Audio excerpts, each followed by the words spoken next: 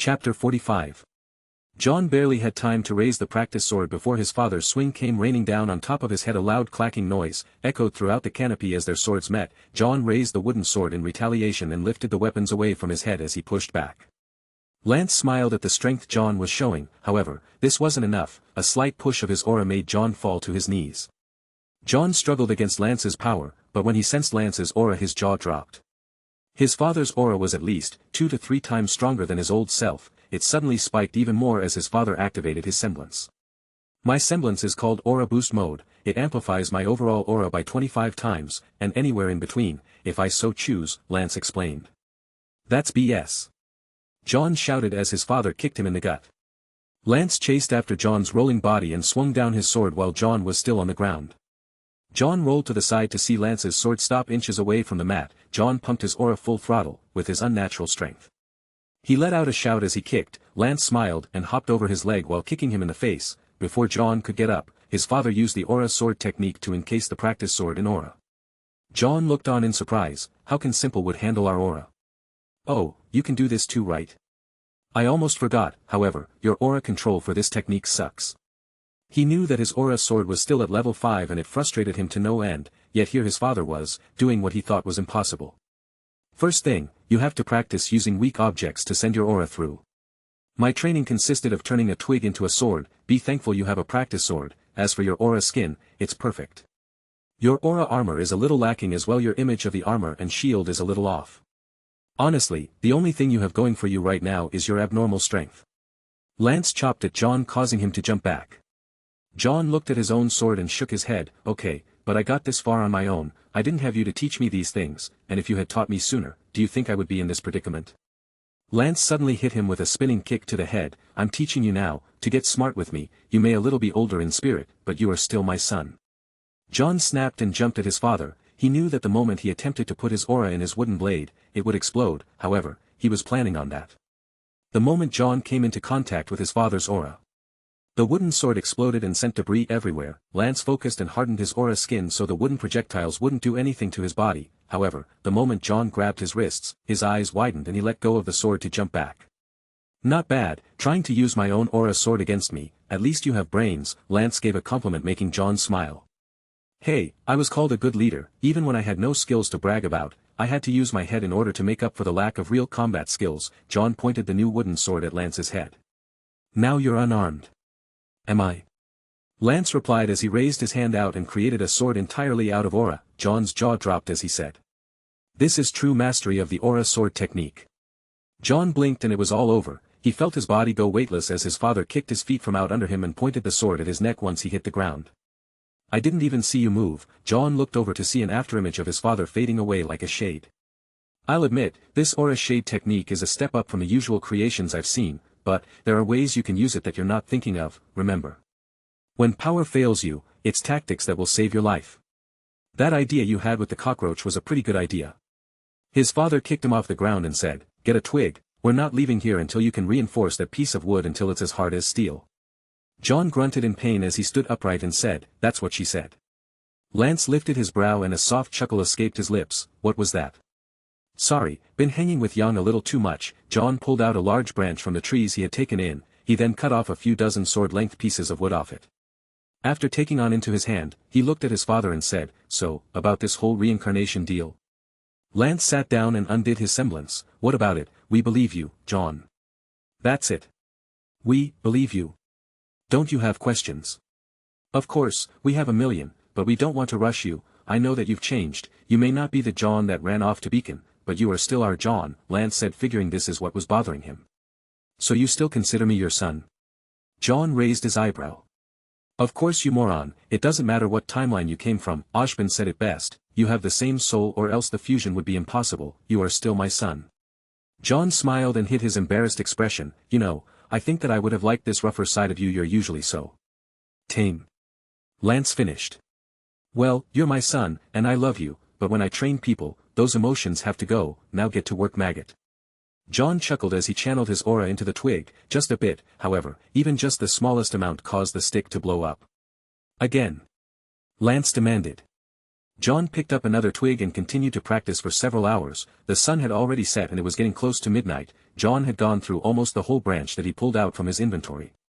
His hands were covered in blood from receiving constant explosion of the twigs he was trying to reinforce. However, he never once cried out in pain.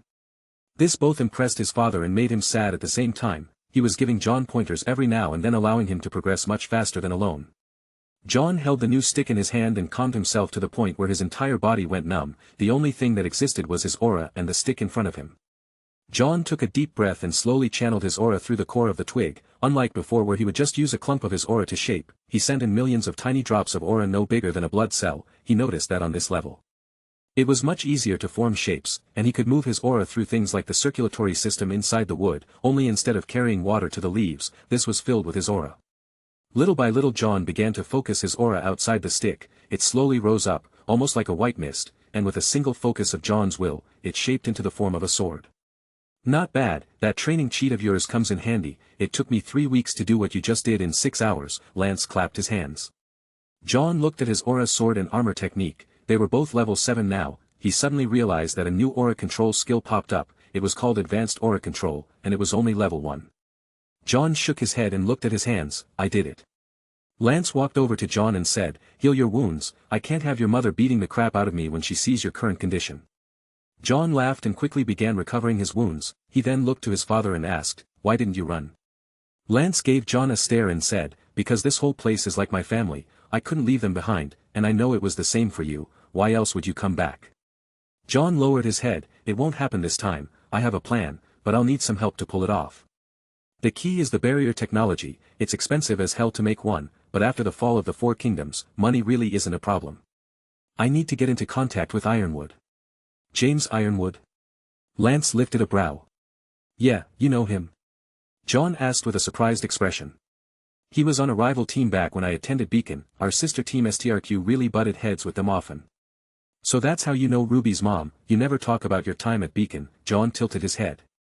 You were in Team GLRY Glory, right, Gwen, Lance, Raiden, and Yuki? Lance closed his eyes in pain as he heard the last 2 names in his team. Raiden died in combat against the Grimm while Yuki was carrying his child, because of the situation of a Grimm stampede, the danger. Plus their lack of equipment made for a terrible situation. Yuki died giving birth, and her child was lost in the evacuation. There was nothing left of the 2. Your mother and I searched for years to try and find their child, but, once they get into the child care system, things could go very wrong. John frowned. He placed his hands on his father's back and said, I'm sorry, I didn't know. You would have liked Raiden. He was a funny guy with loads of energy. The dude could hardly sit still. Yuki was soft, passive, very shy. The 2 were like yin and yang, complete opposites that fell for each other. John smiled. What about you and Mom?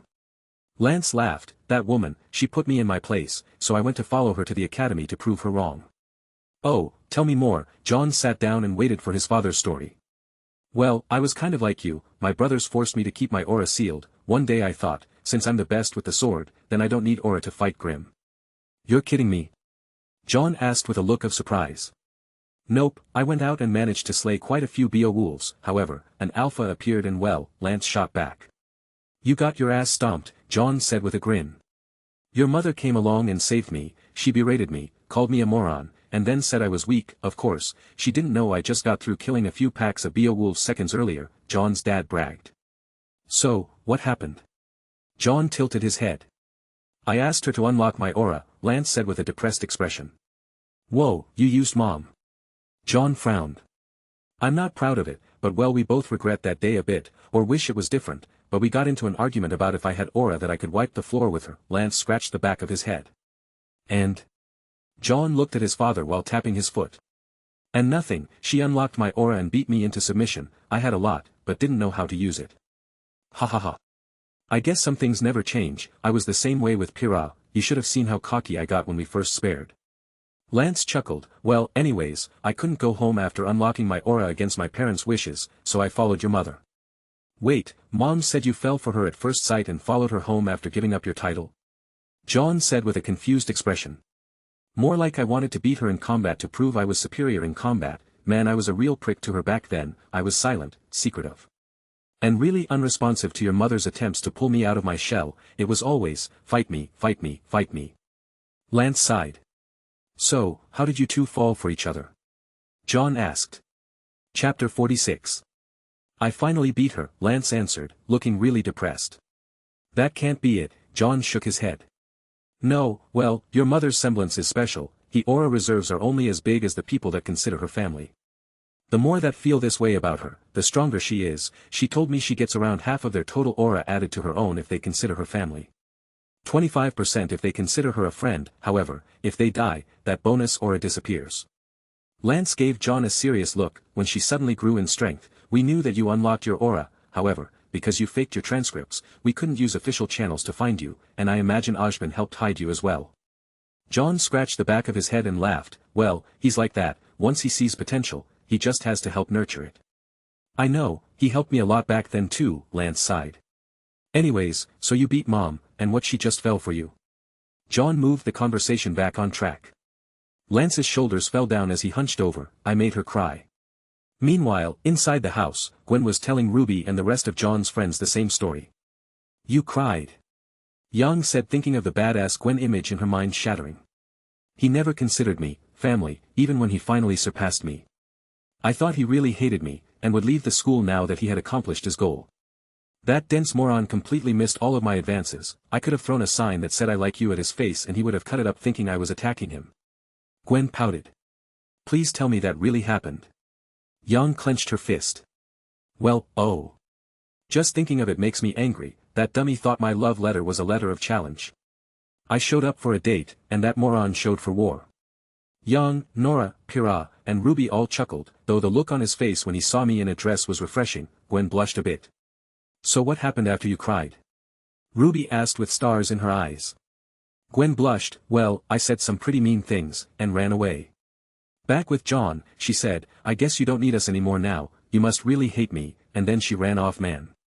I felt my heart clench harder than the day my family refused to unlock my aura. I felt like scum, real scum. I didn't hate her, I didn't consider her my friend either, she was my rival. So because of Mom's semblance, she thought you hated her? John shook his head. Back with Ruby, yeah, I ran, I was scared to hear his answer, and that moron still didn't get the hint. So what happened next? Nora asked as she moved closer to Ruby. Well, Summer saw me crying, and she kind of got everyone to beat the crap out of Lance. Gwen blushed hard. Back with John, Summer almost killed me. Man, I thought I had a cool semblance, but Summer, that chick's power was downright unfair. That woman could move so fast that time slowed down around her when she moved. John smiled. I guess you got what you deserved. Yeah, Summer made sure to beat some sense into me. I guess your mom had feelings for me for some time, and I was completely oblivious to them. When Summer told me Gwen had a crush on me, I felt like bashing my head against the wall. Lance placed his palm over his face. John patted his shoulder and said, I'd feel the same way if I was in your situation. Back with Ruby, my mom was awesome. Gwen laughed. Well, whatever Summer said to him really put him on edge. He didn't leave school as I originally thought he would. I don't get what you saw in such a dense person, Weiss said, shaking her head. Lance wasn't like that with everyone. He was sweet, kind and caring. He always put others before himself. It's why I fell for him. The only exception to his usual chivalrous attitude is when it came to me. Gwen sighed. That big lunk took 3 years to respond to my feelings. Gwen blushed. After Summer beat him up, Lance changed his attitude around me. He actually ran away for a while. It was cute seeing his blushed and embarrassed expressions. Gwen looked to Yang. Your uncle teased Lance to no end about how dense he was, ended up with a black eye, but Crow said it was worth it. Yang laughed. Ruby's face lit up and said, so how did he ask you out? Gwen blushed. That Lance. Back with John, I proposed. John slapped his forehead. You know what, all that advice you gave me makes sense now. You were a total moron. Hey, mister, I didn't get my chance with Pira because I was too dense. Don't you harp at me, Lance fired back. I only had barely a year with Pira. You, on the other hand, Mr. Oblivious for 3 years record holder, John snapped out.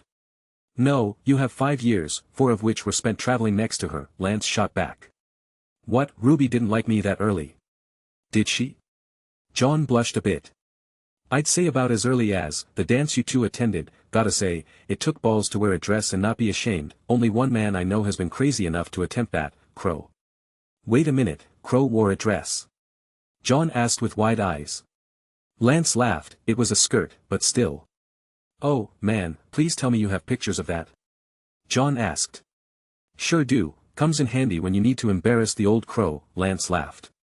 His idea of combat training is getting drunk and letting you handle the problems that arise. not to mention constantly berating me while beating me up. With this, I can finally pull one over on that dusty old crow, Jaune said as he shook his head.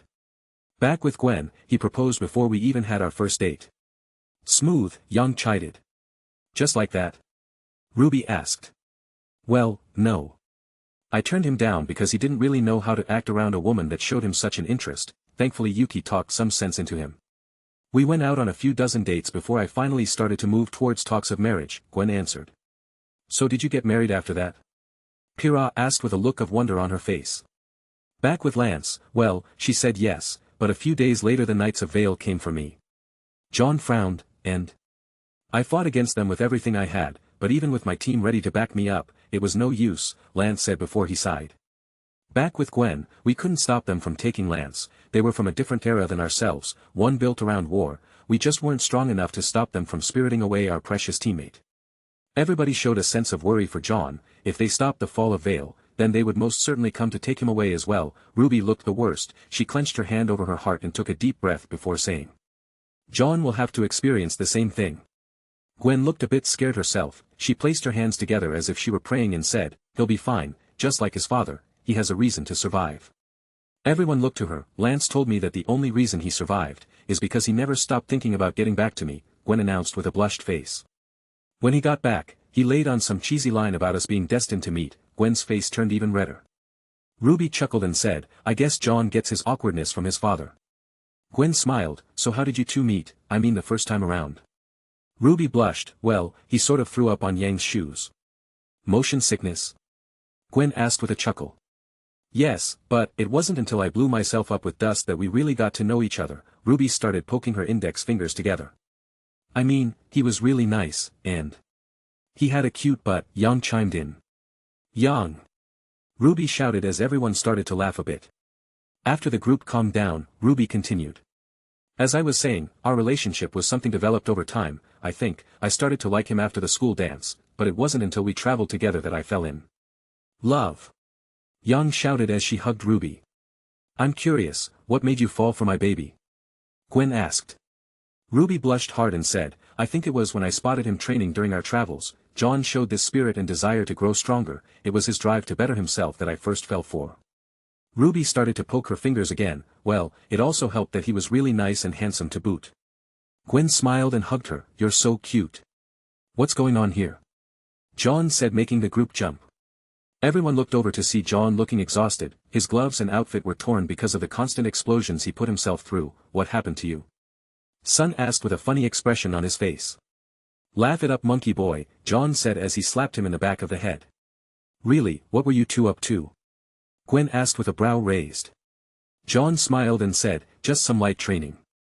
Lance patted his shoulder and said, he still has a lot to learn. Gwen smiled and gave them both a nod of approval. The two let out a chuckle before Jaune took a seat and said, well, I guess we have a lot to discuss. Everyone looked at him as he started to explain. I know this is weird, and me being a 24-year-old in my 17-year-old body probably isn't helping either, but I want you to know that you are all my best friends, and I would never want to hurt you. It tore me up keeping this information from you. Jaune began explaining his circumstances to everyone, and after he finished telling his story of how Vale fell in a single day, Jaune's eyes drifted to Pyrrha. So Miss Indestructible, I hope you've learned a valuable lesson from all of this. Pyrrha looked down, ashamed of herself as Jaune criticized her. I know I wasn't any help, but if you hadn't shooed me off, who knows, maybe I would have unlocked my semblance that day instead of the day Weiss almost lost her life. Jaune walked over and gave her a hug. So don't you do that again. You're not invincible, Pyrrha, you're human just like the rest of us. Tears started to fall from her cheeks. It didn't take long for everyone to join Jaune in the hug. After a while Pyrrha gave out a meek response. Thank you, everyone. After everyone pulled back, Jaune smiled and said, we're a team, we have to act like it. Remember who told me that? Pyrrha nodded her head and wiped the tears from her eyes. I promise, no more solo acts. Jaune sat back down and continued his story. He told them what happened after the events in his comics and what they were up against when he got to Penny's father. Jaune looked at Ren and said, believe it or not, your semblance is the key to creating a barrier against the grim, a safe haven, a sanctuary for humans and faunas alike. Ren's ears perked up. Was that the device we used over Kuroyuri? Chapter 47. Jaune nodded his head in affirmation. That device is vital to achieving our goals. Problem is, the creators of the barrier. Dr. Gemini Crick and Dr. Polendina are very important figures in the Kingdom Atlas, so, getting them to help could prove to be, well, difficult. Wait, I've never heard of these two doctors before. Weiss said with her arms crossed. Not surprising. Atlas has a lot of top-secret scientists that are hidden away from the public. They fear if their identities became public they would attract the attention of those who would use their talents for less noble intentions, Lance spoke up. John nodded his head. Both of them are brilliant technicians but their semblances are perfect for building crazy aura tech. Crick is a technopath, and Polendina's semblance is called Life Giver. It allows him to transfer his aura into artificial objects, granting them sentience and a soul. Everyone gasped. So he can give souls to inanimate objects. That's amazing. Not exactly without cost. He has to shave the person's aura and insert it into the said object. It left him crippled. Then won't it cripple Ren? Nora shouted with wide eyes. That's where I come in. If I amp your aura beforehand, it's like taking a little off the top rather than cutting into the soul. We tested this on myself to make a new form of power for Kuroyuri. Well, at least I get to keep my legs. Wait, how can their semblance make use of mine? Didn't you say his semblance is to take and cut his own soul? They don't know it yet, but Polendina can use his semblance on other people's auras as well. He hasn't tried it yet because he considers it to be too dangerous. So, is there any sentient computers we should know about? Nora asked. You guys remember meeting with Penny, right? John answered the question with another question. Pyrrha placed her hand over her mouth as she recalled the memory of her dismantling the android through John's perspective. John interrupted her by gently placing his hand on her shoulder. You didn't know, plus. Emerald used her illusion semblance on you to alter the position of her body. Besides, since you know she is an android with a soul now, you understand that using your semblance against her is a death sentence for Penny. We don't have to follow the old timeline anymore. We should be making our own. Pyrrha nodded her head as John smiled and said, Dad, Mom, annoying sisters, I need a favor. Hey! John's sisters called out at the same time. Lance and Gwen gave John a serious look before Lance spoke up. What do you need us to do? Whatever you need, son, Gwen nodded her head. I need all of you to join my party, John said as he smiled at his siblings. Everyone smiled. A few of his sisters chuckled with excitement. They all gave their permission and watched as a screen appeared showing their status. His father's aura was 100,000 and his sisters all in the tens of thousands. His mother's aura on the other hand, made her an absolute monster. She must have quite a few powerful friends because her aura was at shocking 750,000. John smiled and placed his family in a separate team roster, Team Arc. He then gave their classes and titles a quick look over. Violet Crystal Swordswoman. Claire Gravity Caster. Amy Stormcaller. Noir Saint. Ashplant Master.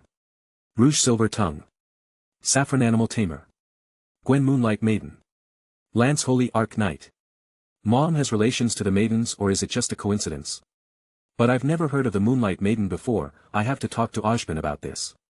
John then looked over his family's status. Although they were only level 1 in class, their total levels were at 50 for his sisters and 91 for his parents. On top of that, their class grid had monstrous bonuses. A single sphere on their setup gave them stat bonuses in the 25 range. Why do they start out with so many levels? Is the system evolving the more I add to it? Or are all hunter and training classes just limited to starting at level 1? You know, if you had chosen to retreat that day instead of fighting until you all died, we would have had a much easier time fighting Salem. We could have never abandoned this place. All our friends and family live here, Gwen said with a sad look on her face. That brings me to my next issue. After installing a barrier for Domremy, I'll need you guys to start unlocking the citizens' auras. Normally, doing this repeatedly would be risky because of the massive aura drain, but as you know, we aren't normal when it comes to aura. John grinned before he continued, I imagine before the Horde arrives, you guys can train up a small army. Lance grinned, you said the world turns into a place where only hunters could survive, and you plan to turn everyone into hunters to fight against it. John nodded his head, sometimes it's the simplest of ideas that proves to be the most effective. True, I don't think that anyone else could pull off awakening an entire town. It sounds like an impossible task, Lance said as he grabbed Gwen's hand. Gwen smiled and said, however, for a family of aura monsters like us, piece of cake. Oh. I want some cake. Nora, it's a saying, Ren said as he patted her shoulder. I don't care what she's saying, as long as I get a piece of cake out of it. Nora replied, earning a chuckle from Gwen. I think we have some leftover cheesecake in the fridge, Gwen said as Nora turned into a blur. Don't eat anything else. John shouted. It's fine, the girl can eat what she wants. Gwen was stopped mid-sentence by Ren. The amethyst-eyed hunter held up his hand and said, "Ma'am." Ren suddenly felt like for some reason he was in immediate danger before John suddenly clapped his hand over Ren's mouth and whispered, "Never call her that, Mom considers herself forever 20. After letting him go, Ren made a coughing sound as he said, "I mean, Mrs. Ark." Ren felt the overwhelming killing intent disappear, and as John let out a sigh of relief in response, Ren continued speaking, "I strongly advise against letting Nora eat her full. She can clean out a whole fridge if you let her," John followed up. "Listen to John, Captain's orders." Ren shouted. "Ah, man, everything in here looks so good." Nora whined as she was poking through the Ark family fridge. John laughed as he held up his hands. "Well, I guess, I should fill you in on the rest of the plan. While I speak, I think you should spend your level tokens and manage your skills." 30 minutes later everyone sat around the couch and looked at John with pensive stares. John nodded his head and said, "Well, what do you think?" "Phew. Damn vomit night, I didn't know you had that in ya." John raised his brow and glared at Yang. "Not funny, I'm serious." "That's a tough plan," Gwen said with a downtrodden look. "I know, Mom, but it's the best chance to save as many lives as possible," John smiled back at her. With tears in her eyes, Gwen placed her hands on her son's cheeks and said, "But." John placed his hands over his mother's and smiled gently, "I know what it means to do this, and although I don't like it either, it's the best plan I could think of." Ruby hugged John and said, "You won't be alone." Nora jumped in next, "We're going to be by your side the whole time." "It's a good plan, son, but are you sure you want to do this?" "If you want, I can," Lance spoke as John held his hands out and stopped him. John chuckled, he shook his head before saying, "Thanks, Dad, but, it has to be us. If you appear as the head and strongest Ark, do you think her forces will react? It's too risky.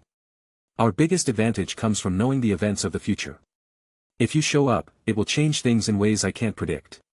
Lance nodded his head, "Yeah, I guess that makes sense." After letting out a sigh, he looked at John's eyes and said, "Remember, you always have a choice." Lance started to leave the room, but before he left, he pulled out a key from his pocket and threw it to John. "It's the house keys for the vacation home. You'll spend the rest of the week here while I contact Crow and James to set some things up. I'll also be training you as well." Lance cracked his back as he stretched his arms. "Man, this is going to be a tough one to explain," the Ark Patriarch mumbled as he headed back to his room. Gwen chuckled and said, "I'll get the girls settled in. Ren can bunk with you, John. Also, I left the workshop open, so feel free to prepare the metals you want in there. If you need any materials delivered, just contact Steele's shop and tell him to use my account." John thanked his mother and spent time with his family along with his friends. He watched as his teammate and family became better acquainted and felt happy that they all appeared to be getting along. Weiss was currently being asked 20 questions by Violet. Being John's twin, she expected her to be somewhat like the dork. However, Violet's interest in dust sparked her intrigue. Violet wanted to be the best dust specialist in the world. She also discovered that Jaune was a dust seamstress, someone who specialized in the mysterious art of dust symbology. Gwen, Noir, and Violet were the only 3 heirs to the family art. The fellow dust fanatics chatted for hours. Saffron was also interested in the tech from Atlas as she was a proper technician. When they spoke about engraving dust symbols on thin pieces of metal to act as a motherboard, Saffron joined in on the conversation and offered her advice. Before they knew it, the 3 of them talked for well into the evening about dust, technology, and what they could do with both. Amy was chatting constantly with Nora. Since Amy was a professional hunter, she lived for the thrill of combat, and was a grade A adrenaline junkie, so their personalities seemed to have many similarities and they became swift friends. They both had obsessions when it came to enjoying lightning and sugar. The 2 loved explosions and both of their weapons spoke volumes about their passion for the art of blowing shit up. However, they were at each other's necks when it came to pancakes and waffles. The 2 insisted that one was better than the other.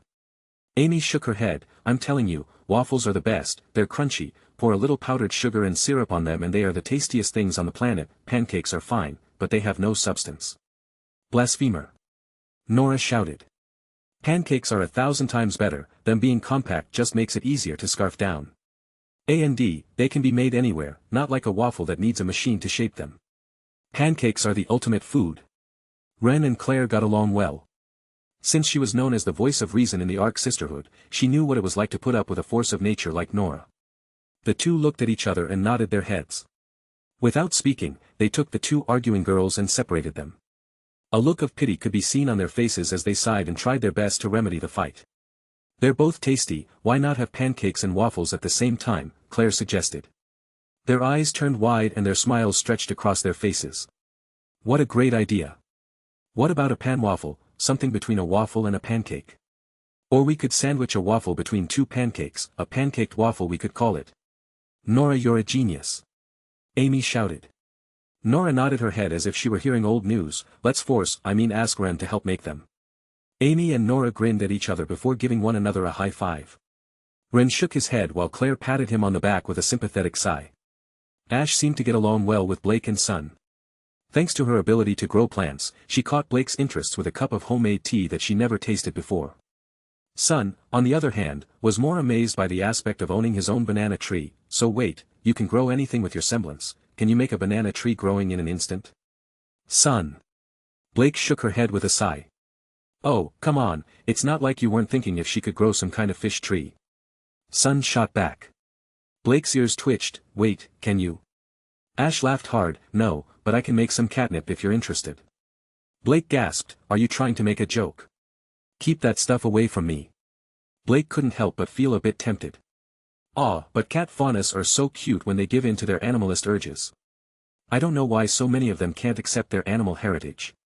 Sun nodded his head at that last bit. Faunas should be proud of their animalistic side. Those characteristics are just as important as their human side. Did Yang put you up to this? Blake questioned with a bit of a hiss in her voice. Sun couldn't help but laugh a bit. Blake gave him a stink eye and made him wave his hands defensively in front of himself as he said, come on, that was funny. Noir was currently working on her own pet project. She was the brains of the family and the smartest of the Arc clan. When she hit it off with Ruby, she knew she had made a friend for life. While the Arc Maiden was more an all-encompassing type of scientist, she did love talking weapons with the silver-eyed petite. She also got along with the Mistral champion swimmingly.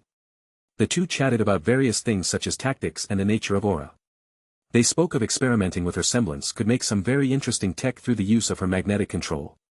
Jaune smiled, happy that they were all getting along and headed off to the family workshop garage. Chapter 48. His sisters wanted to chase after him, but Gwen stopped them as she spotted Ruby sneaking away and said, just give them some time. Jaune entered the workshop, which was a large wooden shack with large roller slide doors. He opened it up to reveal a small forge powered by fire dust generator. Long work tables sat against the walls with several shelves and cabinets above them. Cutting and metal crafting tools were set around the shop along with stacks of varying metals and partially completed weapons, and the whole room was well insulated with most of ventilation surrounding the forge. Jaune ran his hands over the tools and thought back to the time when he used to sneak in here and play around. He watched his family make their hunting tools and make their hunter weapons with jealousy burning in his gut. He looked over to a set of armor pinned to a mannequin. The top part was missing a chest piece and only had a thick leather vest in its place. Long white greaves and gauntlets with gold trimmings were neatly placed around the mannequin's arms. They were thin-looking and sectioned to allow maximum maneuverability. They only covered the front half of the mannequin's upper arms and were full-on gloves below the elbows to the wrist. The glove around the hand was very intricate, and the tips of the fingers were open so they wouldn't interfere with the wearer's grip. It had a similar structure for the leggings and was also thin enough to appear slick rather than bulky. The thigh pieces were only armored by the front, while the boots covered all of Jaune's feet and legs until it stopped around the knee. The tips of the boots were slightly pointed and layered with 3 pieces of metal, becoming thicker the further it reached up his leg. Lastly was the helmet. It covered the whole head in a thin yet sporting design. The entire cover made it look like a mouthless and noseless human face. It had 3 small line-shaped ventilation marks around the mouth with air filters surrounding it. It had human eye-shaped sockets that had tempered polycarbonate lenses perfectly fitted in them, and a flexible interlinked leather armor flap that ran wrapped around his neck. Jaune looked at the remaining pieces of armor on his body, then smiled and sat them on the ground next to the rest of the armor. After shinning and polishing them with some items, he looked up at the leather armor that was worn underneath and said, I guess it's time to put this on. It will be a while before I can ask Dear Crick to make the Pale Rider suit. Jaune then pulled off his sweater. He was wearing a thin muscle sweatshirt underneath because of the cold weather. It was black and had a small image of a chibi ruby on the upper right pectoral region. He had to get this custom made. Unbeknownst to Jaune, while he was stripping, Ruby had poked her head around the corner. She gasped as she saw the workshop. It had many top-rated tools and materials for weaponsmiting. I will live here from now on. Ruby thought as she gushed over the tools. She then noticed a bullet benching press. Stars were in her eyes when she saw custom dust rounds for several calibers lying on top of it and wondered what weapons that fired them looked like. When her eyes drifted onto the stripping Jaune, her heart jumped out of her chest. She saw his back muscles through the thin workout shirt and watched as Jaune took his pants off. Now only in a pair of tightly fitting boxers, Crimson Reaper's heartbeat began to pick up pace while she felt her body getting hotter. Her face lit up red as she continued to peep on Jaune as he pulled down the thin jumpsuit-like clothing and armor off of the mannequin. The navy blue tight long-sleeve shirt and pants were actually a type of leather weaved together like fabric, and small ring links were sewn in between two thin pieces of leather. However, the whole outfit was as thin and smooth as denim. It was the same for the pants, long blue material and tight around the ankles. Next, he put the jacket on that had thin intricate chain-link ring pauldrons that looked like they were part of the fabric rather than actual armor. They smoothly covered the top of his shoulders and were tilted to slightly run down the side of his arms. The hood was blue leather with a gold and white trim. It leaned over the back of the sleeveless vest and stopped in the middle of his shoulders. The blue underline of the jumpsuit's long sleeves fitted tightly around Jaune's wrists nicely as he put his fingerless gloves back over them. Attached to the hips of the thin blue leggings were long white flaps split with gold trimmings. Each of the 4 pieces cloth dropped barely reached Jaune's calves. The flaps were partitioned in 4 slits, 2 on his sides and 1 for the front and back. The flaps on the sides barely reached his knees while the 2 on the front and back reached his ankles. And, image something of like the sleeves of the enhanced cat gear from Witcher 3 with the superior wolf jacket that has a thin hoodie-attached neck. Jaune's original gloves, same blue underclothing of the cat gear turned it into a more denim look so the look wouldn't change too much from Jaune's blue his jeans. The flaps were my idea. Just thought they would look cool, plus it can hide his footwork and is better for cold weather. After putting on the leather pants back, Jaune looked at himself in the mirror. It had been a long time since he wore this light armor set. He only wore it until the armor was reforged into the Pale Rider. Jaune ran his hands across the cool metal and had never felt more comfortable than this exact moment. Ever since he recovered the armor from the rubble of his ruined home, Jaune wore this armor religiously. It wasn't until he met with Dr. Crick that he upgraded it. Overall, the light set of armor was to be worn under heavier pieces, resulting in a sort of half-blend between light and heavy. It was the full setup for his ancestor's half-plate. He was told the war god himself wore this armor. He held the metallic pieces in his hand and said, "It's been a while, Pale Moon." Pale Moon was the traditional name of his family's armor, before Jaune had reforged it, of course. Jaune put the pieces of armor over the light set, one by one. The whole armor came into place. "Once I hand you over to Dr. Crick, Pale Rider will be your new name, I promise." Now that was a show. I got to say meow likes. Yang shouted, making Ruby and Jaune jump up. Blake rolled her eyes and Weiss scoffed in disappointment at her teammates' lusty stares and bad cat pun. "Why, yeah, Yang. Blake. Weiss. How long have you guys been there?" Jaune had everything but the helmet on. He looked over at Ruby, who was stuttering and cutely pounding on her sister's arm. "Say, did we ever have a thing in the future? 'Cause it's not fair for Ruby to skip over me if I got to go first." Jaune blushed as Ruby turned to Jaune. "You didn't date Yang first. Did you?" Ruby's eyes leered into Jaune's as her face got closer and closer. "Wow. If it's true, isn't it kind of like the novels I read?" Jaune grinned and said, "Ruby, Yang has always been nothing more to me than another older sister. Although, that isn't to say that she didn't stop herself from trying to hit on me when we went out drinking sometimes. Maybe you should talk to her about that."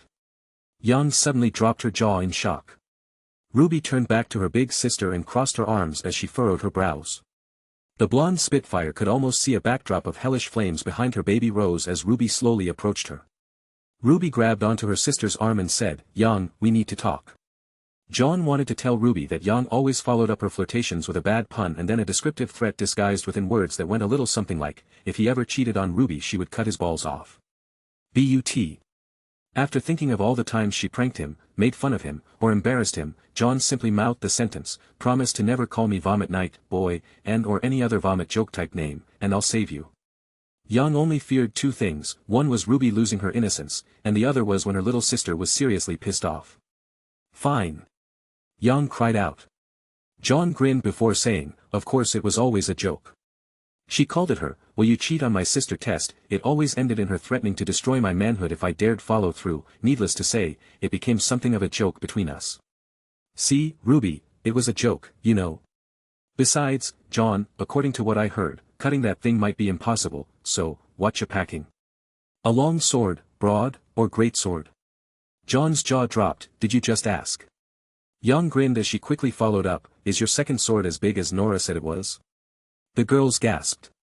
"That's some kind of joke, right?" Weiss's nose bled a little. Happy that she successfully changed the subject, Yang celebrated as Ruby and everyone's eyes drifted to John's crotch. John covered it with his hand and used his other to point at his eyes as he said, "Hey, eyes up here." Weiss and Blake blushed and quickly scattered, leaving Ruby, Yang, and John alone. John laughed and said, "Let's just act like Yang never said that." All while thinking, damn Nora and her untimely bathroom visits. I know I locked the door, so how does she always get it? John then held his hands out and said, "Well, how do I look?" Yang nodded her head and said, "Looking good, Lady Killer." Ruby chuckled at seeing Yang keeping her word and backing down. It was a rare sight. She then gave John a once-over and said, "You look like those knights in the legends. I landed my very own handsome hunk of a knight, woohoo." John moved closer to her and said, "Well, good," Ruby replied as she turned her eyes away from him. It was taking all her willpower not to jump up and cheer about how good her boyfriend looked. However, that would vain, and she wasn't used to this kind of affection yet. John smiled and said, "Just good." Ruby looked up at John and twirled her fingers as she mumbled, "Handsome." John moved closer to her and stared into her silver eyes while Ruby gazed into his sapphire blue eyes. The two were sharing a moment when Yang got between them and said, "And that's enough." She separated them and held Ruby in a hug that covered most of her body. She's still only 16 right now, so no hanky-panky. The young couple stared at the big sister with speechless expressions. Both of them then turned bright red and shied away from each other. "Yang!" Ruby cried out as she pounded on her sister's arm.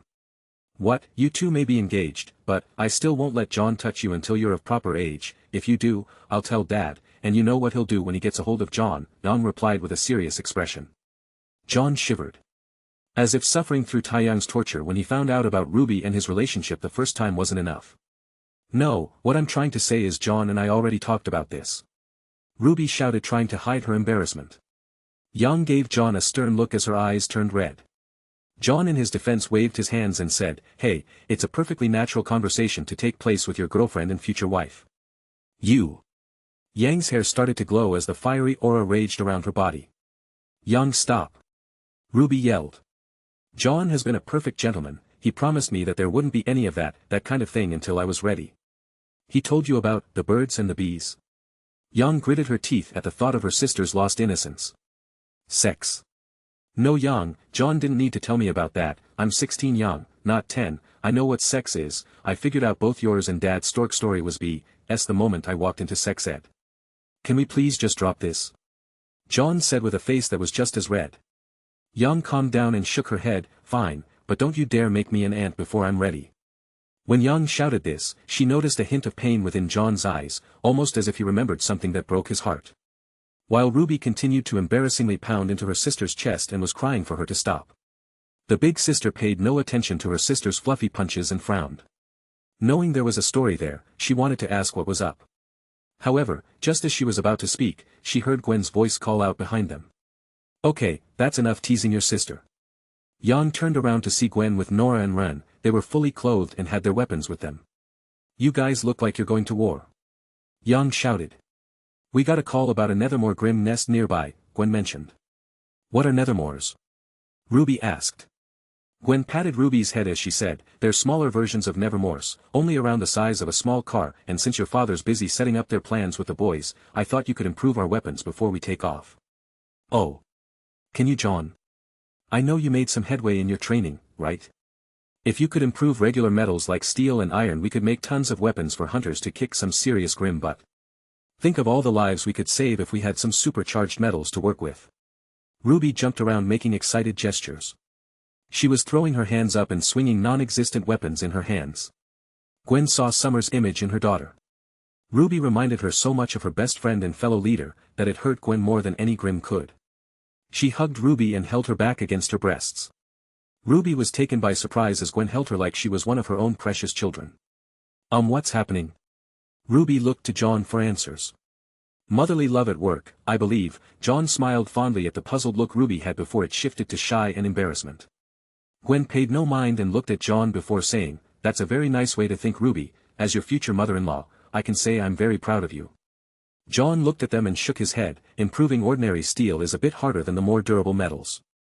I think that's why Dad is teaching me to better control my aura with twigs." If I can empower a piece of wood with my semblance, then steel should be easy. Jaune took a hard look at their weapons and frowned. He sighed, then removed his heavy armor pieces into his inventory, put on a blacksmith set, and moved over to the forge. Next, he picked up a hammer and turned on the heat. The flames roared to life as Jaune picked up a thick piece of iron in the shape of an ingot. He placed it in the forge with some prongs and waited for it to heat up. After a few minutes of heating, Jaune pulled out the molten ingot of steel and began to pound against its surface. It took him 2 hours to outline the sword replacement for his mother. Jaune then quenched the bulky and ugly piece of metal in oil, waited for it to cool down. After removing the blade for the oil, Jaune moved it to the table and attached it to a vice grip. After straightening the blade, Jaune quenched it again. While he worked, Jaune worked up a sweat and it slipped down his forehead and chest, wetting his shirt in the process. RWBY drooled over his appearance as he started to use the sharpening tools. After shaving off all of the unwanted metal, Jaune held the blade up to his eye and saw that it was perfectly aligned. "Phew, still got it," Jaune said as he swung the blade without a handle through the air. "So hot." RWBY thought as she watched Jaune made a few swings with the blade. He held the sword out for her to inspect seconds before RWBY turned into a puff of rose petals. As she escaped from Gwen's grasp, his mother pouted while RWBY reappeared next to Jaune. The weapons enthusiast squealed as she looked at the shiny new sword. "Those lines, that shine, those edges, now that's a sword." "Very good craftsmanship, son," Gwen praised as she looked over the work. Jaune smiled and blushed. Truth be told, the only reason he could keep up with RWBY was because they spent 4 years together and 3 of those years they were married. Their first date was about learning about his Atlas tech and buying parts at a weapons store. Wait, was that a date? Hell, I'm gonna call it one. Chapter 49.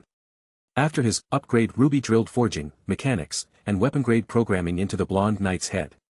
Of course, Jaune got hooked on it pretty quickly, especially since it allowed him to spend time with his girlfriend. Jaune made sure to put a lot of effort into learning about it.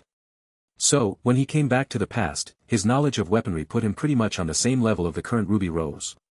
However, Jaune thought that with time RWBY would recover more of her memories and easily surpass him, not to mention those teaching moments she saw in the transplanted memories covered a lot of technical subjects. "Jaune!" RWBY called out while waving her hand in front of his face. Once she snapped him out of his stupor, she titled her head in worry as she asked. "You okay?" "Sorry, I was thinking of our first date, not the one we went on a while ago, but our other first date," Jaune said, rubbing the back of his head. RWBY blushed and the girls gushed. "I have to hear about this one." Gwen captured RWBY again and held her like a doll. RWBY wanted to escape, but she started to realize Nora and Jaune's mom had something in common. They were both backbreaking hug monsters. "Well, at least she isn't breaking my spine completely," RWBY thought as she looked over at Jaune with pleading eyes with a little bit of curiosity about their date. Jaune coughed and shook his head, "No spoilers." Jaune gave RWBY a boop on the nose. "Besides, she'll remember if I keep using my title before bed." How did he know what I was thinking? Ugh, I wanted to know, darn it. Jaune lifted up the sword and said, "Well, on to the next test." Putting his aura into the blade, Jaune's eyes widened. Unlike all his previous attempts, the steel didn't immediately explode. Jaune almost jumped up in excitement. Surprised by the improvement, Jaune continued to slowly fill the sword with his aura. Bit by bit, the sword began to glow from the bottom up. Everyone was shocked when the entire blade radiated with the same color as Jaune's aura and started to light up the room. The blonde knight nodded his head before he held the blade out and said, "Now to activate my semblance." Jaune began to sweat as he slowly activated his semblance. The sword shined brightly for a split second, blinding everyone in the room. After the light dimmed down, Jaune held the new sword in his hand and frowned. "Is it done?" "You did it, Jaune." Jaune shook his head before sighing, "No, it's a failure." With a simple flick of his fingers, the metal started to fracture like a dried-up lake bottom baking under the sun. Then, with a loud snapping noise, the entire shattered into thousands of pieces. Everyone shook their heads in disappointment while Jaune knelt down and stared at the broken parts with an inquisitive expression. "Well then, back to the forge for you," Jaune stated as he started picking up dozens of metal fragments. Gwen held her hand up and patted his shoulder as she said, "When we get back from the hunt, we'll ask again. I am a bit eager to discover what some of these techniques I spent my level tokens on will do, and a group of crow grims sound like the perfect targets to test them on." Jaune nodded his head and asked, "Ren and Nora going with you?" "Yep, Blake and Weiss are coming as well." Blake said she needed to vent a bit, and Weiss wanted to add the Nethermoors to her summoning sigils, Gwen explained as she gave RWBY another hug. Weiss wanted to go with Brown, but got final say. "We're Team Braun. BRWNFTW. John chuckled and said, "Good luck and stay safe." Gwen ran up to John and hugged him. She then kissed her son on the cheek and said, "Have a good time, Bun Bun." John blushed as Yang and the rest chuckled at his expression. "Mama's boy," Yang said as Gwen suddenly hugged her and Ruby together. "You're my daughters now too, so have a good time while mommy's away." Gwen gave them a peck on the cheek and laughed as she saw their embarrassed looks. "Little Rose and Wildfire suit you too as nicknames." Yang wanted to protest, but honestly, she missed the feeling of having a kind mother. Ruby, on the other hand, didn't know how to react. She loved her mother and was rather young when she lost her. However, she couldn't deny that she liked the feeling of warmth and love Gwen so freely gave. John was speechless. He never thought his mother would be able to make the "beat you down if you so much as look at me wrong" Yang Xiao Long show such an expression. Seeing Gwen and Ruby's happy yet embarrassed looks made John want to punch himself in the face for not bringing her to meet with her family sooner. However, to be fair, they didn't really start dating was after the death of his parents. Shaking his head, the blonde knight relaxed and was just glad that she could experience this. John took a picture with his scroll and immediately earned the scorn of Yang as she said, "You better delete that. And sending it to Taiyang, now." John said as he sent the image. Yang struggled to get out Gwen's hug, but no matter how hard she tried to escape the huntress' grasp, she couldn't move an inch. Giving up, the blonde bombshell looked at John and said, "I will get you back for this. What do you think I'm doing? Sweet dish that revenge stuff is, it's warmer than it would be." Yang pointed at John with an open mouth and bulging eyes. "Damn, that pun was so smooth, I almost didn't catch it. Get it, because revenge is a dish best served cold." Ruby chuckled at their antics as Gwen finally let go. "Now Yang, Ruby, you two watch over my family for me while I'm gone, can you do that for mommy?" Yang's face turned bright red as she mumbled, "I'll do what I can." John took another picture and said, sent. "That's it. You're dead." Yang chased after a quickly retreating John when Ruby started laughing at their behavior. While she watched as John continued to avoid Yang's attacks, Gwen waved goodbye and Team BRWN walked with her to her car. It took Yang a while to calm down and stop chasing John, but when she finally tired herself out, John decided to go back to training. He stoked the forge and started to work on the metal while preparing twigs and branches to pour his aura into and practice. Ruby stayed by his side and even helped John out with the forging process. The two started to improve their blacksmith skill levels like crazy and didn't even realize that how late was into the night when John's father knocked on the door.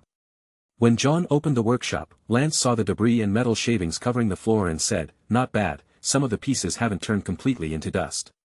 In response to the lackluster praise, John smiled and said, "Thanks, father, I'll keep going." Ruby, who was holding on to a piece of burning steel, looked it over, began hitting it a few dozen times with the hammer before putting it back in the forge. Lance grinned at her work and nudged his son's elbow as he stated, "It appears that I have a capable daughter-in-law, good eye, son." John blushed and nudged his father's elbow back as he said, "I know. I contacted Ojban, James, and even Crow, they'll be waiting for you when you get back." Lance followed as he continued to watch Ruby inspect the metal and work her magic. The blonde knight smiled at his father and said, "Thanks Dad, I appreciate the help, you know what to do next." Lance sighed, "I'm not gonna enjoy this one bit. Grandma will be with you, and as much as you gripe about it, I know you want to see Arcadia again," John replied. "Still doesn't make me feel any better about it." Lance looked at John with a sorrowful expression before continuing. "Are you sure about this?" "Yes. Have some faith, Dad, you're talking to one of the best hunters in existence. We defeated Salem, and we'll beat this Nosferatu too." Lance rubbed John's head like he was still a child. "No matter how much faith I have in you, it will pale in comparison to a parent's worry." Lance gestured his eyes in Ruby's direction. "When you guys have kids you'll understand." Once again, John's eyes showed profound pain, and although it was only for a split second, his father caught the expression. "Wait, did you two have a—" Lance's question was stopped short by John. "No Dad, but," John paused. "I'm sorry, I just don't want to talk about this, not now anyway." Lance pulled him out of the workshop without Ruby noticing. He placed his hand on John's shoulder and said, "Tell me what happened." John wanted to push him away, but seeing his father's earnest expression, "Damn, so this is what it's like when it's not coming from me. Ruby did say I had a way look that gets people to open up." John let out a sigh and with a depressed tone said, Ruby was pregnant, but something happened." John's eyes showed an unbelievable amount of pain as tears filled his eyes. Hearing his tone, Lance pretty much figured out what happened. He hugged John and said, "I'm so sorry son, how did you lose?" We lost our kid due to a potent scorpion poison from a very bad man. Jaune thought back to that fateful day when Sanctuary was infiltrated by Salem's people. While the barrier protected us from Grimm, it also gave us a sense of false security. We were so happy. Dad, Ruby was 11 weeks in, her belly was even starting to show. Jaune then thought of the combined attack of Salem's strongest. We fought and managed to win against Salem's human forces, but Ruby. She was poisoned during the confrontation. I managed to stabilize her with my semblance, but we had to rush to the hospital for antivenom. Ruby made it through all right. However, Jaune just cried and fell down as his legs went weak. Lance held on to his son and felt the embers of rage burning inside him. Who was it? A scorpion faunus. He is known as Tyrion. I took his head during their invasion, along with cinders too. I got my revenge, but Ruby. Jaune looked back into the workshop. I don't think she ever got closure for the loss of her child. I never want to see such an expression on my wife's face again. Lance nodded his head as Jaune wiped his tears away with his sleeve. Don't worry, son, this time you'll have me. Lance suddenly thought of something and said, hey, do you mind if I let Crow in on this? Dad, this is kind of sensitive, you know. I didn't want to tell you. Crow is her uncle and he has a really big info network, but motivating him is a bit of a challenge. If we can find him with Crow's help, we can take care of this Tyrion fella before he gets anywhere near my new daughter-in-law, Lance replied. He hasn't been filled in on the situation yet though. I think he's traveling right now. Jaune tilted his head and said with a look of frustration. I know, I plan on heading to Beacon after you leave. I meet up with Ojban there, and since Ironwood owes me a favor, I can use both Crow and Atlas Tech to help in the search, Lance replied, proving that the Arc Tactician specialty ran in the family. Seeing the look on his father's face, Jaune nodded his head. Fine, but let me do it. Crow was a mentor to me. He was a good friend during tiring times. That's fine by me. The Arc Patriarch nodded his head. However, Crow isn't exactly a people person. It's hard for Ojban to summon him. How are you going to track him down? I have my ways, Lance said with a grin. Chapter 50. Jaune. Where'd you go? I'm here, Ruby, just talking with my dad, Jaune yelled out. Oh, well, the next piece is ready. I made knives since we can make a larger quantity out of the remaining steel. The more you practice on, the better you get, right? Ruby opened the door and said with a bit of soot on her chin. Jaune chuckled as he wiped off the ashy substance from her face and said, thank you, Ruby. Ruby blushed and held onto Jaune's sleeve. It's nothing, just trying to help out my boyfriend. Ruby's face turned bright red as she realized what she just said. Jaune gave her a kiss on the cheek which made Lance laugh as he started to walk away. You two take care now, I have a lot of work ahead of me. Don't leave the forge on at night, and remember to lock up when you leave. Come on, Ruby, let's get back to work. Jaune grabbed her hand and walked back in with an extremely embarrassed Ruby. Young smiled at the two and secretly left because she had faith in Jaune's chivalrous ethics. She walked out to an empty spot in the backyard. She moved near a tree with a single tire swing hung from the thickest branch and stared at her shaking hands. She gritted her teeth as she started to throw punches. No way. Thoughts of Jaune catching up with her after the fall of Vale made her clenched fists harder.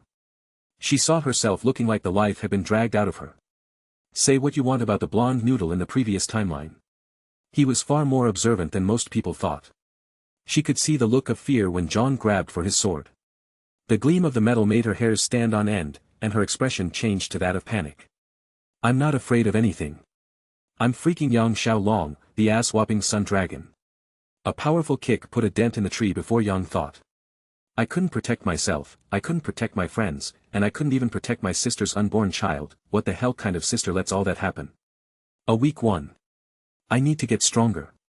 Stronger. And, show me your motivation. I need more power. Yang's fist tore off a piece of the tree's bark.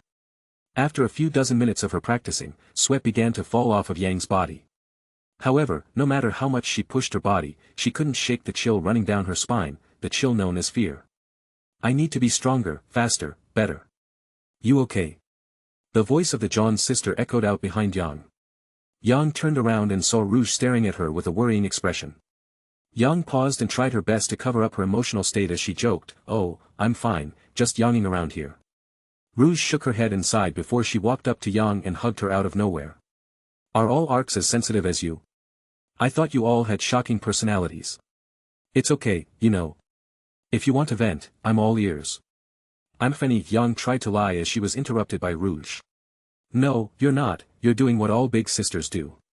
Trying to hide your pain from your younger siblings is admirable, Yang. However, you can't just hold this stuff inside. It's detrimental for your training and focus. Grim like that kind of weakness. Yang couldn't help it as tears started to form around her eyes. She squeezed Rouge's back and started to cry. I'm scared, disappointed in my own weakness, and, I don't know, I just got the bad ending stuffed in my head. There are things the other me could have done back then, things I could have prepared for better. Rouge patted her on the back and said, it's okay to be scared, Yang. Fear is a good asset if you don't let it overwhelm and control you. But, Yang felt her legs go a bit weak as she leaned on her future sister-in-law. You don't always have to be the invincible big sister. RWBY won't love you any less if show a little weakness every now and then. Rouge petted Yang's hair and continued. You'll get stronger than ever before, even more so than in that other timeline, but you shouldn't bury your emotions, confront them, Yang, face them down and make them your bitch. Yang sniffled and started to calm down after a while. Once she had stopped crying, the blonde Spitfire spilled everything that she had been bottling up. After explaining that she was afraid of losing her arm, losing her friends, and seeing her mother again. Rouge just sat there and listened. She didn't offer advice or solutions, she just listened. Once Yang vented everything, she sat next to Rouge and felt extremely awkward. "SOO, I guess this what it must feel like to have an older sister," Yang said as the cool night air stung her eyes. Rouge chuckled and said, "Well, you're going to be a sister of mine someday, so it doesn't just feel like I'm your big sister, I am." Yang smiled and hid her face from the blush that was coming on. "Thanks, Rouge." The big sister patted her future sister-in-law on the back and said, "No problem, it's a big sister's responsibility to look after their siblings." Yang said at the same time as Rouge. "And to pamper them when needed too," Rouge added as she stood up and took a stance before asking. "Now, how about a little friendly sparring?" Yang grinned and stood up. "Careful you don't mess up my hair, you'll regret it." "Ha ha ha. Same to you, hair and face are off limits." "Of course, we aren't savages," Yang said while she got ready to throw a punch. Rouge smiled and stood in her fighting stance as she said, "Well, come on then." The blonde Spitfire then jumped at Rouge and began to spar with her. Back at the work shed, Jaune and RWBY just finished building and destroying an entire set of knives. RWBY placed a new set of crudely made knives on the table and fell over exhausted before saying, "Any progress?" Jaune shook his head while saying, "Some, I can feel I'm getting closer, maybe a few more 100 times." RWBY grinned, "You're really into this, aren't you?" Jaune smiled and laughed a bit. "Yeah, I feel that I can't lose this second chance I've been given." Jaune started to pick up the rubble and put it inside a large barrel with thousands of fragmented iron pieces. "Jaune." RWBY sat up and knew something was bothering him. "You know, sometimes I wonder if Ojban's introductory speech was specifically aimed at me. Since you've been dreaming about the other timeline, you should know how I was." Jaune sat down beside her. "Dorky, funny, a little silly, and my best friend," RWBY tried to cheer him up. "You know I'm talking about my wasted potential. The reason I try so hard is because of my regret." Jaune made a self-loathing expression. "I let my teammate die, and because of my lack of confidence in my strength, I relied on you when I should have worked besides you. I got lost in my own pain, and it took me forever to realize how you felt about me." Jaune let out a breath of air as he looked at RWBY's eyes. "I lost my family because I was scared of how they would react to me running away and forging my transcripts. If I had the guts to visit them like we're doing now, I could have stood my ground and demanded training." "Jaune, please, stop putting yourself down. Look how far you come. Ojban was right to let you into Beacon," RWBY said as tears started to form around her eyes. She knew he was blaming himself for the loss of his friends and family, and RWBY hated seeing that look in Jaune's eyes. "I did a lot that I regret." Jaune wiped the tears from her eyes. "Even now I'm doing it again, messing up like always. I never want to see you cry, RWBY." Jaune kissed her and with a smile on his face, "It wasn't until you took my hand and pulled me out of the pit of emptiness, that I truly began to grow." The blonde knight then gripped his hands. "I threw everything I had into training, took any teacher I could find and forged my own path. This chance that has been given to me, I will grasp it and will never make you cry again." RWBY's face was red, her expression was solely love-struck as she saw Jaune's heroic figure. She has been dreaming of the alternate timeline for a while and seeing his slow but steady growth from the weak yet cutadorky Jaune made her realize how much he had been through. She wrapped her arms around his neck and kissed him. Jaune was surprised to feel her tongue exploring the inside of his mouth. He remembered this kiss, lost in his memories. Jaune grabbed her waist and pulled her close. The two shared a long and deep kiss as they pulled apart a few minutes later and stared at each other with a dazed expression. "How did you know how to do that?" Jaune asked, still dazed by her sudden outburst. RWBY's face lit up and Jaune could almost see a puff of steam rising up from the top of her head. "I saw our first me." Jaune slapped his forehead and hid his face. "You weren't supposed to see that."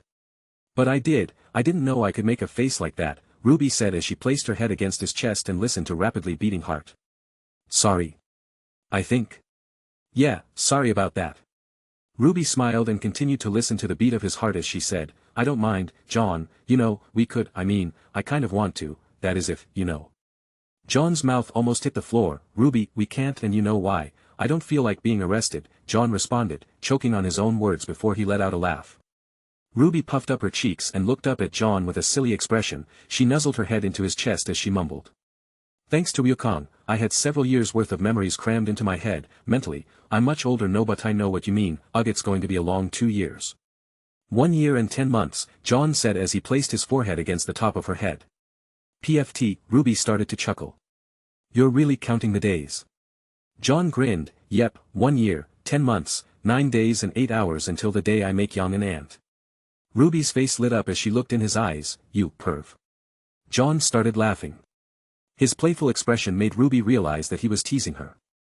I think you should know that you were very aggressive in your approaches. You came at me like you were looking at a finely made weapon, and you even tore my clothes off few times. John blushed a bit.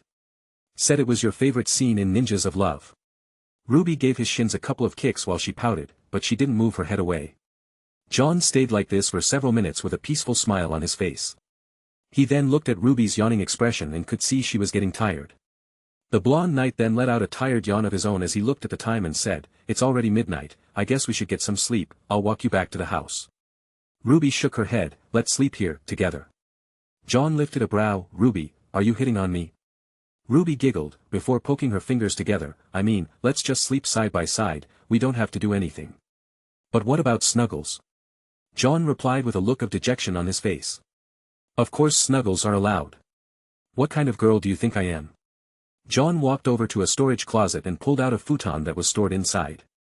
He then pulled out a couple of large bear pelts and laid them over the futon and patted the bedding as he sat at the edge. Ruby grinned as she flew over in a burst of petals and got under the covers. She saw John getting back up and turning down the furnace to an ember. Well, are you coming? The silver-eyed reaper tried her attempt at playful teasing. Chapter 51. We haven't even gotten married and you're already demanding my presence in bed. My, Ruby, you sure have become bold. Ruby slapped his chest as she cuddled closer to him. Naughty, be careful I don't tell Yang, you know how protective she is, and what she does to people who bully me. John laughed as thought, oh, do I ever. He then wrapped her arms around her and gave her a quick peck on the head before saying, Good night, my adorable Rose. Good night, my adorable knight, Ruby said as she closed her eyes and started to fall asleep. That night John didn't have any nightmares. For once in his new life, he was free from the guilt and pain from losing his family and partner. For what felt like an eternity to the blonde knight, his dreams weren't plagued with memories of battlefields and horrifying grim, both new and ancient. No, with the love of his life in his arms, the time traveler slept like baby. With Ruby by his side, John always slept easier. Late into the night, hours after Gwen and Team BRWN returned, two shadowy individuals weren't seen sneaking towards the workshop. This is the best idea I've heard since coming here, Yang's voice whispered out.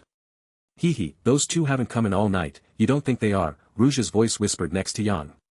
No, he's not that brave, Yang's eyes turned crimson.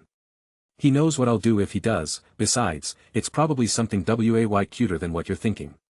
The two opened up the workshop to discover the two sleeping in each other's arms while still fully clothed.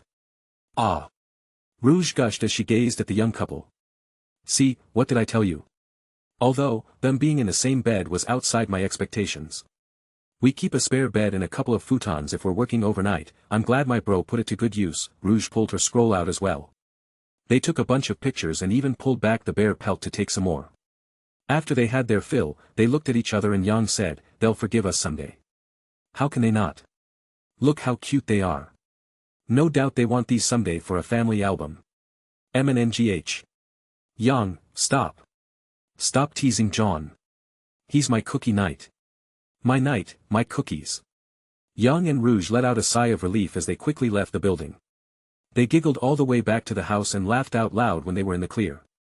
I wonder what Dad would do if he saw these. Yang thought that this was the perfect form of revenge. She could tease and blackmail John now again. Damn that EMP. Rouge had similar ideas and negative feelings about John wiping the data off their scrolls. She couldn't wait for some old-fashioned big sister payback. Looking at one another and realizing they were on the same wavelength, the two big sisters walked back inside the house before the two started hatching several plans to embarrass John in the future. Inside the Ark living room, Blake and Sun sat next to each other discussing their lives, both past and future. After coming back from the hunt with Gwen, Sun waited patiently for Blake to return so they could talk. Throughout the entire night, the two Faunus lovers spilled each other's secrets to one another. Sun already knew pretty much everything about Blake's past because he had the full knowledge of his future counterpart. Blake, however, only saw rapid images and scenes play out like movies with her husband's eyes as the cameras. Not to mention, the only information she had of herself came from the time the two spent together. From what she learned about Sun, she found herself being quite surprised. His father was known as the strongest Faunus in Vacuo. It's also the reason he left and joined another school. He got tired of being compared to the great Son Goku. His father had great expectations of him and trained him relentlessly. However, it wasn't until much later in his life he realized how foolish he had been not to put his all effort into it. Son Goku was the last man standing in an army of Grimm before he passed away. He recanted how everyone was forced to escape during the time when Team RWBY and a reformed Team JNPR with Pound taking Pyrrha's spot on the team. Pound was the male counterpart to Penny.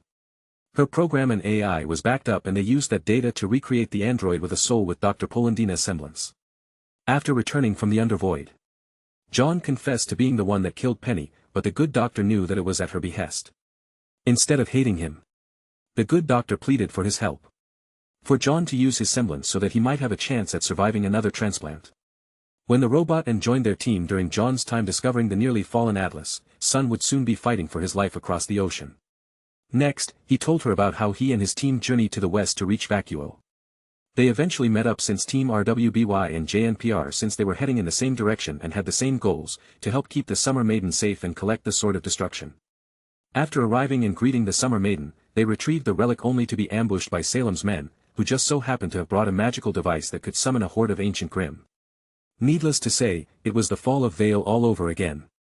Blake was driven to tears as she heard how Sun's father knocked him out and forced everyone to evacuate with civilians. He fought off the army and even forced Salem's men to retreat as he took on a giant monkey form. With his gargantuan semblance, he managed to fight for several days and saved many lives in the process. Unfortunately, he was also killed for his heroic actions. The countless wounds on his body took its toll on the fighting prodigy Son Goku, and he collapsed after saving everyone in Vacuo. Sun also told her that after he was done there in Vale, he would return to Vacuo to continue his training. There was something his father had that he took to his grave in the last timeline. It was teaching meant to be passed on from father to son. But because of the unfortunate events, Sun failed to obtain.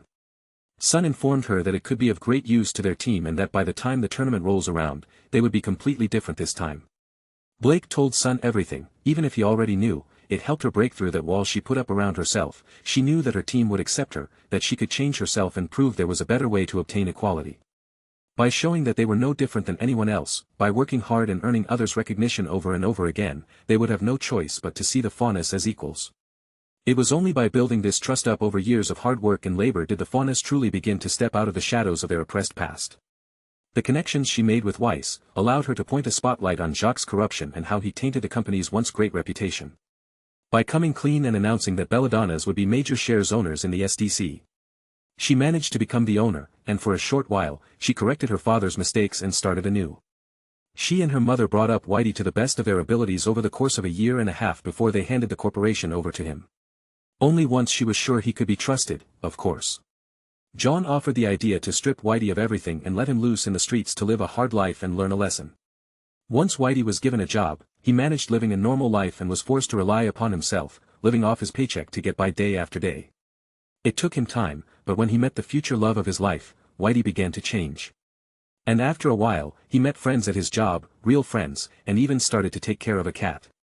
He wondered what Weiss would think if she heard that Whitey married a Faunus with the semblance to transform into a cute kitty. After making several corrections with her company's work ethics and operations, Weiss felt it was time to step down and rejoin the quest with her friends.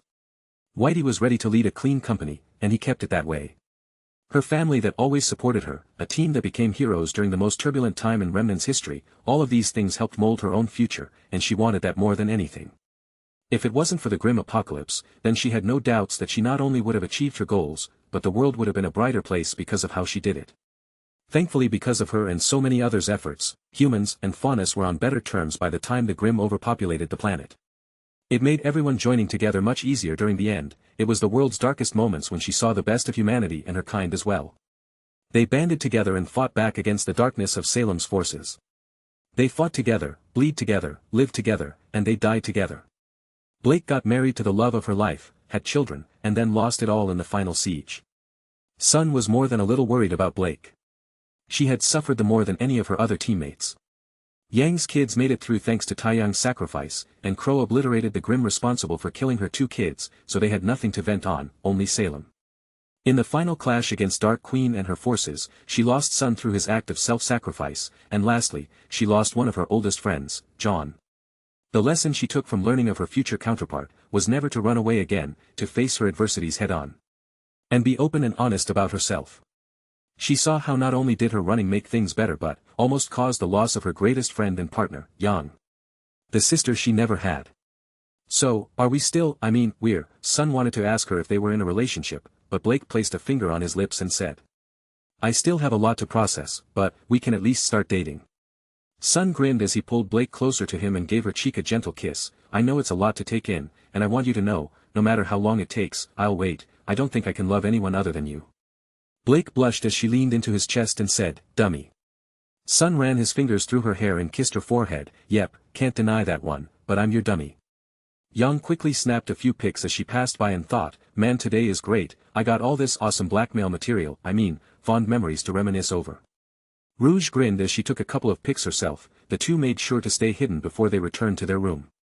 Weiss stayed in the guest room looking out at the shattered moon in the sky. I won't let father get away with his crimes, and thanks to Jaune, I know just how to expose him. She looked off in the direction of Atlas and smiled. Sorry Whitey, I have to put you through such a harsh life, but I'm really looking forward to your improvements. Weiss had come to terms that she couldn't run the company and be a hunter at the same time. At most, she'll have the final decisions about the ethics and future practices of her company and leave Whitey in charge of all the logistics. Ren and Nora were sitting on John's rooftop and holding hands. Nora's face was bright red, and every time she turned to see Ren smiling at her, it only made her fall in love even more. Hearing and watching the memories of the times they were together made Nora both happy and a little shy.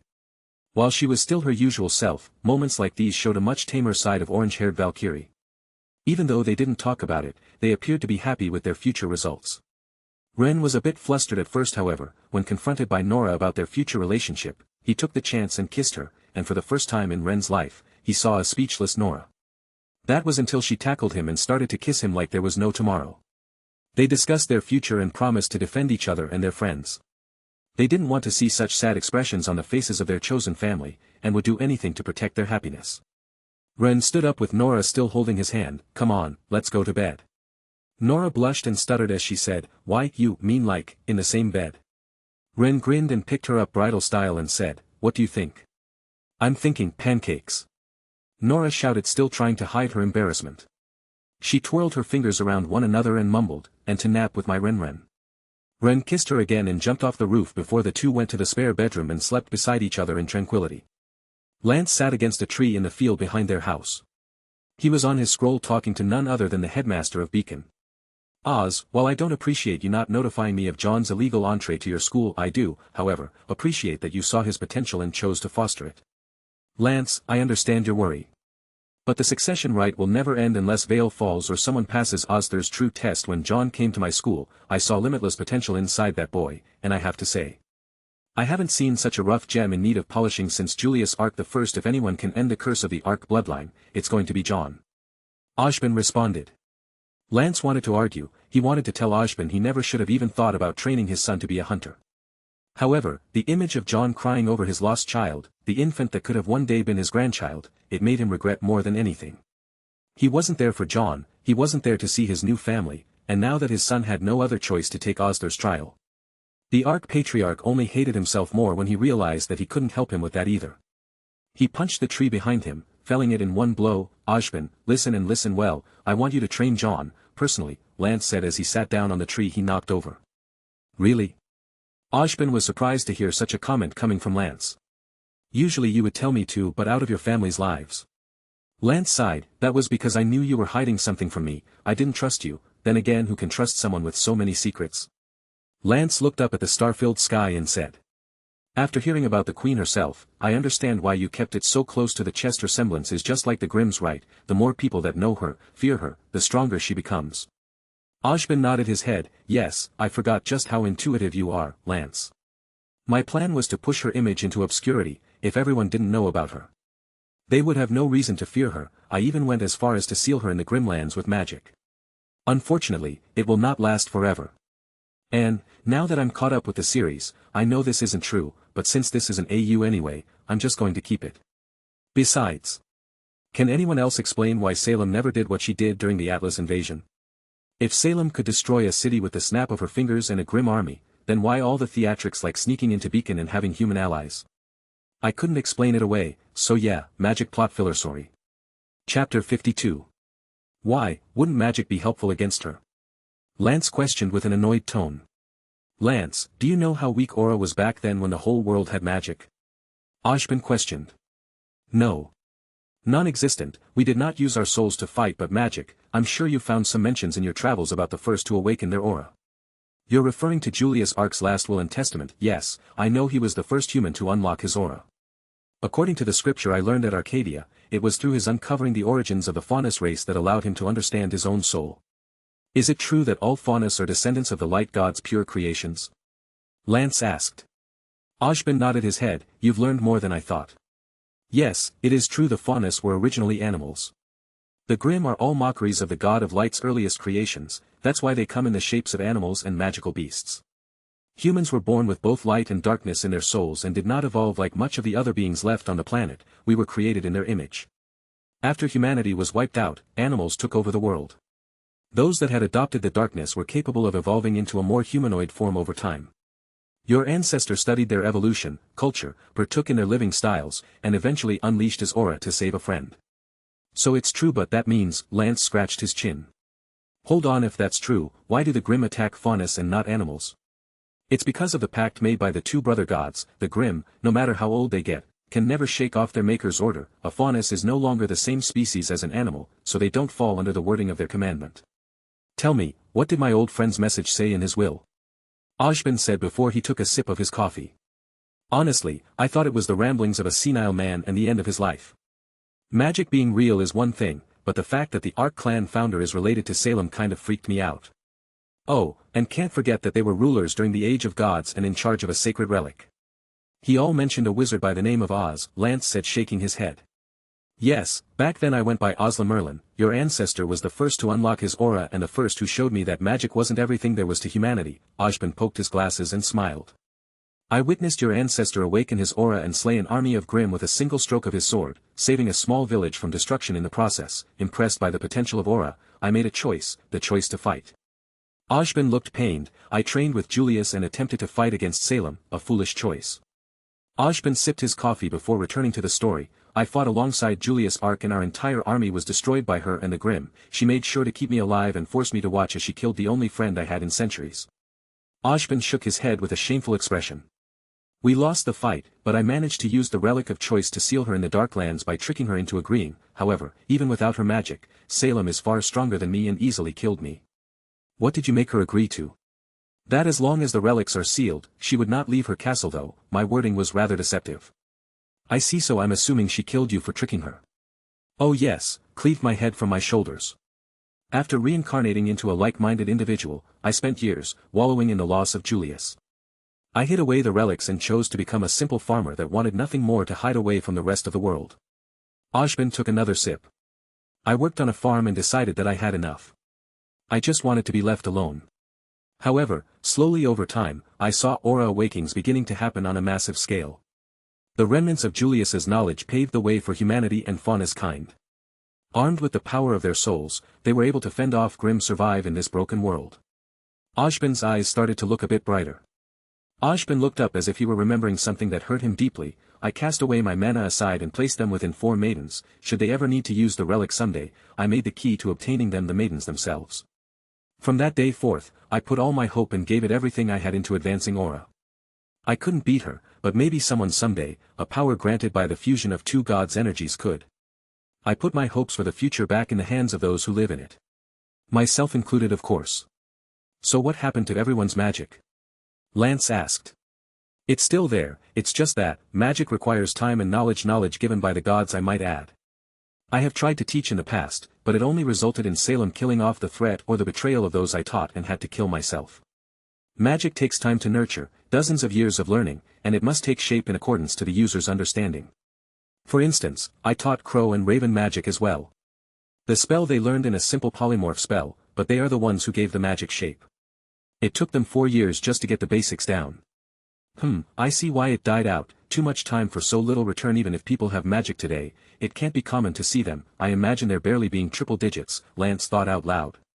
Yes, magic is forgotten not gone. Lance grinned, though, I gotta say, to bet on an unknown power that you weren't familiar with is a rather bold move. Ashbin nodded his head, thank you, time and time again, remnant kind has always surprised me, the fact that you are still choosing to trust and work for me despite my ex-wife's problems, I greatly appreciate. About your ex, Lance pointed his finger up. Nope. Not talking about that, enough of this subject, so, how is your family? Gwen and the kids doing alright? Lance smiled, yes, they are all healthy, strong, and talented. Have you discovered anything about Gwen's blessing yet? Ashbin asked full of curiosity. Lance shook his head, no, however, I think I'm onto something. I found an old ruin with some legends etched into murals when I visited Vacuo recently. I always enjoyed those, please elaborate, Ashbin said poking his glasses closer to his face. You ever hear of the moon goddess, Luna? Lance asked as he stared at the broken moon in the sky. Yes, even in my youth as Ozma, I heard tales and rumors of such a being. Unfortunately, in all my years, I've never encountered any leads or hints to her existence being real. I even based the maiden's blessings off of her legends, Ashbin said before taking a sip of his coffee. Lance tilted his head, yeah, well, according to the ruin divers of Vacuo, a broken shrine was discovered with depictions of her. I think Gwen might be a descendant of hers. A descendant of a maiden or the goddess herself? Ashbin questioned. I don't know, but I intend to find out, Lance replied as he got ready to end the call. Before he hung up, Lance turned to Ashbin and asked, I'm a bit curious, am I talking to Ashbin or Ozma? Ashbin sighed, I am, Ozma, but I prefer Ashbin. To honor the memories of the body's original owner, you see, this body was a bit of a strange takeover.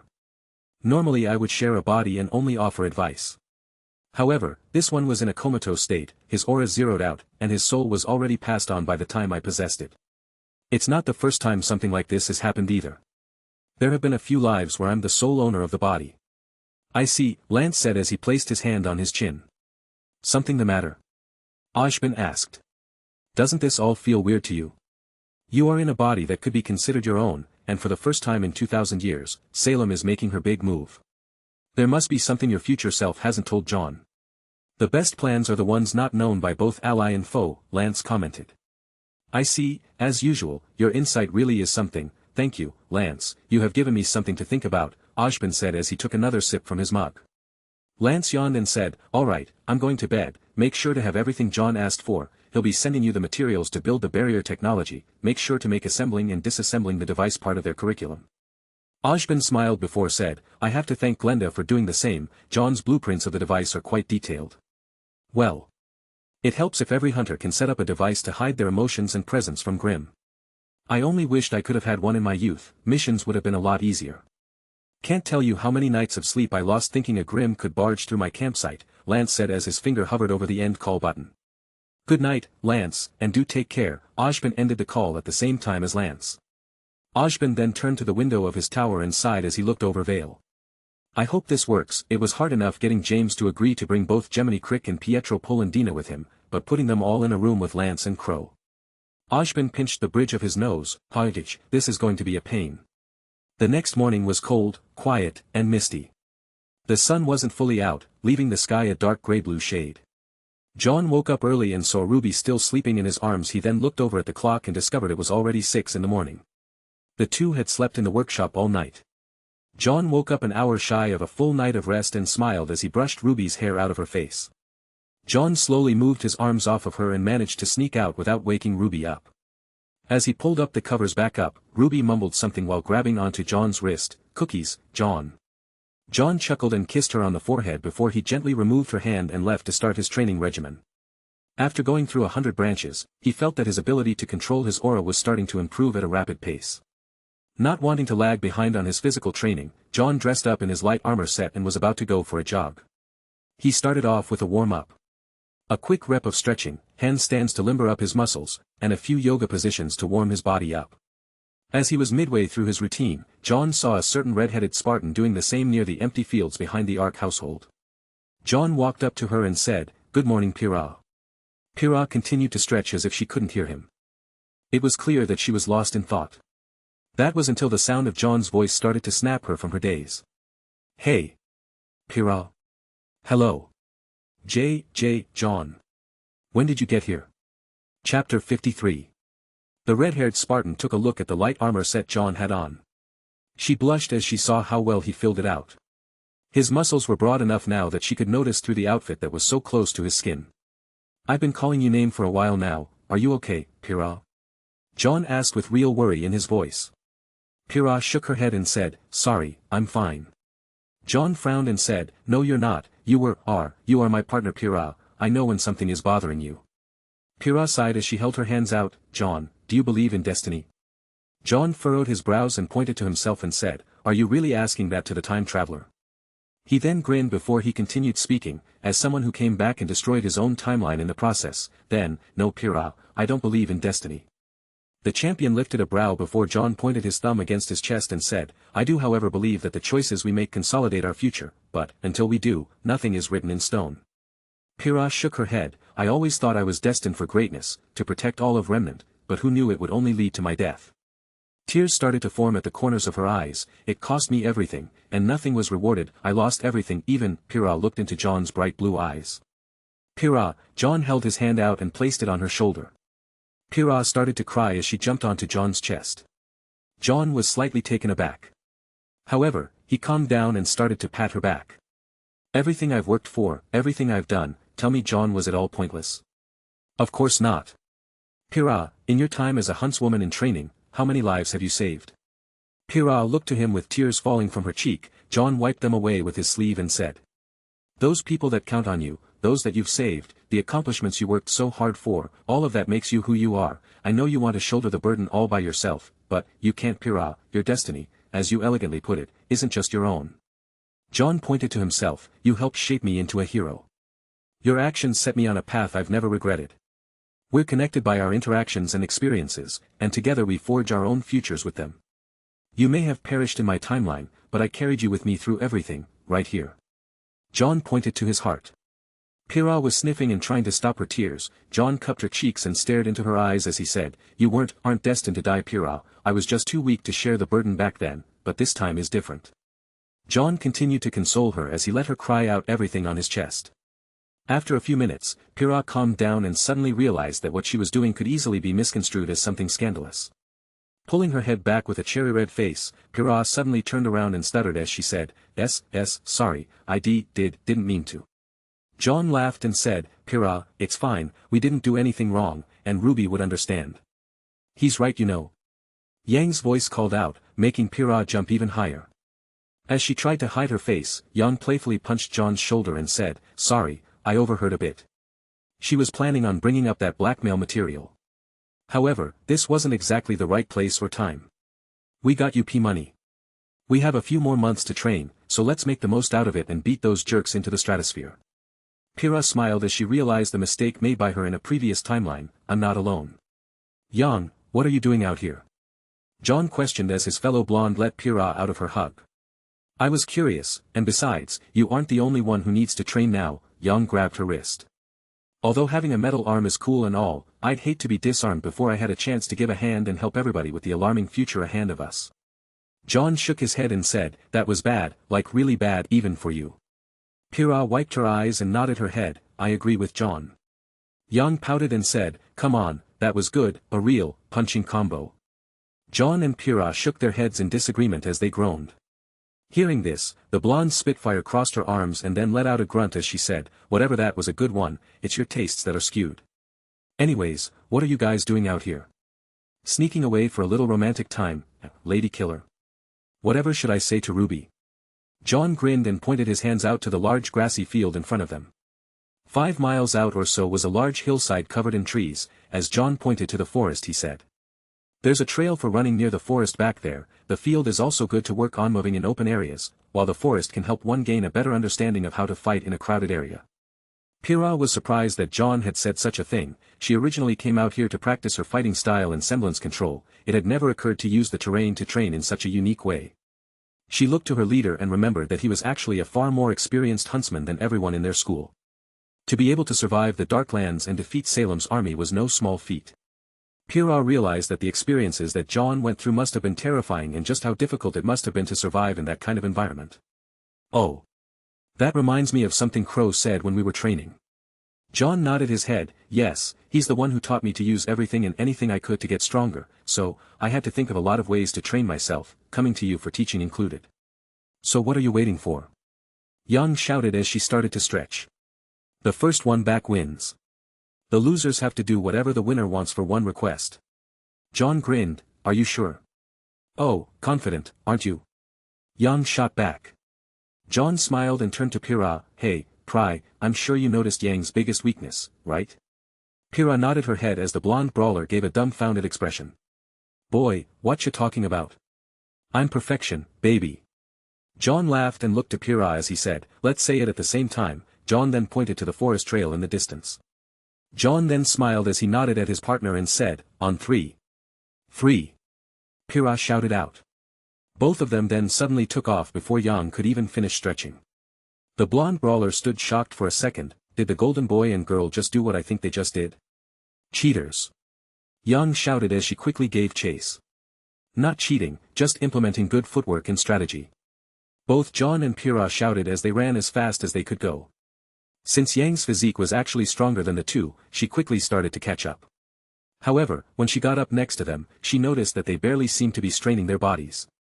Jaune grinned and said, Yang, you get hit too much. I know it's useful for your semblance, but compared to how you used it in the future, well, let's just say, your skills in abrupt aura control sucks. Yang frowned as she recalled some of the memories she watched through Jaune's point of view. It's true. In the memories of some of the spars between her and Jaune, she could see that her older self was doing something different. Use your perception, Jaune said as he pointed to his feet, giving the blonde bomber a hint to what he was talking about. I see, Yang said as she realized that both Jaune and Pyrrha were only sending constant small bursts of aura throughout their legs alone, most of which was concentrated on the bottoms of their feet. Yang started to understand what she did in the future. How did I learn how to do that? You start by learning burst aura control, Jaune commented as he began to instruct Yang. First lightly put aura into your legs, only using enough of your aura to highlight your legs. Yang did as instructed. Then, for the next step, as quickly as you can, send all of your aura to the bottom of your feet. Using only a split second you have to release your aura in a burst of force at the same time as your foot leaves the ground. Yang tried to do it but only ended up creating a small crater behind her as she stomped the ground. Yang suddenly growled as she thought, this isn't going to be as easy as I thought it was. Jaune smiled and said, good try, keep it up, and you get it in no time. Anything else you got to teach? Well, do ya, future boy? Well, since you asked so nicely. Instead of taking a large amount of damage, you can use aura to capture and redirect force through your own body. Then you can release any of the force you gathered into your next attack. Although you still take some damage, it's so minuscule that your aura can easily heal it. When you reach the peak of your martial arts, you claim that you no longer needed to get hit. You simply touch them and absorb the kinetic force before redirecting and amplifying it with your own attack. Jaune then pushed a large amount of aura into his feet and pivoted his entire body to spin behind Yang. In a single burst of aura that escaped his feet, Jaune ended up on her other side without her eyes being able to follow him. A chime rang out in Jaune's head. Unlocked auric art, aura burst footwork quickstep effects, able to increase top speed by channeling aura in a specific manner. Makes a quick burst of speed that uses very little aura to perform, however, the range is limited to eyesight. Output, 380 speed bonus 250 maneuverability bonus. Current mastery level 7. Jaune grinned at the notice. He felt glad that his body was finally strong enough to handle some of the techniques he made in the future now. After thinking for a bit, he decided that he'd spend some time unlocking all his old skills during the break. If you learn to improve your footwork, even something like this is possible, but you have to be fast enough to direct the flow of force into a useful attack, otherwise you're just deflecting the force in a defensive manner. Wait, so I don't need to get hurt to activate my semblance? Don't see why, isn't burn just the ability to absorb energy? You need think of what your semblance is at its base and experiment with it, that's how your semblance can mutate naturally. Yang nodded her head as she listened earnestly before shouting, thanks, Jaune. She thought of getting even stronger and started to grow more excited. The blonde knight smiled and spoke with complete seriousness. No, there's nothing to thank for, you thought this up all on your own, I'm just relaying info from your future self. Yang grinned and playfully punched John's shoulder. How did I manage to come up with this? John shook his head. From one of your worst enemies. Strangely enough, it was the fighting style of the guy that took your arm that you learned from. In a way your semblance and Adam's are similar in certain aspects, you worked hard to make his style your own. The white Fong guy, huh? The blonde brawler frowned at the thought of the person who took her arm. Thanks for the heads up, or should I say hands up? Eh. Yang joked, earning a slight grunt from the two running beside her. John then said, just so you know, I think you are way stronger than that guy. You made a martial art that not only complemented your semblance, but also artificially mimicked another person's powerful semblance. Yang blushed a bit as she said, thanks, John. John then sped up, making Yang look at his back before he suddenly shouted, now, what am I going to make you do for the bet? Yang grinned at John's confidence. I'm not going to lose that easily. She shouted as she started to pick up speed. Chapter 54. As she gained some distance, she placed her hand on over the scroll in her pocket and thought, and if it's anything I don't like, I'll just use my trap card. In the wide open area, Yang truly had the advantage. The entire time, she was trying to focus her aura in her legs while concentrating on the race at the same time, only losing a bit of speed in the process. However, when they got to the forest, the winding and narrow paths that had several slopes and drops, forced her to reevaluate just how good her aura control was. Whenever there was a sharp turn, Jaune and Pyrrha easily turned without losing any speed while Yang tore up the ground with her feet and drifted by sliding just to keep up. When it became apparent that she wasn't going to be able to catch up, she continued to observe how their feet moved and how the aura flowed through them when they made sharp turns. She experimented several times and tore quite a bit of the ground up as she tried her best to keep up. When they got back, they had run 10 miles in 20 minutes. Without the use of their aura except for when pivoting the hard angels, the three of them got a decent workout. Throughout the race, Jaune and Pyrrha remained at a constant 30 miles an hour while Yang fluctuated throughout the entire trip. Needless to say, Jaune won at the last second because of his superior aura levels. He pushed in a much larger amount of aura into his movement at the end and easily passed by Pyrrha. Everyone was breathing heavily as sweat dripped from their bodies. Jaune smiled as he said, I win. You cheated, Pyrrha commented as she caught her breath. Well, Hufflover boy, what would you have us do? Something not naughty, I hope. Yang placed her arm around Pyrrha's neck and placed their breasts together with a strong hug. Jaune blushed and shook his head with a look of pure denial. He then laughed with an embarrassed tone before saying, I have a training schedule for you, all you have to do is follow it. Training? You're going to use your make the lovely Yang and Pyrrha do anything card on training? Yep. Now, I want you to run like this every day while we are here. There's a cliff a few miles out into the forest that's about 50 feet high. I want you to climb it while only putting aura into your fingers and toes. Jaune said before he explained what she would have to do. Yang's ears perked up as she learned that the training regimen was a bit harsh. However, all of it sounded super fun to her, jumping off the cliff and using her aura to pinch tree branches without breaking them and landing safely. She'd have to push her limits via mountain climbing, running and hiking in dangerous slopes at extremely fast speeds, and even daily sparing. For a second, she thought that she wouldn't be surprised if Jaune suddenly asked her to jump out of a carrier without a landing strategy. Jaune, isn't that a little dangerous? Pyrrha asked as looked concerned for Yang.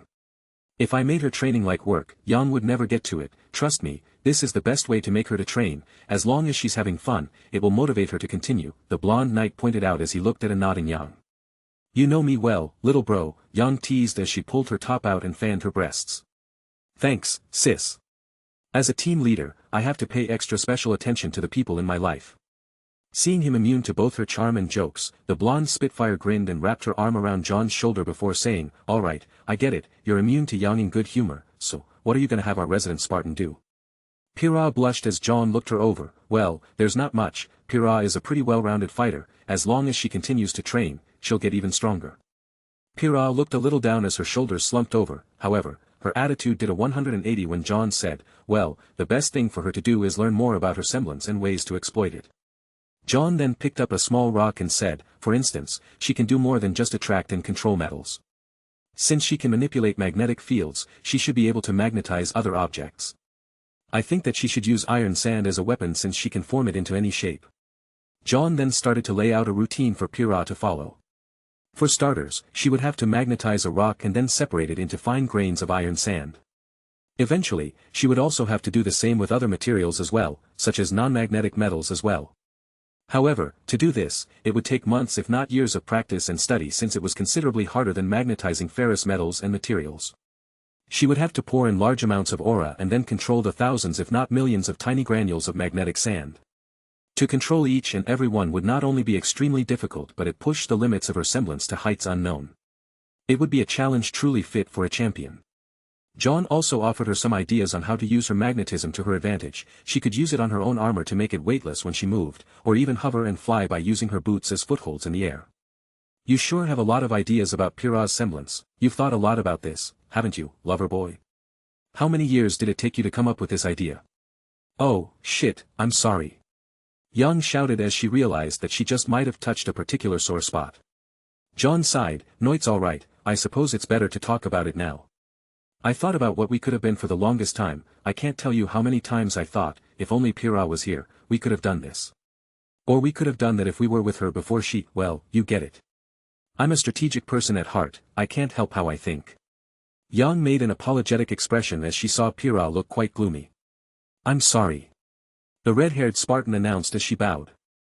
I ignored the help my team could have given me and the result was the loss of my life. I truly am reflecting on that. Young and Jaune both wore somber expressions as they patted Pyrrha on the back and comforted her. It's okay, Pry. Don't put yourself down so much. Yeah, lighten up, P-Money, we got your back. As long as you know that you can count on us. Pyrrha nodded her head and wiped away her tears as she spoke with a vibrant smile. Right then, back to training, I think we should focus on combat training now. Ah, yeah. Now you're talking. Jaune nodded his head and for the next hour straight, they continued to trade off on fighting one-on-one. Young learned a lot from their spars. After they all felt like that was enough for the moment, they all took off to shower the sweat off of their bodies. Since the Ark house had 3 bathrooms, one that was on the first floor, one on the second, and one in the parents' bedroom, all 3 of them got to shower. Luckily his sisters stayed up most of the night chatting with each other, so they weren't up yet and hogging the bathroom like usual. Therefore, everyone was happy that there was no line waiting for them. To get to the kitchen, Jaune walked through the living room, and in the process, the blonde knight saw Blake crawled up on Sun's chest. The two slept on the couch and talked all night, and from the looks of it, they fell asleep in each other's arms. Jaune saw the rare, calm expression on Blake's face and had to hold back his laugh as he heard her purring. Sun was the person she could always count on. Although he was silly, wild, and a little rowdy, he would never lie to her, or betray her trust. He wouldn't hide his motives like a certain red-headed bull faunus. Jaune's smile faded as he saw the red bags under her eyes as he thought, she must have cried a lot. It was strange how it took time for the memories of the future to fully register, but I'm just glad that they're all processing it in a healthy way. Jaune pulled up the covers that were beginning to slip off the couple. He then proceeded directly to the kitchen. As he opened fridge up, the blonde knight wasn't too surprised to discover most of the food had been eaten. It had to be Nora, Jaune said as he rubbed the back of his temples. Then he looked over and saw that he still had that unhealthy cereal that everyone couldn't help but eat, and to be honest, Jaune was very tempted to pour himself a Goliath-sized bowl. Shaking his head, he decided to forego the junk food and pulled out a salad. He sighed at the fact he was missing out on protein at the moment and thought that since he was up, he might as well prepare a few extra plates for his teammates. After making a plate for everyone, he headed back to the workshop to discover RWBY making more daggers. Jaune smiled and said, "Hungry?"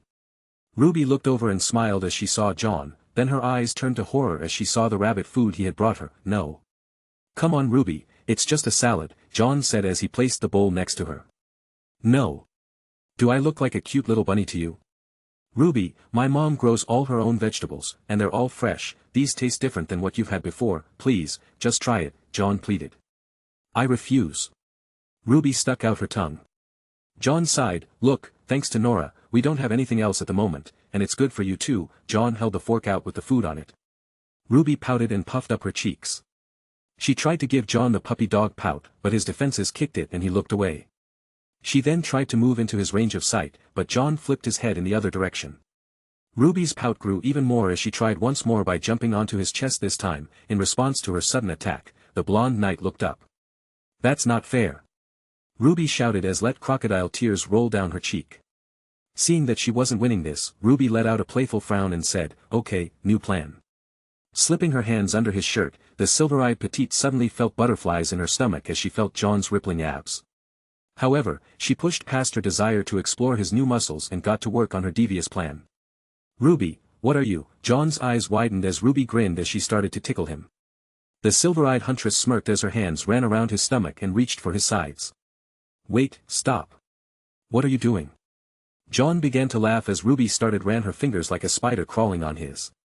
"Ruchchachabi. Stop, haha. Danmitha, haha, how dha did you kna haha nowhere, haha." Unbeknownst to him, John's sisters told Ruby some secrets he kept hidden even after they married in his time, including his most dreaded tickle spot. Needless to say, John was forced to look at her, and oh boy, did he ever regret it. Ruby's puppy dog pout was just as devastating as he remembered, instant K. However, he was her husband. Summoning what little will that hadn't crumbled like cookie, the blonde knight lowered his head against her forehead and said, "Ruby, if you eat this now, I'll make you cookies tonight." Ruby struggled for a few seconds and then grinned before she pecked John's lips, which quickly developed into a deep kiss. Chapter 55. Ruby was really starting to like kissing her boyfriend. She felt connected to him in a way that she couldn't quite explain just yet, and it filled her with warmth whenever she felt their lips touch. With a fierce blush on her face, she parted from the kiss, looked up, and said, "Thanks, John, looking forward to it." John placed his hand over his lip and smiled, well, that was forward of her. However, the thought crossed his mind that this might be bad. If this was Ruby's new way of teasing him, he had no planned defenses.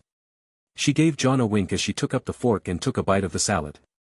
The huntress reacted with a bit of shock and continued to eat the rest of the salad, stuffing her cheeks like a squirrel while she chewed. "Wow," Ruby said before she finished the bowl without a single complaint. Seeing her satisfied expression, John grinned at her, which in turn made her blush a bit. "Well, okay, so it wasn't as bad as I thought it was going to be." John picked up the bowl and fork before kissing her on the lips. "No, it wasn't. It doesn't hurt to try some new things, you know." Ruby's eyes drifted around and back to the forge when she said, "I'm still getting cookies right." John nodded his head as Ruby cheered with a quick, "Yay!" and hugged him.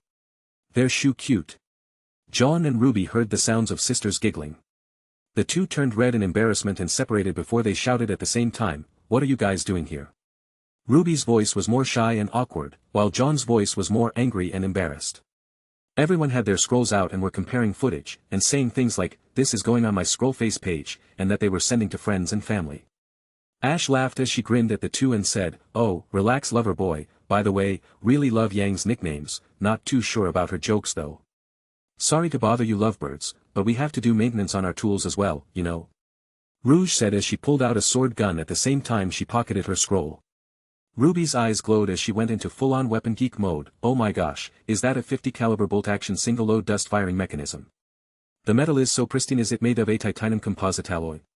Ruby continued to speed talk as she ran her hands across the blade. "It has a single fire jet propellant shell at the base of the hilt," Ruby shouted as she saw the twin triggers at the base of the crossguard. "Wow!" Saffron said as she inspected her future little sister's demeanor. Remembering where she was, Ruby's face turned red again. As she shied away from the group, she started rubbing the back of her head in embarrassment before saying, "Sorry about that, I kind of geeked out." "We get it, everyone has something that they like and get excited about, it's nothing to be embarrassed about," Rouge commented before she went over to the weapon maintenance bench. "Want to help?"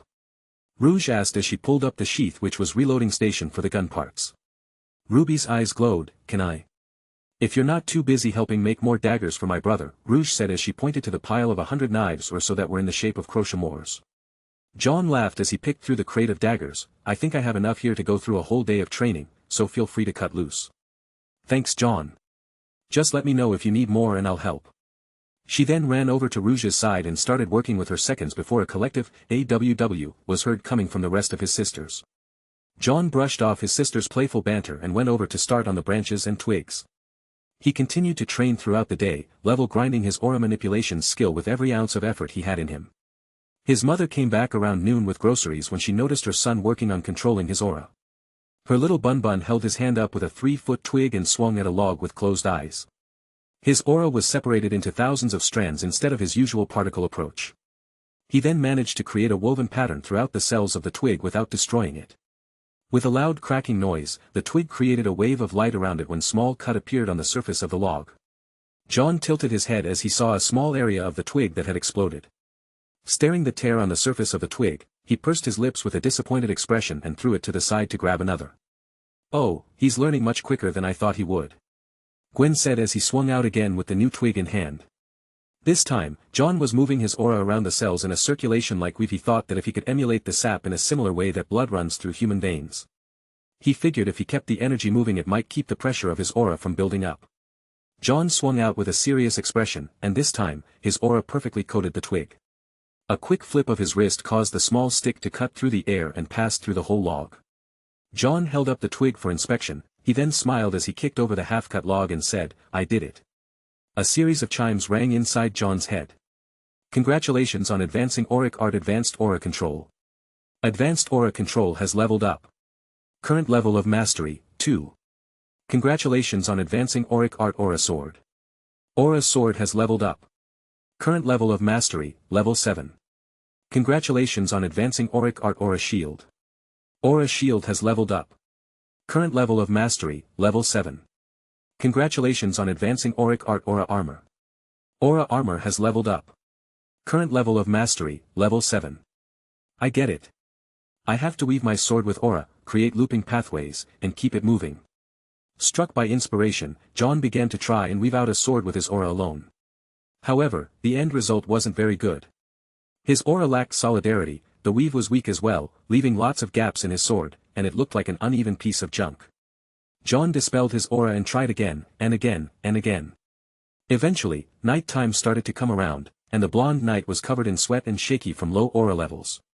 Seeing his condition, the arch-matriarch forced him to stop and come eat. She also had to pull Ruby away from the forge by the promise of cookies that she and Jaune would make. While the blonde knight prepared the ingredients for said cookies, Gwen turned to her son and said, "Jaune, can we have a moment?" Jaune looked over and said, "For what?" "I want to talk to Ruby about something." Gwen stared at her son and then to the archway leading to the living room. "Alone, I want to ask her some things, it's mother-to-daughter kind of stuff." Ruby looked puzzled and blushed at being called her daughter. Jaune tilted and scratched his head before mumbling, okay. He left the kitchen, went to the living room, and met up with Nora and Ran, who were playing video games with his sisters. Gwen gave Ruby a soft smile and started to make the cookies she taught Summer how to make. "So, Ruby, how far have you gone with Jaune?" Ruby blushed as her mouth fell open. While she looked like a fish gasping for air, Gwen chuckled and lifted the silver-eyed Reaper's jaw back up with a finger and said, 3 cups of flour, dear." Ruby snapped out of her daze and turned around. After getting the flour, she poured it into the measuring cup and handed it over. Twirling her fingers together, the hooded huntress shyly said, "We kiss and..." Ruby's face couldn't be any redder as she mumbled out, "Snuggle." And sleep together apparently. Gwen followed up as she pulled out a bowl of chocolate chips and tossed one in Ruby's open mouth. "Ooh, yum, wait, we didn't do anything in Kuth." Ruby started to wave her hands when Gwen grabbed her into a hug. "You're so cute. I know you two didn't do anything, you two are smart kids, and besides, I raised Jaune well enough to know he wouldn't sully such an innocent flower, his father would kill him, and so would I for that matter." Ruby huffed. Realizing that she was being teased, she tried to push the arch-matriarch off of her. Gwen eased up as she said, "The reason I wanted to talk to you alone is because I wanted to ask you some questions about Summer." Ruby suddenly looked down and showed a sorrowful expression. "What about my mom is that you want to know?" Gwen petted her as she said, "Ruby, I think she is still alive." Ruby's eyes widened, "Huh?" Gwen sighed, "My semblance allows me to gain a larger aura pool the more connections and allies I make, when they die." Gwen paused and thought about her friend's passing, a sorrowful sensation overcame her emotions. A sullen expression covered her face as Gwen said, "When they die, I feel that connection break, not only do I lose aura, I feel their last emotions." Ruby looked to Gwen with shock. The Red Reaper felt empathy for Jaune's mom and thought of how terrible it must feel to sense one's friends dying. "I've been searching for Summer for a very long time now. Her connection is still intact, but it's weakened for some reason. I made a promise to you at her funeral that I'd find her and bring her back, but I don't want to get your hopes up too much. I never had someone's aura boost weakened before, so I don't know what it means." Gwen recalled that depressing moment a bit over 11 years ago. She held a crying 5-year-old Ruby in her arms, and couldn't fathom why Summer would just leave, especially not after the stunt Raven pulled and all the drama she put them through. Gwen was convinced something was keeping Summer from returning and that something was dampening the effects of her semblance. However, she didn't think it was Salem that was responsible for her best friend's disappearance. Rather, she thought it might have something to do with Summer being a silver-eyed warriors. Ruby didn't know much, and from what Jaune told her, they never encountered Summer or anything related to her in the future. Her head was still reeling at the possibility of her being alive, then it quickly turned to sadness and confusion as to why she abandoned her and possibly fake her death. Then it finally shifted to worry and wonder if her mother needed help or was in trouble. Gwen patted Ruby's head and held her tight in her arms as she said, "It's okay, I just want to know if you know anything about her heritage. Did she ever speak about the Silver-Eyed clan?" Ruby felt Gwen comforting her and tried her best to stay strong as she thought about her mother's times together. "Nothing," Ruby said as she looked into Gwen's eyes. "Mom didn't tell me anything about my eyes, or our people." Gwen sighed before patting the silver-eyed petite on the head and said, "It's fine, dear." But Ruby wanted to help. She was so thankful for Gwen's kindness and care. The fact she was putting in so much effort to help search for her mother meant the world to her. The matriarch wiped the tears from her future daughter-in-law's eyes. "I promised I wouldn't return to Patch until I find her and bring her back to her kids, and as you know, an arc always keeps their word." Ruby sniffed as she forced herself to calm down when Gwen smiled and said, "I still have to question Ajban, and maybe Crow. Now that I know more about what he's been keeping secret, he shouldn't be so stingy with his information network." The Crimson Reaper slowly pulled herself from her future mother-in-law's arms and asked, Can I help?" Gwen smiled and started back on the cookies. "Sure, I'll fill you in on what I know. It can be a mother and daughter project just for the two of us, but first, help me with these cookies." Ruby dried her eyes and nodded her head. She didn't know if her mother was alive or not, but at least she had some hope to hang on to. Chapter 56. While she prepared the cookie dough, Gwen continued to speak with the Silver-Eyed Reaper about the adventures and stories from her time with their mother. The conversation became chipper as she regaled Ruby with stories of their time at Beacon and many of the shenanigans that went on in their youth. Ruby laughed many times over the course of her and Gwen making a truckload of cookie dough. Although she wasn't her real mother, Ruby enjoyed the moment as if she were. While the silver-eyed cookie monster impatiently watched over the baked goods cooking in the stove, Jaune came back in and helped make his batch of cookie dough. His mother was impressed with his progress as a chef as she said, "Wow, I guess those cooking lessons paid off." Jaune blushed as he looked at Ruby licking the bowl of cookie dough before he said, "Yeah, I never did thank you for that." He then gave his mom a hug and a quick peck to her cheek as he continued speaking in a soft tone, "Thanks, Mom, for everything." Gwen smiled as thought that her baby was all grown up. As she was lost in thought, the matriarch saw Jaune finish up with melting and mixing the chocolate before he walked over and handed a chocolate-covered spoon to Ruby. Ruby's eyes glowed as she took it and gave Jaune a kiss. "Thanks, Jaune." Gwen chuckled as she snapped a quick pic of their interactions and then started to get working on dinner. After they finished, everyone gathered around the long dinner table and ate sweets while they discussed their lives and things that made them happy, things like pancakes for Nora or weapons for Ruby. Boys came up multiple times and the Arc sisters threatened Jaune to tell them the name of Yang's future husband. Jaune coughed and said, "She'll meet him soon enough." He stared at the blonde brawler with a disapproving expression, almost as if he were calling her tattletale. Yang grinned and flicked a chocolate chip at Jaune, to which he responded by opening his mouth and eating it before it could hit him in the face. Lance told stories about the hunts they've been on, and Jaune joined in as well. The girls loved hearing of Grandma's stories when a knock at the door made the Arc family smile. "Open up, this is the police. We have your grandpa's here in that back of our car," he said something about visiting and giving presents. "I need you to come out to confirm if his story is true. He brought weapons and the latest hunter tools from Mistral, so we can't just let him go." Jaune laughed at her husband's antics. "He's such a dork." Lance moaned as he stood up. The patriarch walked over to the front of the house and opened the door before Jaune's grandfather came in with wide arms and bags filled with gifts. Jaune's grandfather was around 6 feet and 2 inches tall. He had gray hair that ran around his head and a bit of gold still remaining on top. He looked fit for a 67-year-old man, and healthy as an ox to boot. His face had many of the same markers from Jaune, showing that his grandson resembled him more than his own son. The only major difference was their build. Jaune had more of a pro-athlete's build while his grandfather had more of a muscleman build. "Dad, you know how I feel about you spoiling them," Lance said as he gave his father Ben Arc a hug. "Ha ha ha. My boy, that is the privilege of being a grandparent. I'm sure you'll understand someday, that is, once your kids have kids of their own." "Grandpa." The Arc sisters and Nora shouted as they hugged him. Ben laughed as he looked over at the crowd of his grandkids. As he handed out gifts, he noticed that they had quite a few guests visiting the house, mainly Nora who was still holding her hands out waiting for her present. Thankfully Ren pulled her away before she could do anything crazy. "Hey, you guys didn't suddenly adopt or anything did ya?" Ben asked, seeing the group of hunter teams. "Hey, Grandpa," Jaune waved his hand. Ben dropped his bags as he felt that Jaune had his aura unlocked. He then walked up to Jaune and hugged him tightly before asking, "How did this happen?" It's a long story, John chuckled. Ben sighed and turned to Lance. I see, you guys have a lot to explain. It took a while for them to let Ben in on the news. He had many questions, which John answered to his fullest. They all went to the dinner table and began to tell Ben of everything that happened. I see, Ben placed his hand on John's shoulder. So I might be getting a great-grandkid even sooner than I thought. To be honest, I thought the girls would be first. Ruby and John blushed as Gwen grabbed his ear. I don't think so, father-in-law, they're a little too young to be making me a grandma. Joan chuckled and agreed with her daughter-in-law. I would listen to her, honey, although I want to see some new toddlers running about. We can at least wait a couple more years. Couple. Like 2 years, me and John's BA. Ruby EXE has crashed, please reboot system, Nora chimed in behind Ruby. Granny, please don't tease Ruby, we'll have kids when we are ready, but I don't think 2 years is enough time for us to settle everything, John pleaded.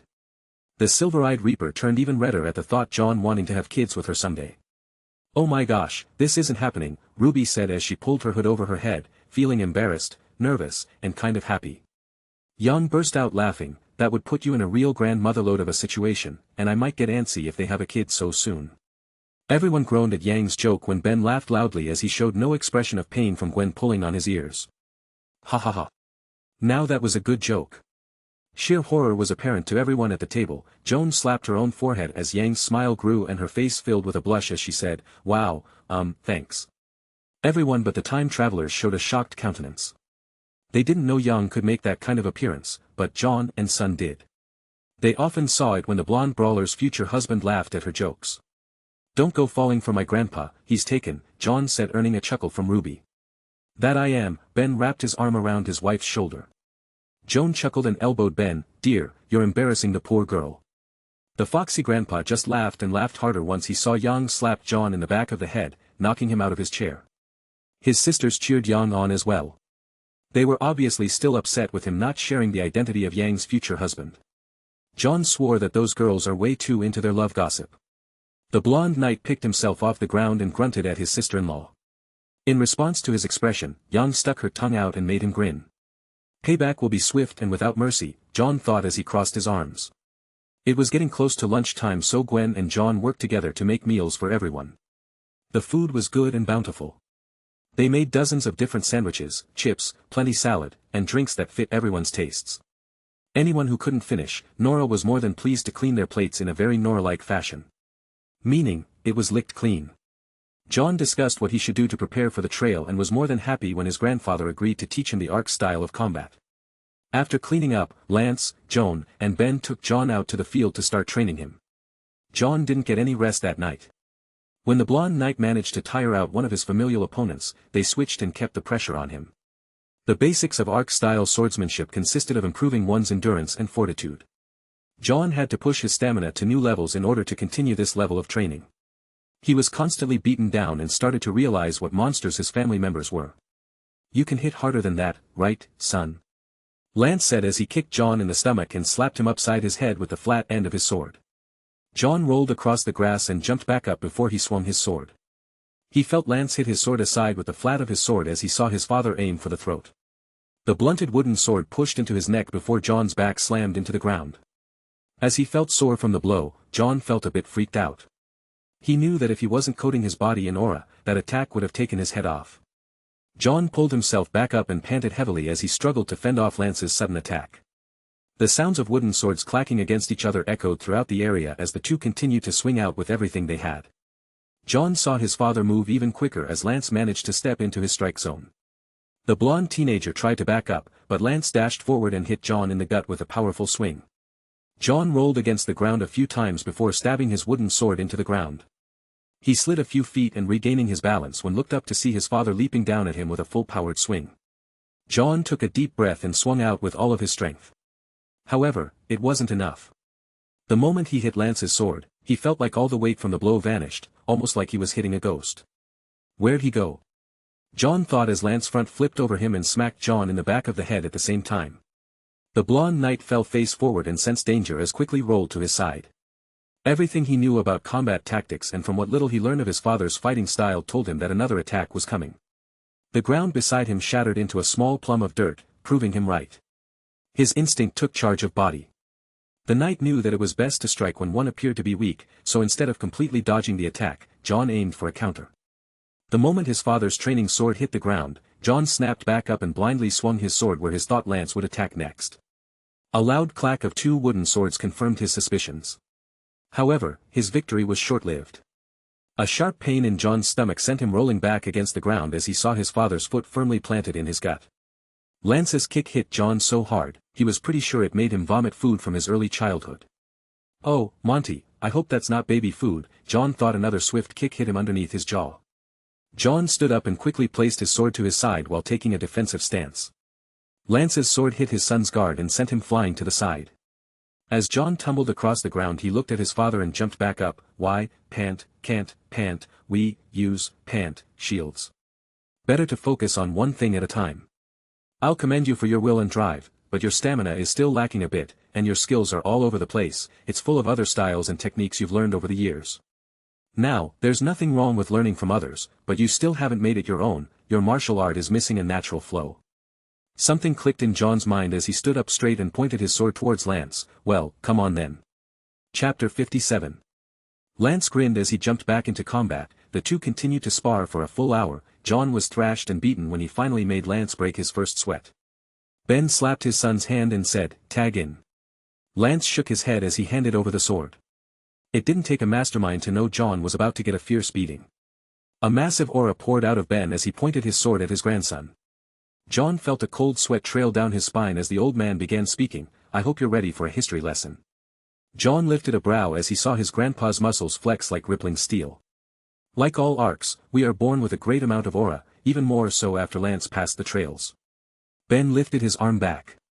"In fact, the only ones to pass the trials of the Round Table gave us 3 pseudo-blessings to our bloodline. Haven't you ever wondered why arcs are able to continuously produce heroes? I have thought about that. At least 99% of our family members are all talented heroes. I just chalked it up to good genes." Jaune shivered as he felt just how powerful his grandpa really was. The sword ready to crash down on Jaune's defenseless head when Ben said, "The trails began during Ozthir's era. In that time, only 3 males of the Arcade clan have succeeded in passing. The first was Ozthir himself. His blessing gave the Arc bloodline the ability to grow their auras endlessly. So while the aura of most stopped growing at 24, ours doesn't. The second was myself. I gave our bloodline the perfect body for learning martial arts. The last person to pass was your father. His blessing gave us all incredible adaptive abilities." Jaune saw his grandpa's aura start to form a suit of physical armor. It was an oldie-styled full-plate, yellow-colored, knight's armor. "That's well, I guess that explains why I was able to catch up to everyone without as many years under my belt." He felt that his grandpa had gotten dozens of times stronger as a yellow aura flooded the area. "Is that grandpa's semblance?" Jaune thought before asking. "What does this interesting story have to do with me?"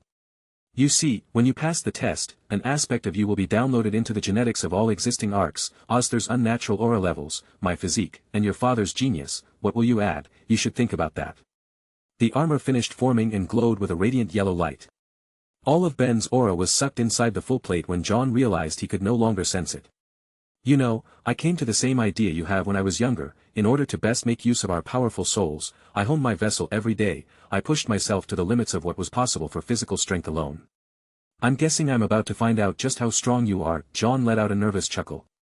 "I worked hard, so please, don't hold it against me just and die on me, my boy." Ben swung down, tearing through the air at a frightening speed. "Oh, crap baskets," Jaune thought as he raised his sword to defend. The training swords slapped into each other with such force that it made Jaune feel like he was competing with a dust-powered train. Knowing he couldn't hold up, Jaune tilted to the side and attempted to redirect the force of the blow. "Trying to deflect, huh?" Ben laughed as his wrist twisted and cut through Jaune's practice sword like butter. The last thing he remembered before everything went black was a painful sensation on the side of his neck and his grandpa laughing loudly. Water splashed on his face as he woke up mere minutes later. Grandma Jaune was smiling as she put a bucket down next to his head. "Come on, it's my turn." Jaune thought it would be easier than Grandpa, mainly because she wasn't an Arc in blood. However, he was dead wrong. Good old Grandpa Arc used his semblance to give her the same knight's armor, and one hell of an aura boost to alongside it. "It's been a while since we've done this," Jaune chuckled. Ben smiled and said, "Yeah, not since the uprisings in Mistral a dozen years back." Jaune sighed as he thought, "Man, this is going to suck. Jan will tell everyone that my own grandma beat my ass." He bit back his fears and charged towards his grandmother. she used a sword cane with a straight handle. Her speed was monstrous as she appeared next to him before he could blink. Jaune chuckled at his surprise, fitting right, this is my semblance's ability, it's called, blink. Essentially, it's an instantaneous burst of speed, the borderlines on teleporting. Aura consumption's a hassle though, but with Grandpa's armor equipped, it makes for a hell of a combo. Ben shouted as he lifted his head back and laughed. Before he could say anything, Jaune's combat instincts told him to run away, but his pride told him to man up. Jaune grit his teeth as he used his quickstep to try and add it into his swing. Jaune easily tapped his sword aside and hit him in the stomach. Oh ho, are you sure you never took lessons from us in a future timeline? Your talents really mirror our own, you have a bit of your father's skill, a bit of Grandpa's strength, and some of my speed. Jaune dashed towards her with another quick step. You know she used to be called Speed Demon in her hunting days. Ben informed his terrified grandson with a loud shout. Jaune felt a burning sensation against the back of his head, then his spine, and lastly, his legs. In a weird way, it almost felt like Jaune was fixing his posture. Arms tight, look forward, spine straight, legs in the proper stance, Jaune's voice called out as she hit him several times. Jaune continued to speed around him, hitting Jaune until he took a particularly bad hit to the back of his head, forcing him to collapse in a pool of sweat. Come on, is that all you can do? Jaune shouted at her exhausted grandchild. Jaune was breathing heavily, taking in every breath of air like it was his last. He felt the hilt of the training sword and gripped it tightly as he forced himself back to his feet. Jaune smiled and said, "Good, now defend yourself." The young knight raised his sword and met with his grandmother's sword cane. After a few dozen minutes of his granny's teachings, Jaune was knocked down again. His legs trembled and he stood up and took a deep breath. "Oh, you can still stand after that hit? I'm impressed, take a 10-minute break." "No need," wheezed Granny, the heir to the Ark clan said as he stood up straight and closed his eyes. "You're about to see why I was called the Immortal Paladin when I lived at Atlas." Jaune took a deep breath and used his semblance to amp his own aura levels, once it recovered to max. His wounds healed, his stamina returned, and his body was flooded with power. Jaune opened his eyes as stopped his semblance and grinned. "Oh." Jones gasped. "Huh." Lance's eyes widened. "Holy sure." Ben paused then began laughing. "His aura is able to heal his own aura." "Not even you can do that, Lance." Lance nodded his head. "My burst allows me to use a limited additional pool, but I still have the same missing aura when I return to normal." "So what's the downside?" "I doubt you're immortal, seeing as you died." "Yeah, every time I recover this way my aura comes back with diminishing gains. I think I can refill about 10 times before I can only heal half of my aura levels. From there, I can hold on to 50 of my reserves for about 30 to 50 more uses. After that, maybe I'll be able to maintain 30% of my aura for about 100 full uses." Jaune scratched his head. "Good, this means we can train even longer." Jaune grinned as she raised her weapon. She then continued to coach him as their weapons collided, and after teaching his the basics of the 10 styles of arcade swordsmanship, Jaune was finally allowed to rest. 10 new skills showed up in his skill list under a subcategory called Traditional Arc Swordsmanship Techniques and Shieldsmanship. Deflection, Reflection, Block, Bash and Restrain were the 5 shield maneuvers, while Thrust, Slash, Smash, Counter, Disarm, and Weapon Break were part of the sword move set. Jaune saw the moves as very simple, but when thought about, it was all that one could do when it came to the sword. They weren't fancy super moves but the rudimentary stances. There was nothing special about, at least not until aura swords come into the mix. Only then, did these seemingly simple movements truly become deadly. In the traditional sense, shield styles were only used for defense. Jaune had turned a defensive style into an offensive one, and did the same for his swordplay, making the sword's offense pure defense. He decided to call these two stances Fixate and Shield Throw. A ring went off in Jaune's head. Sword proficiency level up. Arc Sword and Shieldsmanship current level, 19. Current progress till next level, 2. Jaune scratched his head as he wondered what sword proficiency did. He has been training his body non-stop since he came back and barely had time to commit to his swordsmanship training.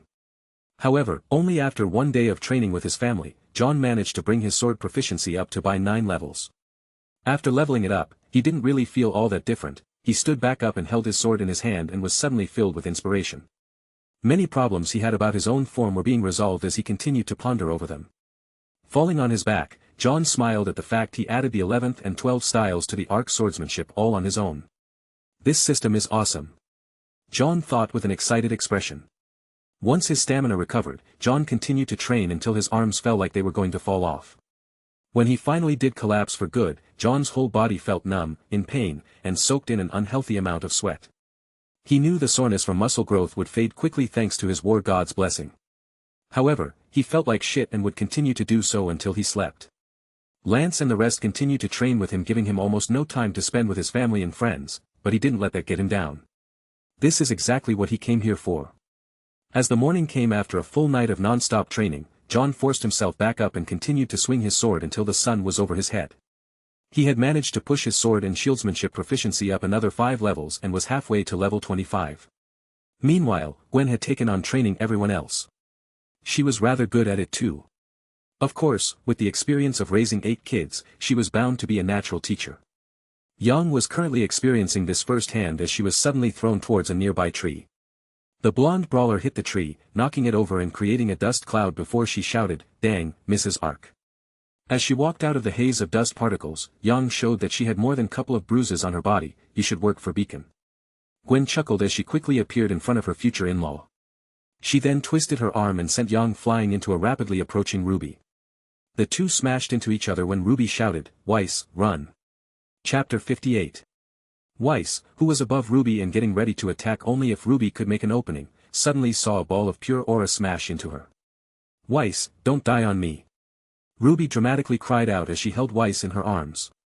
"I'm not dead, you dolt," Weiss said as she stood back up, only to see the ribbon gamble shroud stretching around them. The last thing Weiss saw before everything went black was Blake's bottom crashing into her face. Before they could complain, the whole group was bound together tightly and immobilized. "Ugh, come on. What is this thing made of?" "Yang!" RWBY shouted as she felt the restraints grow tighter. "Stop. It hurts." "I'm so sorry, Weiss. But please don't talk." Yang stopped and giggled, "Ah, man, we're all tied up, I'm gonna yarn and take a catnap. Blake doesn't get catty on me now, get it, because we look like a ball of yarn." "Oh, God. Get me out of here. This is worse than any torture known to both faunus and humankind." Weiss cried out. Blake just wanted to cry because she could feel Weiss's mumbling vibrating her on her bottom. Gwen quickly untied everybody and patted them on the head. "You all have learned a lot since you came here, however, you have a long way to go." As she explained what they could have done differently and what their flaws were, Nora jumped out from behind some oddly placed bushes while shouting, "For the Horde, whatever that is." Gwen suddenly stepped to the side and watched as Team RWBY ran for cover. Nora slammed the ground when she felt Gwen pick her up by the back of her shirt and toss her back into the air. "Yahoo!" Nora shouted as Ren deactivated his semblance and leapt from a treetop to catch her. Now that the presence of the amethyst-eyed hunter was revealed, things took a turn for the worse for the poor fellow. When Ren landed with Nora in his arms, Gwen noticed Team RWBY trying their luck with a surprise attack. Before they could make a move, Team RWBY, Ren, and Nora felt thick cables of aura suddenly wrapping around their waists. "Ah, crud," RWBY said as Gwen slammed them all together. This time they were side by side. "Save me, Pyrrha," Nora shouted as the Spartan watched from a distance. Pyrrha was near a batch of trees watching the fight progress, looking for any opening that she could exploit. However, Gwen was sharp, and her senses were working at peak performance. Pyrrha stepped back and started to line up clear space between herself and Gwen. She then started running and suddenly stepped into the air. The red-haired Spartan had been experimenting with some of John's suggestions and managed to make the fabled air jump possible. She jumped a total of 3 times. Using her boots as footholds held in place by her semblance, Pyrrha managed to cover a few dozen feet of space. As she descended, Pyrrha threw out her spear while holding on to her shield. She then placed the shield beneath her feet and tried to use it to fly while Milo in javelin form landed directly on the central cable of aura connected to her teammates.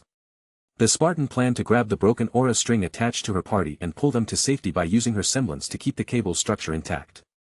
Unfortunately, Gwen's aura was far more robust than she imagined. When the javelin hit her intended target, the cable bent, but didn't break. Pyrrha's plan failed miserably, delivering herself right into Gwen's grasp. "That is the correct choice, Pyrrha. If you can't win, run and try and save whoever you can. However, you should have coordinated with Sun better, use gestures, reading lips, anything to inform him of your actions," Gwen said as she raised her hand and pulled out a chained-up monkey from a treetop. "If you gave him some notion of needing to gather my attention, I would have let you break my aura around the others and escape." Gwen waved her hand, pulling Pyrrha and Sun into the group. After lining them up nice and neat, Nora was in the center smiling ear to ear. "Ah. We're all happy pancakes in a stack, Nora said as she looked around at their appearance. What does that even mean? Weiss said looking very confused. I think she means, peas in a pod, you know, kind of like a family, Pyrrha said as she had the most exposure to Nora's. Ren nodded his head at Weiss to confirm Pyrrha's words, and said, you're getting used to Nora speak, I'm impressed. Pyrrha smiled and cheerfully chirped, thank you, Ren. Oh, is that it? Weiss wouldn't admit it, but she didn't mind that statement as much now. It didn't take them long for Gwen to offer up several ideas for their training. Yang couldn't believe that she was really related to the dorky John she now had more memories of than the one that came back in time. She then looked at herself and thought. Well, no one would think I'm related to my dorky sister. Yang then thought of something and grinned, oh, I got you now, it's payback time, vomit night. Yang playfully smiled as she walked over to her future mother-in-law and said, so, Mrs. Ark, you should definitely come work at Beacon, I would love to have you as a combat teacher, and I'm sure Ashbin can pull some strings. Gwen put her finger to her chin as she thought, I don't know. Oh, come on, all your kids are out of the house, and this way, you can be close to your bun, Yang giggled at the nickname. The Ark matriarch smiled and replied with a knowing expression, you know what Yang, I'm gonna go ahead and ask Ashbin, Gwen paused. But wait, won't that make it hard for John's plan? Nah, all we have to do is hide your identity a bit, maybe even use your maiden name. Yang could see that June's mother was seriously considering her idea. That could work, we know when they'll arrive, so as long as I play it low and it's kept quiet, Gwen turned her head and smiled. SOO. Yang followed up. Sounds like fun, but it will have to wait. Plus, I want to be there for when my boy takes down Cinder, I'll have Ashbin get me a job there then, after you guys capture her. Yang clicked her teeth as she thought, well, it's better than nothing, no, it's better this way I can get some pretty good video of him having to call her mommy in class. I can't wait, Mrs. Ark, we'll have a shocking good time, get it? Ark, shock. Yang continued to joke around. Gwen put her hand on Yang and said, sure thing, oh, and Yang, you have to call me mama, mom, mommy, dearest mother, mother-in-law, or any mom title that you want, not, Mrs. Ark. Yang gulped as she realized her plan might have backfired. Ruby let out a snort when Gwen said, same for you, Ruby. Ruby's face flushed as she hit her face with her hood. The rest of the team laughed at the two and really started to like John's mother. Not everyone could reduce Yang to such a meek state. Gwen continued to train with them for the next 2 days. Lance and his parents offered their advice many times as well while John continued to put as much effort into training as possible. That night, John worked on his chest plate. He mixed in some other materials, Athena bronze, which had concussive absorbing effects. Most of Pyrrha's equipment is made from this metal. Next was diamondite, and then titanium alloy. Once the mixture was complete, Ruby and John began hammering away at the material, shaping them into new pieces. While the pieces were still hot, John poured granulated moon dust onto the surface while Ruby hammered them in. Every time he placed the pieces back into the forge, it would glow with a lunar ambience that lit up the whole workshop. After around 6 hours, John and Ruby managed to make the chest plate similar to his Atlas gear setup. Thin yet durable, flexible and reaching over his abdomen for both front and back. During any free time they had during the forging process, John managed to make replacement parts for Crescent Rose's exterior. When his girlfriend saw the parts, she jumped on him and kept kissing him with hearts floating above her head. The metal they produced was a much better material used in Crescent Rose's original alloy. It was lighter, sturdier, and could slowly restore lost aura. After Ruby ran out of breath and had to stop making out with her boyfriend, she cheerfully walked over towards her. He then started on his shield. He and Ruby stayed up all night working on his shield designs. It wasn't Pridwin yet, however, he could set up his dust sheaths. First, they built the sheaths from diamondite and had to call his grandmother for help. When Jaune came to the shed workshop, she was surprised by their works. John and Ruby had managed to level up their blacksmithing to an astonishing level of 47 and 75 in just this session. Ruby was still ahead of him by quite a bit since it was her specialty, but John was rapidly catching up. They just kept getting better and better as they worked, even earning a couple of titles such as Master and Grandmaster Forger, which gave them a 30 increase to production quality. The other title was Arms and Armor Specialist, which gave them an additional 30 increase to durability and sharpness to any weapon or armor they forge. Wow, I'm impressed, you two did all this?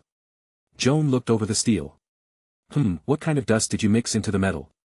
Moon dust. I need you to carve in some dust weaving symbols. Think you can do it?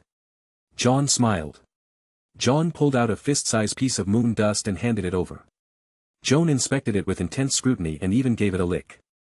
She was contemplating something as her face scrunched up as she said, I can think of something to do with this, but John, where did you get this? I found it in the Emerald Forest. We wouldn't have even known what it was if the system didn't inform me, John answered plainly, almost as if it were no big deal at all. Does Joan know that Symbology stuff? I heard only a handful of people in the world can weave dust into clothing, isn't like some kind of lost art. John and Joan laughed, Ruby's cheeks turned red as her cheeks puffed up, what? She shouted with an embarrassed tone. Dear, it's not as lost as you think, the military, many knights, and royal family members hoard over the knowledge in their private libraries, Joan announced. Oh, wait, why would they hoard that kind of knowledge? We barely have dust stitching to mix into our hunter gear. If we had dust symbols, we could save so many more lives. Ruby seemed genuinely angry. Joan nodded her head, that's what I said, but the royal families and council members think that it gives hunters too much power, and in a way, they're not wrong. An experienced dust symbologist has enough power to easily topple the rule of a whole economy. Still very selfish. We're surrounded on all sides by Grimm, and they want to hoard knowledge that can save lives. Joan patted her shoulders, I like you, Ruby, but it's not that simple. Dust symbology is extremely complex, and not everyone has the patience or skills to learn. I see. Well, maybe that's just because no one ever found a way to simplify it. I bet that someone could have advanced the art of symbology if the information was available for the public to review. The silver-eyed reaper huffed as she crossed her arms. I'm glad a girl like you is with John. Say, would you like to learn about dust symbols? Ruby's eyes lit up, can I? John scratched his cheek, I was hoping to learn as well. After the fall, we pieced together bits of what little remaining knowledge we could find on the subject, but I never really understood it, only a few people in Sanctuary could make heads or tails of it. John then explained that the insides of his sheaths were imprinted with different dust symbols. Mainly used for turning his aura sword into an elemental sword. The symbols inscribed within the piece of equipment would charge his aura sword with one of the elements before he slashed away or used a one-shot elemental beam that needed to be recharged by sheathing the weapon and loading more dust. Joan looked over his symbols and shook her head, these are rudimentary level symbols, flame thrower, icy mist, water gun, earth spire, hardened metal, shock, oh, this one's an intermediary level symbol, increased gravity. John nodded his head, so, can you teach us? Joan laughed as she started to explain, of course, but first, let me make the symbols for your current work, you might as well let me work on the rest of your armor as well. No, I think we should hold off on that since I'm going to reforge them again when we get the arc reactive ore, I just want to improve them a bit to help with the knuckleave. John shook his head. Might as well draw down the symbols then, I'll even leave you copy paper to ink in new ones once you reforge them. Joan moved over to the design desk, it was covered in John and Ruby's works. The grandma then smiled at their skill as she pulled out a few dozen pieces of paper and set their blueprints aside as she started to draw. Contrary to belief, dust symbology isn't so much science as it is art.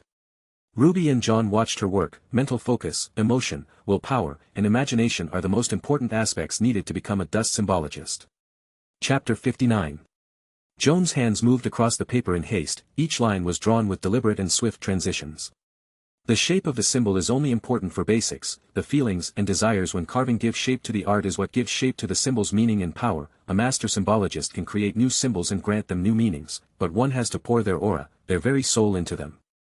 John and Ruby listened to Joan's teachings as she planned out new symbols that looked like tribal markings with crescent moons. They continued to listen until the sun was high in the sky. After carving in the markings with the moon dust, John saw the runes glow before going dim and returning to a simple piece of artwork.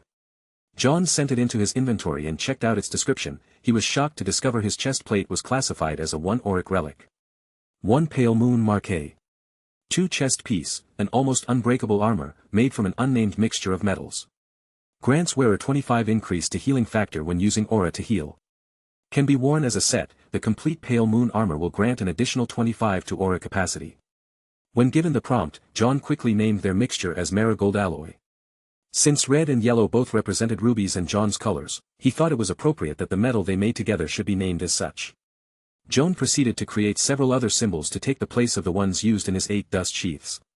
It was a group of enchant sword symbols for every element. It allowed much more variety than his old ones. Each one was carved from high-grade dust. Being part of the royal family earned Joan some perks as she pulled out more carving tools made with dust tips and carved away.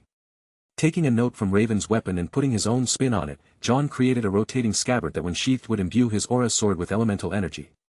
John and Ruby made some last-minute adjustments to his shield and added on a tower shield form to the heater shield. With a press of a button, John could switch between the two. However, it was almost 40 pounds heavier than his old shield.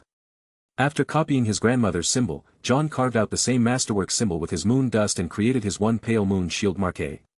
1 pale moon shield marqué. 2. Gearshift shield with rotating dust scabbards and great sword option, crescent arc symbol enchantment, grants wearer 15 increased healing factor when using aura to heal. Can be worn as a set. If worn with the complete pale moon armor set, this shield will grant a 3 aura regeneration per minute. John slipped his sword into the sheath and hit a switch next to the entrance. With some whirling noises and mechanical shifting, it transformed into a great sword, not unlike the one he had when traveling with Team RNJR. On top of getting masterwork dust symbol patterns, both John and RWBY managed to get the beginner dust symbologist title and all the related crafting skills involved with the subject. He hugged his grandma, making her smile as she pat him on the back and said, "Oh, it's nothing, sweetheart, as long as it helps keep you safe."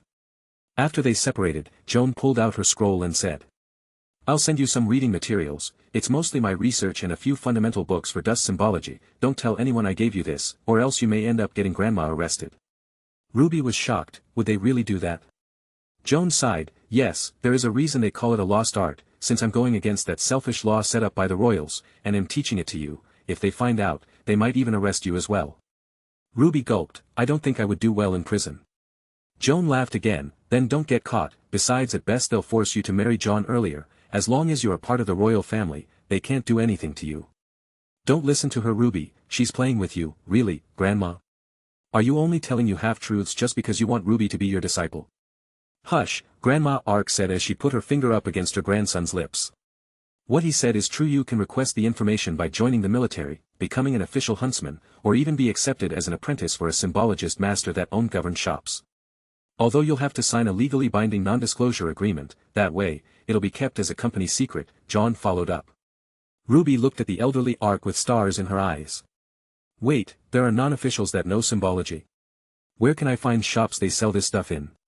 I mean, I know that there is dust weaving in clothing, I never seen an actual shop sell one with dust symbols."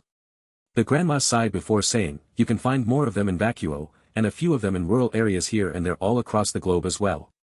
Those that carried on the tradition are very few.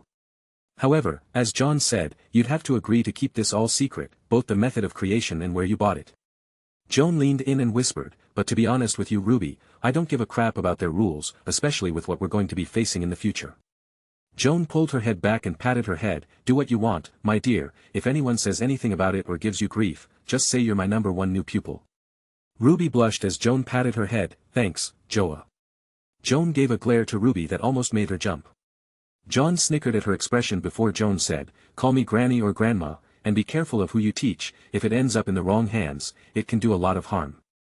RWBY nodded her head with an embarrassed expression and continued, "Gra, Grandma, we won't teach anyone who will abuse it, but we'll sure as hell kick Grimbutt with it."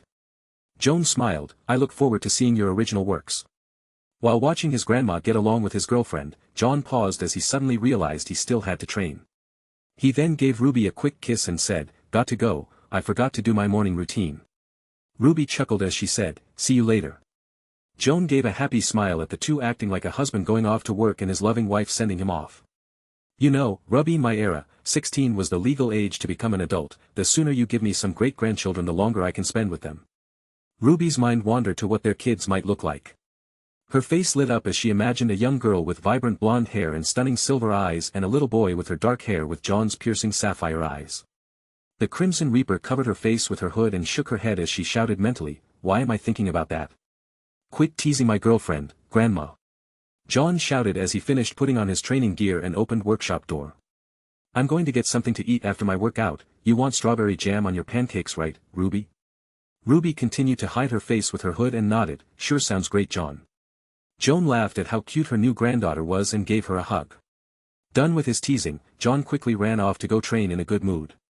After escaping from Joan's grasps, RWBY's eyes darted around as she rubbed the back of her head and giggled out, I'll join them for training today." Joan grinned, "Oh, and here I thought we'd talk about what you would name your kids." RWBY blushed hard as she dashed away and shouted, "I'm not thinking about that, it's too soon for that kind of thing." All while knowing she already had some names in mind. Catching up with John, he grinned at her and said, "Couldn't take the heat." RWBY flicked her wrist while making a psh noise and said, "What heat?" "The heat from all that blush Granny was giving you," John snapped back. RWBY kicked his shin as she sped ahead and met up with Pirao. When the silver-eyed petite arrived, she saw that only Weiss was training with the Spartan at the moment. The two were practicing their hand-to-hand skills and Weiss was failing spectacularly. As the white-haired heiress punched out towards Pyrrha's face, the red-haired Spartan grabbed Weiss's arm and flipped her over. As Weiss' back slammed into the ground, she let out a squeaky, "Ow." The Schnee got back up and brushed the dirt off her bottom as she stood in a fighting stance and said, "Again." Ruby's jaw dropped open as she saw the most pathetic set of punches she had ever seen. It was even worse than her own unarmed skills. Pyrrha once again tilted and bobbed her body, easily dodging Weiss's attacks before she grabbed her opponent's wrist and tripped her with a simple sweep kick. This time Weiss fell on her butt and let out another squeaky, "Ow." However, she immediately stood back up before shouted, "Again." Jaune stood next to Ruby as she shook her head, "At least she's trying. Maybe we should teach her the basics, even Dad made me learn boxing," Ruby said as she got into a basic boxing stance. Jaune raised an eyebrow and snorted, "You have no footwork, and your punches suck." Ruby looked at Jaune with an aghast and betrayed expression, "Why?" Jaune stood up and said, "Because it's true, at least for now. You do know that if you worked out a little more, you would be even faster. I get that you haven't had a use for martial arts because of your semblance, but you need it more than you think." Jaune stood across from Pyrrha and said, "Pyrrha, you have to stop being so nice when you are teaching." Pyrrha blushed and lowered her head with a shameful pout. Jaune chuckled and patted his girlfriend's shoulder before saying, "Right, let's start from the basics. First, we do road work, same as yesterday." Jaune quickly explained the route they had to run. "You wanna race me?" Ruby said with a confident grin. "No, semblances allowed, no aura with the exception of healing and aura burst," Jaune added, breaking Ruby's confidence into pieces. Weiss wasn't faring any better with Pyrrha, so she joined in on Jaune's teachings. After a full course explanation of the aura burst technique and how to perform a quick step, the two began practicing. After a few dozen attempts, Weiss started to pick up the skill, right up until she received a notice declaring that she acquired the skill at a mastery level of 1. Ruby wasn't that much worse at aura control than her partner, and with a few dozen more attempts than Weiss, she figured it out as well. With that out of the way, they all stood at arm's length and took off at the count of 3. Needless to say, Ruby and Weiss were neck and neck the whole way, while Pyrrha and Jaune stayed in the lead. Once an hour had passed and they ran several laps, the group returned to where they started. Jaune won the race once again by a hair's breadth and both he and Pyrrha had to wait at the finish line. 10 minutes later Ruby and Weiss came back panting and sweating badly. Jaune grinned, "You're feeling like a lead weight, right?" Ruby glared at him, "More like a ton of lead weights." Weiss, who was in much worse shape, could barely pant out the word, "Ditto." Jaune laughed and healed them with his semblance. The two felt their stamina return as their auras skyrocketed. Jaune then held his hand out, "Ladies." They grabbed his hand and stood up while receiving an aura boost. After saying their thanks, Jaune and Pyrrha began to coach them in the basics of hand-to-hand. This time, with Jaune's help, and the harsher attitude that came along with it. They could point their mistakes without worrying about damaging their relationship. Thanks to his drill sergeant attitude, it helped them improve much quicker. Once Pyrrha got into it, she stopped holding back her harsh words and pointed out Weiss's flaws in her movements without error. Jaune was surprised to receive a level up in his hand-to-hand proficiency and a new title that he promptly equipped. Hand-to-hand proficiency level 14 progress until next level, 02. Novice instructor, helps those that you teach more easily learn the subjects you are trying to explain. It takes -50 less time it would normally take for a student to understand. Evolution requirements, must raise levels of 3 skills from any student by 5 levels. Pyrrha also received the same title and happily equipped it. After the two shared a nod of appreciation, they each split up their students and got to work. Jaune helped Ruby, and Pyrrha helped Weiss. "Come on Ruby, space your legs in a little more, and when you pivot the more speed you put into your rotation the better," Jaune demonstrated by dodging her punch and spinning in with a backhand that stopped just in front of her face. If this were Crescent Rose your head would be gone. In the future, you should work on close-range dodging and run a lot without the use of your semblance. It wouldn't hurt to do a little muscle training either. The stronger your body is, the better the output granted by aura. Ruby nodded her head as she listened, "But, won't that make me, kinda, buff?"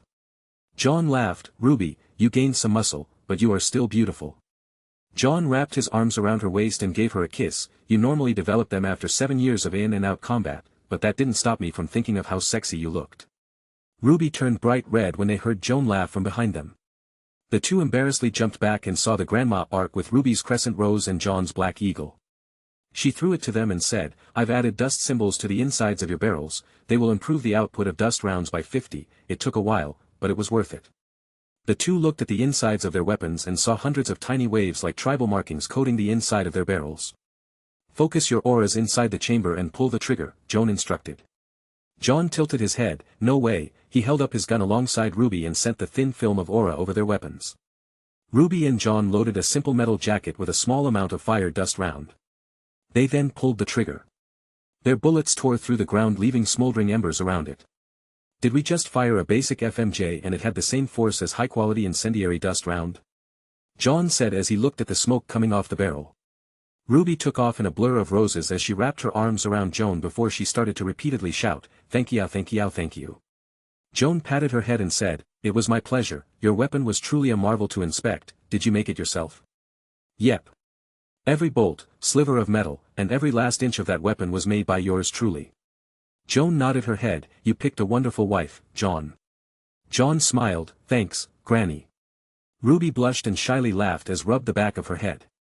"Alright, that's enough of this talk. What's this I hear about you not wanting too many muscles?" Jaune asked. RWBY blushed a bit before she announced, "Well, I don't mind some, I just don't want to look like a bodybuilder. I wonder how Nora does it." Chapter 60. She then scuffed her shoe against the ground and gave a few sneaky glances to Jaune. While the silver-eyed reaper poked her fingers together, she mumbled, "Besides, he probably wouldn't find me very attractive." "Well, I don't think that's true at all. I am sure Jaune will love you no matter what you look like." The granny smiled upon seeing RWBY, blushed harder and looked at Jaune before saying, "I think I have just the thing." "Have what?" "RWBY. What I'm about to teach will help you develop your muscles in a different manner, that way there will be overall improvement per square inch of your muscles rather than you bulking up.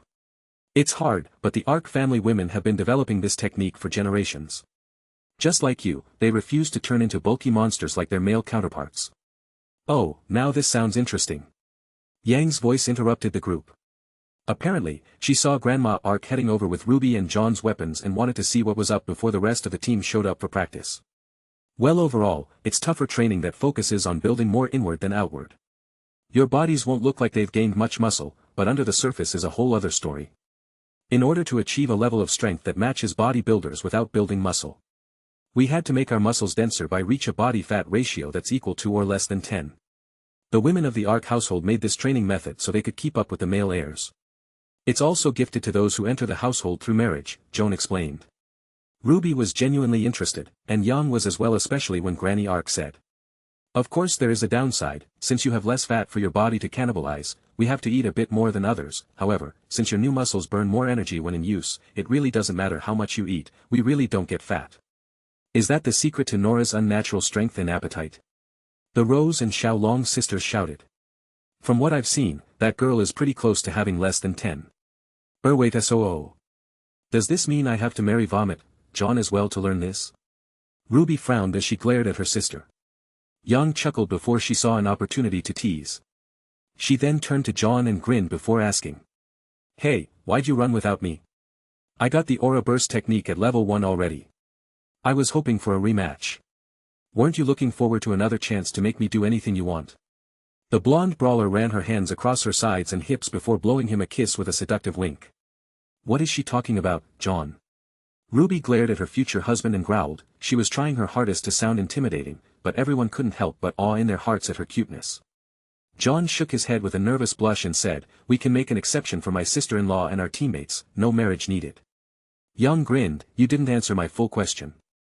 "Oh, look at the time.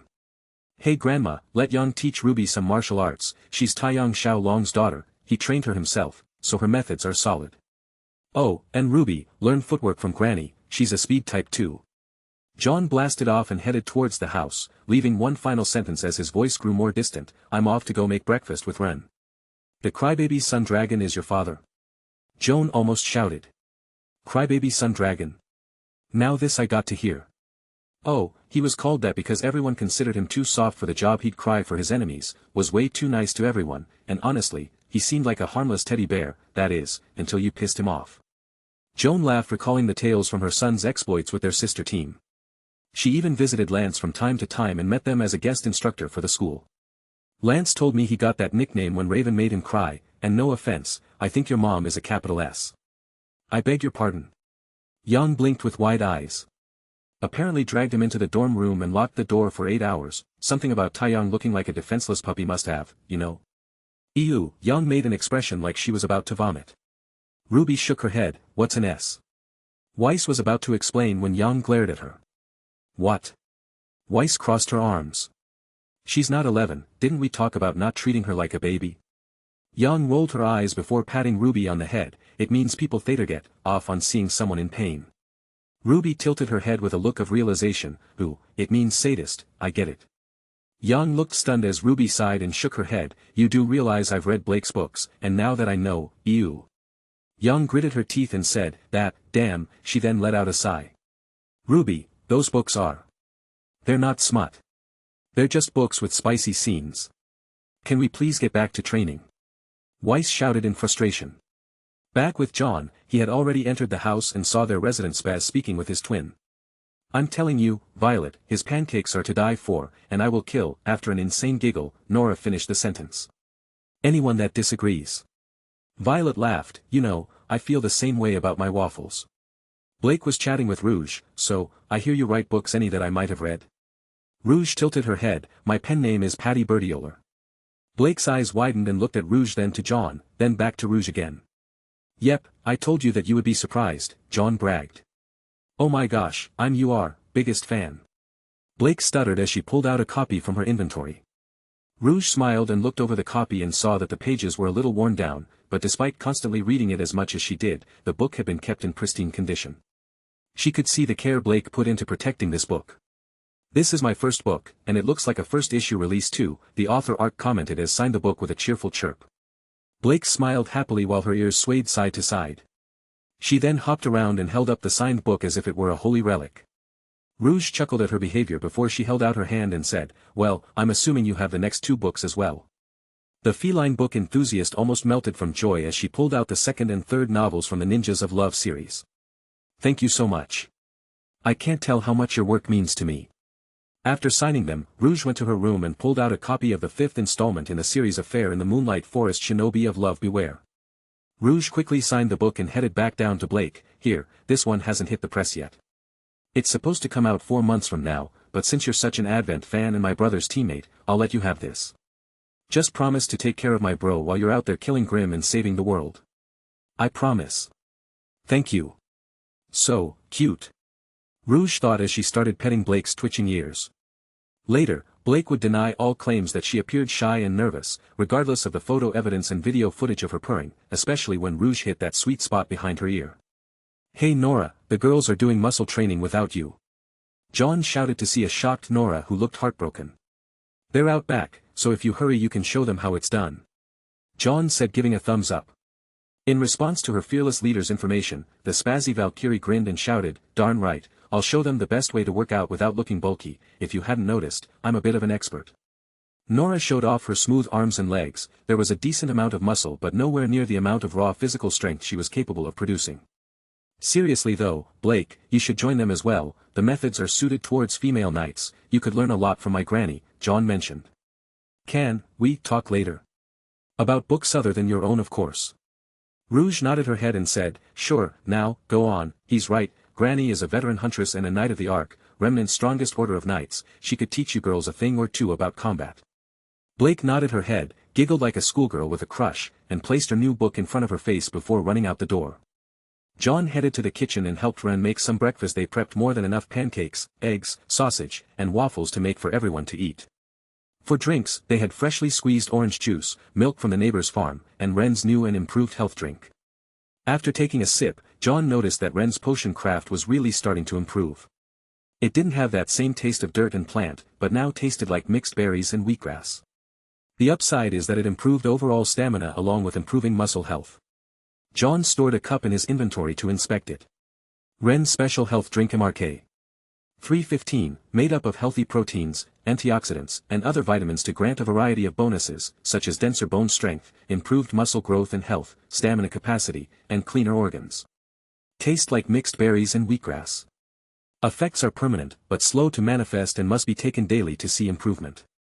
After around 45 minutes, they finished cooking enough food for the entire family and friends to eat. All of John's sisters sat down and saw the full course meal prepared in awe. I know John has always been good at cooking, but when did he get this good? Claire asked as she chowed down. Must be because of that guy. These pancakes are phenomenal. Noir said as she put another piece in her mouth and chewed with a blissful expression. Ren taught me a lot about cooking, John said as he patted his brother's shoulder. I'm sure you taught me as well, John. If your cooking is anything like your mother's, then I must have been impressed enough to share recipes, Ren responded. Food. Ruby's voice echoed throughout the kitchen as she and the rest of the girls looked utterly exhausted. Nora, on the other hand, seemed to be perfectly fine. Sweet. Now, my lovely pancakes, come to Mama.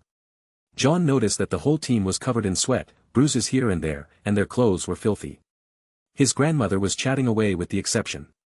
Clearly, she was impressed by how much energy the orange-haired spaz had. I see, you used lightning to work out every inch of your body's muscles. Such a method would only improve the rate of our training method. I find it very impressive, Nora, you're a natural at this. As long as you have a source of lightning, you'll probably be the first to complete your training.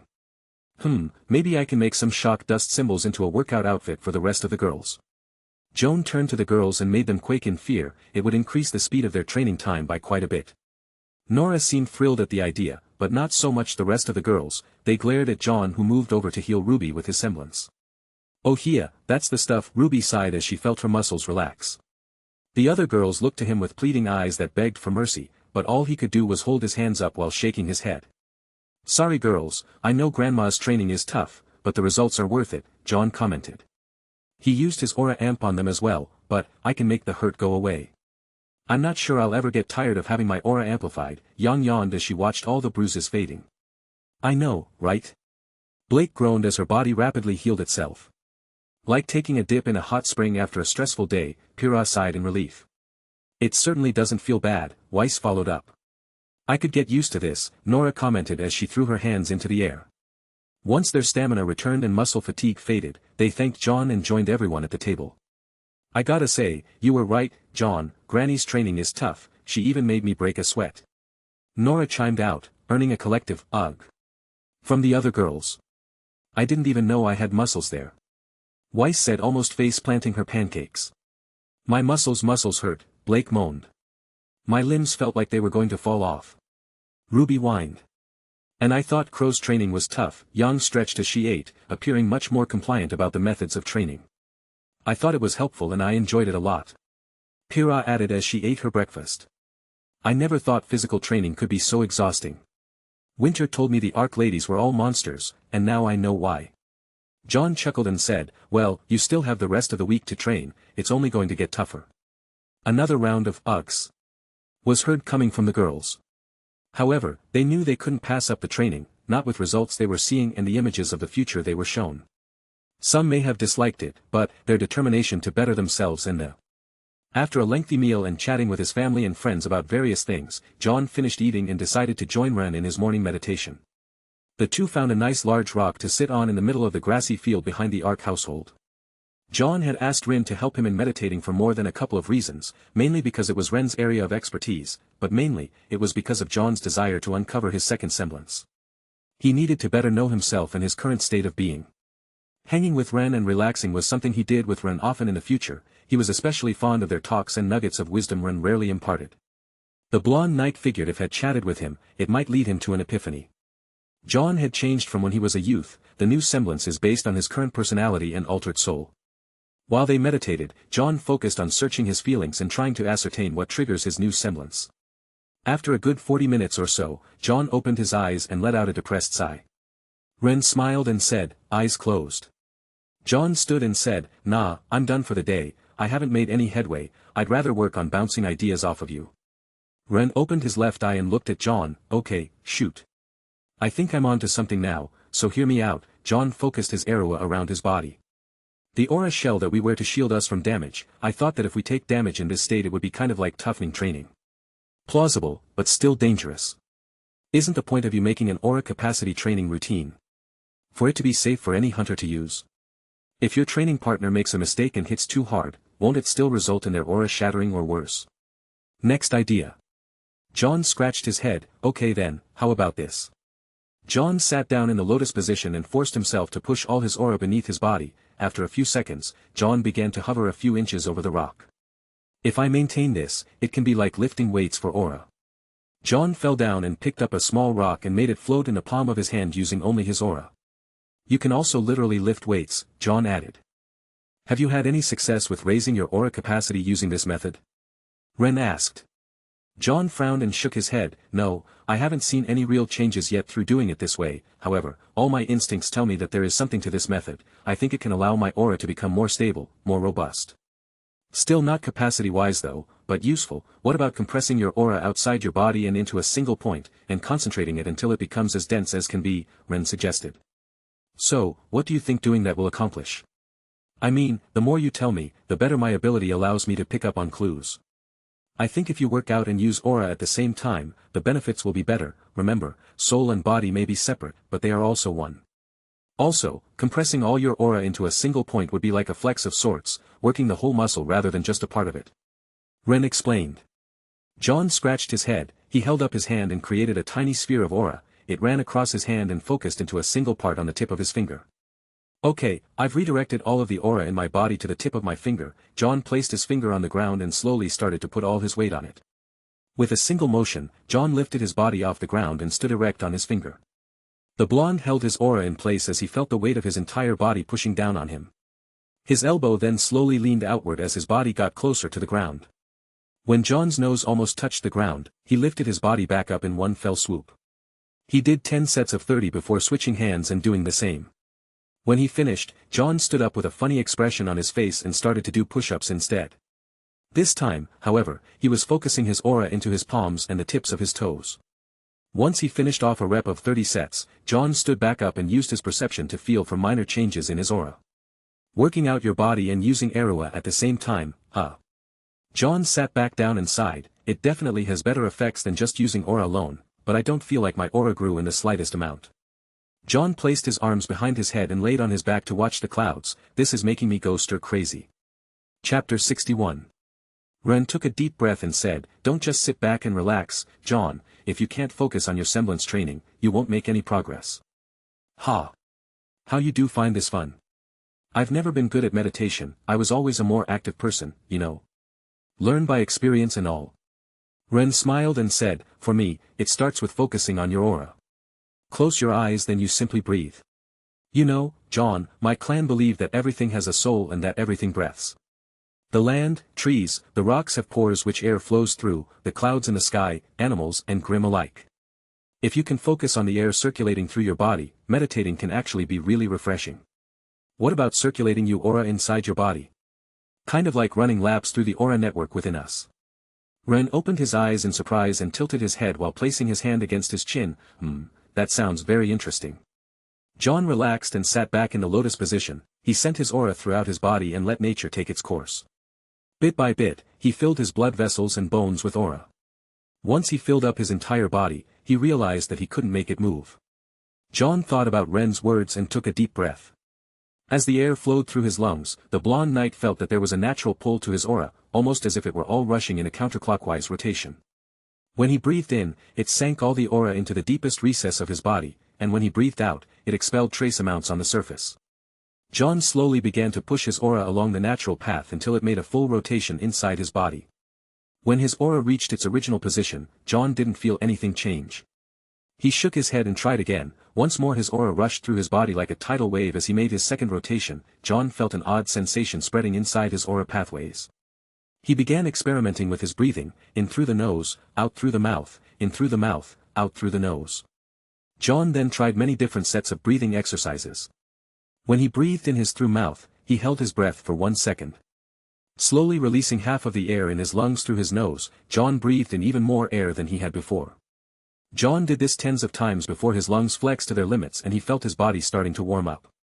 Next, he let out all the air he collected and sensed the aura moving even quicker and with a raging intent. Once more, Jaune said as that feeling grew stronger. Again. Jaune completed another rotation. Again. After 10 rotations, Jaune started to feel something unique and amazing occurring in his body. It was as if he was pulling on the forces around him and converting it into aura. His aura network started to expand and fluctuate with his breathing. When it reached the space that contained the densest form of aura, the influx of energy caused the core of his soul to grow slightly. John's eyes opened up as he smiled happily. His total aura had increased a single point in a time span of 5 minutes. The chime of his system announcement caused the blonde knight to jump up in joy. Congratulations on pioneering a viable aura capacity training method. Please name skill. Incredible, John, this is amazing. To actually find a way to steadily increase one's aura is a phenomenal breakthrough in aura studies. Eager to try out John's new method, Ren sat down and followed his instructions. After 10 minutes, Ren found his aura levels had increased slightly. Since we made it together, I think you should get a say in what we name it, so, what should we name this? John said as he placed his hand to his chin. Well, let's see what you come up with first and I'll offer my opinion, Ren smiled. The blonde knight then pointed up a finger and suggested, how about everything breaths? Ren shook his head, you've never been good with names. Well, other than when it comes to weapons, I admit Pridwin, Grimm's Bane, and the Pale Rider are all pretty good names. I wonder why you can't do the same thing for team attacks and nicknames. I mean, come on. Flower Power. John frowned, hey, Flower Power is a great team attack name, your guns being the flower, Nora's the power, and now that Ruby's part of the attack, it's even more fitting, it makes perfect sense, you hear? Yeah. What's your problem with flowers? You named your weapons after them. Ren just shook his head with a soft chuckle and said, you're not wrong, Nora. Okay fine, how about aura breathing? John's followed up made the green ninja smile. Better, Ren closed his eyes and went back to mediation. Aura breathing technique created. Current mastery, level 1. Godfather of aura growth title earned. Effects, increase aura training effects by 10, evolution condition, reach mastery level 3 for aura breathing. Training maniac has evolved. New title training enthusiast. Effects, increase all training benefits by 25. Pancakes Ren. Nora shook her pink-eyed crush.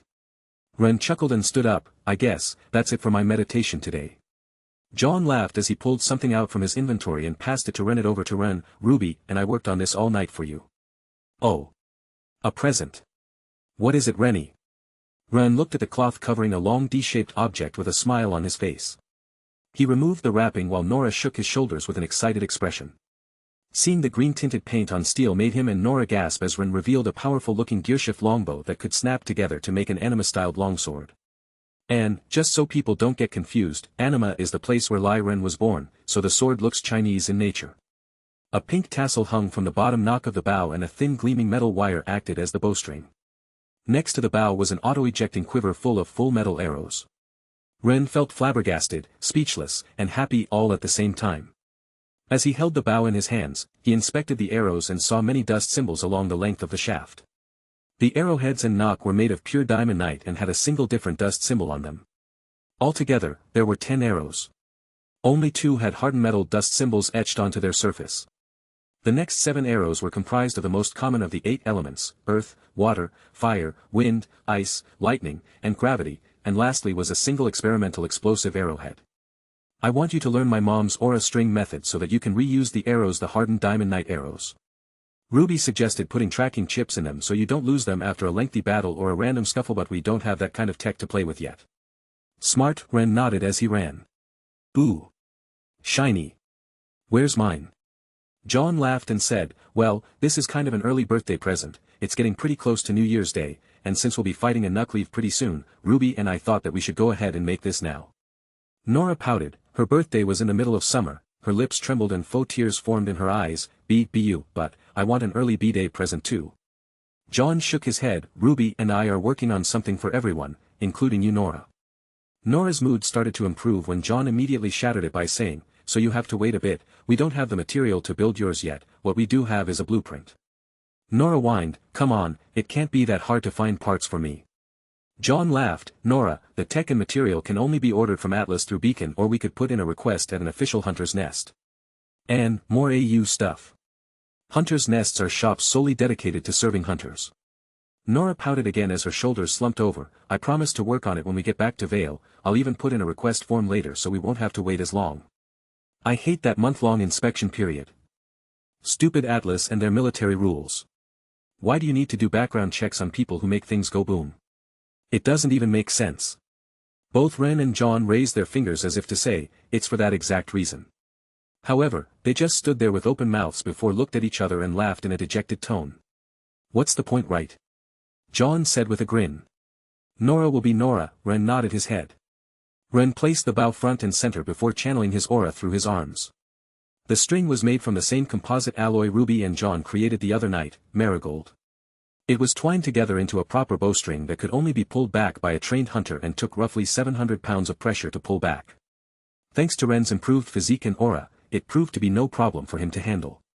Letting his hand go, a loud twang echoed out as the bowstring snapped back into place. It's a good string, Ren commented before pressing a switch on the side of the grip. The bowstring began to retract with a whirling noise as the form of a thin sword took shape. Ren swung the sword a couple of times and nodded his head. I don't have any training in swordsmanship. My family can teach you. Ash knows a thing or two about Anima's traditional sword style and Granny is from Anima, so she is pretty much a master of the style, and learning other forms with me couldn't hurt, Jaune said, scratching his head. Oh, the quiver can also act as the sheath. The arrows have dust symbols engraved into their surface. You need to coat the arrowheads in the dust type you want to use. You know what, here's a pamphlet. Jaune held out an instruction manual for the unnamed weapon. Ren placed the sword into the sheath and watched it as the sword collapsed into the quiver and a cover snap over it. He hugged Jaune and said, "Thank you, brother." Jaune grinned as Nora awed and jumped in on the hug, lifting the two up and threatening to break their spins. After letting them go, the two boys gasped for air and laughed before grinning at each other. Okay Nora, go get your pancakes with Ren, I'll stay here and meditate for a while longer. The two waved as they headed towards the house. Jaune smiled. Nora and Ren were the closet things to siblings he had in the future, and Jaune still loved them as such. Sitting back down, Jaune once again began to focus on his training. He had just taken the first step, and his aura training method still had room for improvement. After a few hours, Jaune had increased his aura pool by a total of 30 points.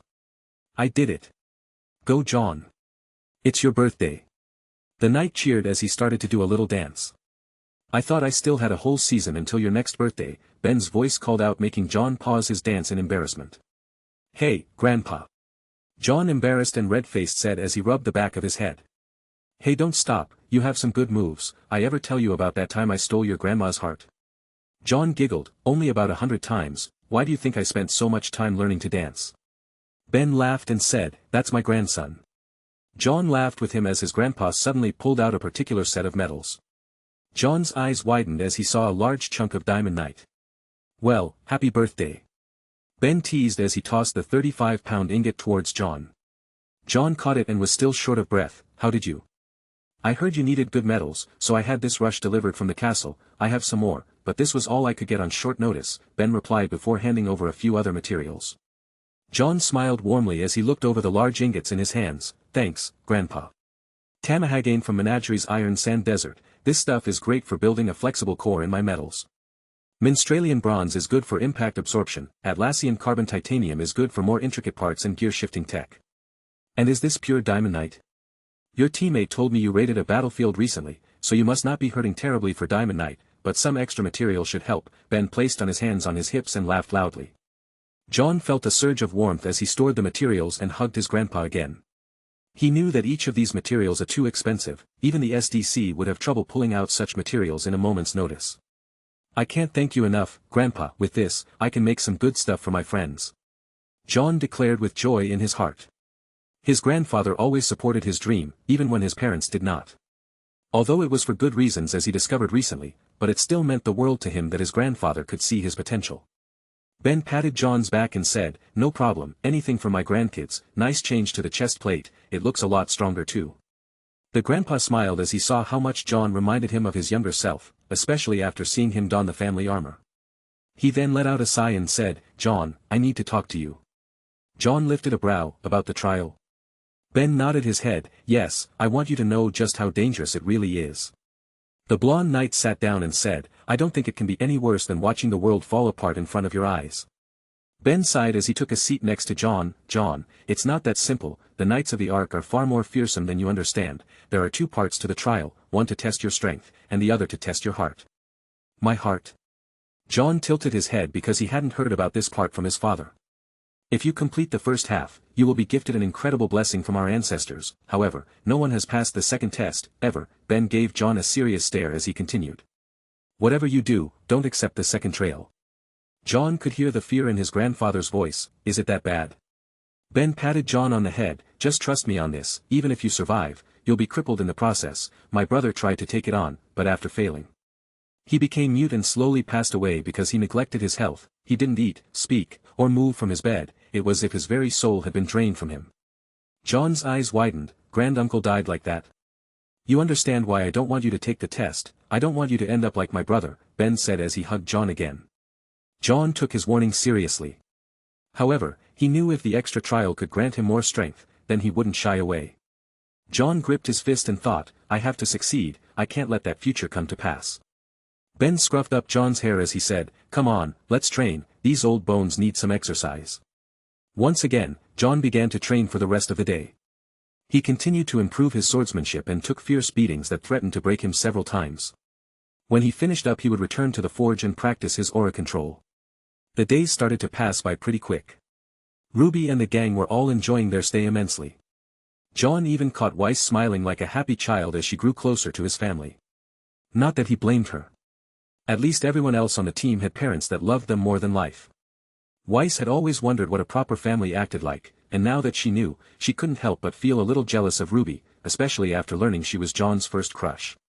She wanted to smack her other self in the head for passing up such a chance. Of course, she would never tell this to anyone nor admit it out loud. The girls trained their butts off under Jaune and the Arc sisters. Sparring with expert hunters proved to be a great benefit for them to advance their own skills.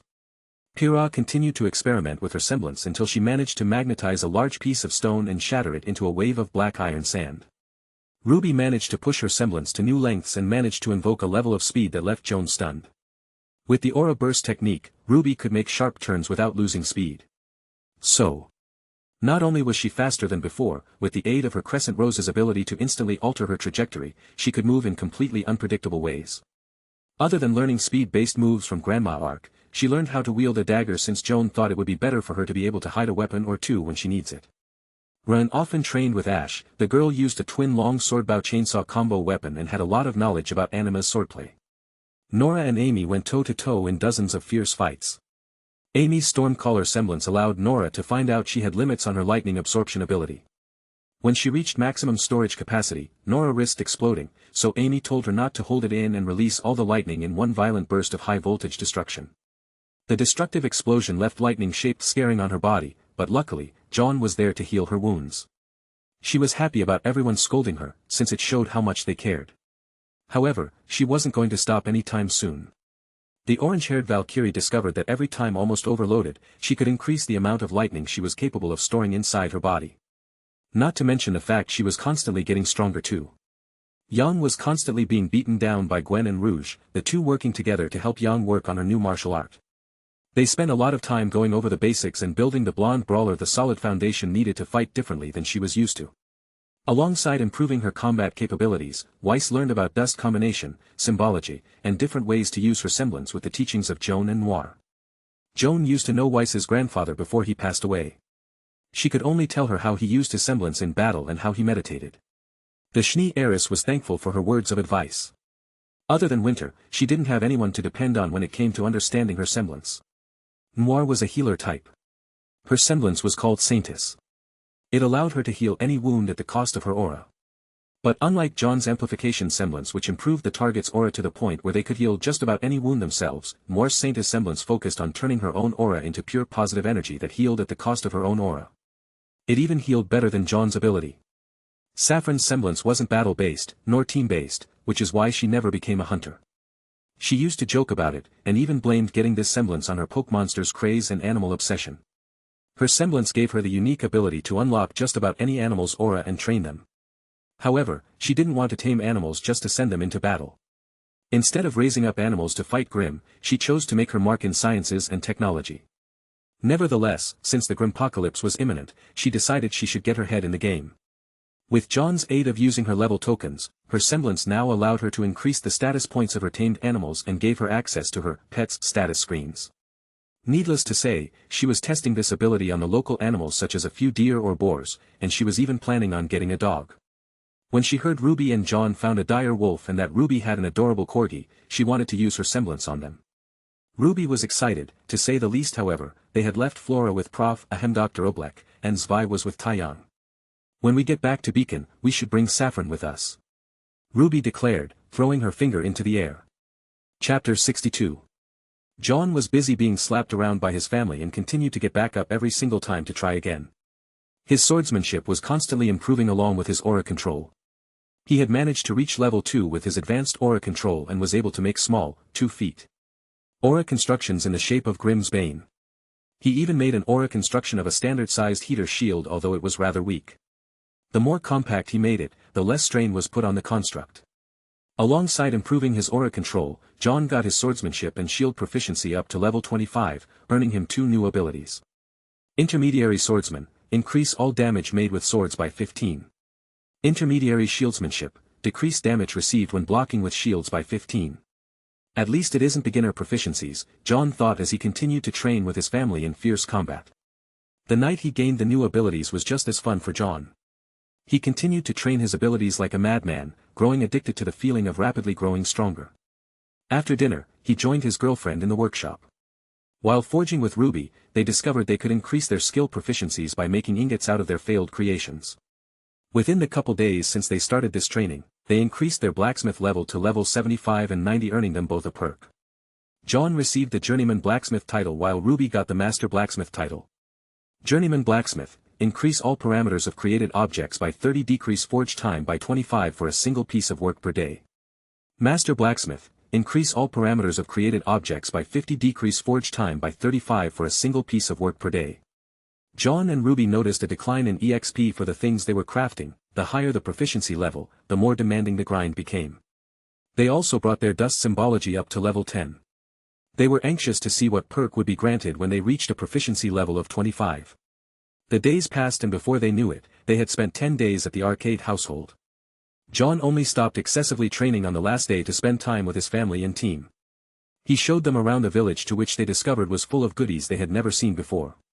It was like the Arc family had produced more interesting things than Atlas. What surprised Weiss the most was the fact that the Arc sisters seemed to own their own business. Wait, so all of the Arc sisters own a company here in town? The heiress replied with a shocked expression. Jaune nodded his head. Yeah, Saffron, Noir, and Violet are all co-owners of the local hunter's shop Arc's Hunting Goods and Fashions. Ash owns a grocery outlet Soul Foods. Amy owns the Hunter's Den, the most famous bar and inn at Domremy. Claire owns a transportation company Crescent Moon Shipping. Lastly, Rouge owns the local library Arc's Emporium of Books and Tomes. Everyone was a little shocked. Nobody realized that Jaune's family was so well off. With a smaller community of like-minded individuals, and the Arc's teaching, funding, and resources aiding them, even Weiss had to admit that there were some very high-end shops at Domremy able to earn them quite a sum. Jaune's family wasn't Weiss-level rich, but he certainly wasn't poor by any standards. For instance, the Hunter's Goods and Clothing shop that sold dust symbol-enhanced clothing. The dust they imported from the nearby mines were top quality, even the rarer types of dust were sold much cheaper than what you'd find in Atlas. There were weapons, armor, traveling gear, clothing, and many different supplies that could aid huntresses and huntsmen in their quests, and since Domremy was on the frontier of the Grim Lands, many hunters passed through here to and from work. Shaking off her disbelief, Weiss insisted that everyone buy new clothes for the snow they would have to deal with in Anima, as well as improve their current outfits with dust-enhanced clothing. Everyone but Jaune was impressed at how quick the workers took measurements and prepared an outline of their dust symbols. Normally they would need to have hunter licenses in order to purchase dust-enhanced clothing. But since Jaune was the heir to the Arc household, they put a rush job on their orders. Weiss saw how they treated Jaune and how uneasy he was with their attitudes. They treated him, well, like Weiss was treated on a daily basis back home. Girls threw flirtatious glances at him constantly. However, she could only see the same desire, greedy, and lust-filled stares that people gave when they were interested in status rather than a person's personality. RWBY, needless to say, grabbed Jaune's waist and hissed. Yes, you read that right, she hissed at the other girls. And, honestly, I could see RWBY getting possessive over Jaune like this, since she'd do the same for Crescent Rose. Blake could only shake her head. However, it didn't seem that she was offended by RWBY's actions, only a little displeased over the fact RWBY wasn't hissing properly. RWBY then dragged Jaune off to look at the weapons and army displays. Yang was checking out the clothes and enjoying the fashion style Violet had. She still couldn't believe that Jaune was her twin. The fact that Jaune's fashion sense was a little lacking, she had set her expectations rather low for what she could expect from Violet's work. Pleasantly surprised by the selection, she looked over to Jaune and shook her head as she thought. I'm glad he grew out of that phase. Actually, the images of the memories I got of older future Jaune, I could tell he wasn't that badly dressed, must have been a late bloomer, or at least he got some help. The blonde brawler then gave him a once-over. Well, at least he's dressing well no. Nora was looking at the heavy weapons and explosive for her grenades while Ren was gathering the supplies they would need for the journey to Kuroyuri. Pyrrha was looking through the hunter's catalog for symbols and trying to decide what to add to her armor. Ruby and Jaune explained that they weren't high enough level to alter everyone's equipment with Symbology. In fact, the apprentices at the hunter's shop were at a much higher proficiency level when it came to enhancing their gear, Jaune's sisters included. The two Faunus and Weiss were looking through some dust ammo selections. Sun wanted to go by the bananas Ash grew but chose to stand by Blake and even purchased some shotgun rounds. Although, Jaune swore he saw her pinching Sun's arm a few times. After shopping around for a while, everyone's orders were done and they all changed. Jaune upgraded his light armor set with several reinforcement symbols made with earth and metal dust. Ruby changed into something that seemed close to what she wore when they traveled as Team RNJR. The top was a thin white long sleeve with a high collar, a black and red corset dress, black rose pattern tights, and long boots. She also wore a thick bear fur cloak under her signature red cloak. Yang wore a long yellow coat with fur around the collar, with a single long flap that covered her bottom and draped to the back of her knees. For pants, she wore long tight jeans that accented her hips, a pair of leather long boots and lastly a pair of tan gloves. Weiss wore a long dress with a slit down the side, a long white and green jacket that had fur on the inside, as well as a white fox Atlassian round-style hat. For boots, she wore long knee-high boots that had more fur around the top. By Atlassian, I mean a Russian-styled round fur hat. Blake wore a thick gray cloak over white long coat jacket. She had black jeans and knee-high black boots. She even decided to wear a ninja mask that she could easily remove and let hang around her neck like a scarf. Pyrrha had on a long bronze jacket that had a red stripe running along the zipper. It reached the back of her knees and fur around the collar. The rest of the outfit was rather simple, black jeans, leather gloves, and knee-high combat boots. Ren wore a long black and green cloak over long sleeves anima-styled shirt that had two flaps for the front and back. His arms and hands had a set of thin black archer gloves that had a pink pearlescent gradient near the fingertips. His pants were gray and his boots black with the same gradient pink glow around the tips of the toes. Nora wore a long bright pink hooded coat with fluffy fox fur on the inside. Underneath, she wore a form-fitting winter sports shirt and pink jeans. Her boots had small hearts on the tip of their upper toe, and lastly, pink fingerless gloves that had heart cut out around the cuff. Everyone left satisfied. They went from place to place checking out the various sights that the small village of Domremy had to offer. Blake went off to check out the library, On wanted to check out the hunter's den. She even dragged Pyrrha along. Ren and Nora went off to eat local cuisine. Ruby and Jaune were left alone to walk about and even stopped by a few food shops. After checking out some of Jaune's favorite views, they sat around a lake and spent the rest of their time cuddling with some light making out. This was Jaune's last day to train, and when he returned, he was met with his family holding their weapons and armor. Even his mom was in full gear, and not her backup sword that she took on her hunt. She was wearing light armor with patches of steel woven into the fabric. A breastplate, as well as section plate around the top of her gloves, arms and shoulders. A long dress split at the center of her waist revealing a chain mail that reached her ankles. She had on metal boot leggings that were knee-length in section to provide maximum mobility. At Gwen's hip was two swords. One was the same sword he offered to improve. It was a simple gun sword with two barrels on each side of the blades fuller. Crochet Amour, Yellow Love. Her real weapon was called Claire de Lune or the Moonlight Trident. This long trident had three spiraling drill prongs at the end and could turn into a fully automatic rotating triple-barrel sniper rifle. Using 950 caliber bullets, this behemoth of a gun was no joke. It used 240 grains of high-purity fire dust to push a 2,400 grain bullet 2,100 feet per second and is capable of firing 30 rounds in 3.75 seconds. Ruby began geeking out as she stared at the weapons, but before she could ask, Gwen said that this was a bit of a family tradition. Jaune needed privacy to prepare their little gauntlet. Jaune was promised to record the whole thing. It's just where they had to go was a private site that belonged to the Ark clan, and tradition dictated that only an Ark may step inside. It was a small shrine dedicated to their ancestor Julius Ark. Inside was an old-school combat arena, only practice weapons and a wide-open dirt pit surrounded by walls that smelled of dry blood and sweat. With his parents finally letting him use crochet moors and the pale moon shield, Jaune equipped his gear before facing her father with a more confident stance. Jaune stood across from Lance with his sword pointed over his shield. His stance was firm, and Lance could see that Jaune's form was flawless. "So this is the self-made style you bragged about yesterday?" Lance pulled out his sword, crochet C-case, yellow sequence. The sword was a long sword, around a half-foot bigger than Kuroyuri's. The guard was in the shape of a golden cross and the hilt had a rounded pommel and wooden grip. Jaune then saw his father's shield, Gibbous Moon. The shield was slim, only about 3 arms lengths wide, and long enough to reach his shoulder. It was sectioned at his wrist, elbow, and shoulder. Jaune stared his father down as Lance took the traditional stance of the arc form of swordsmanship. Jaune pressed his feet forward and dug his heels into the ground.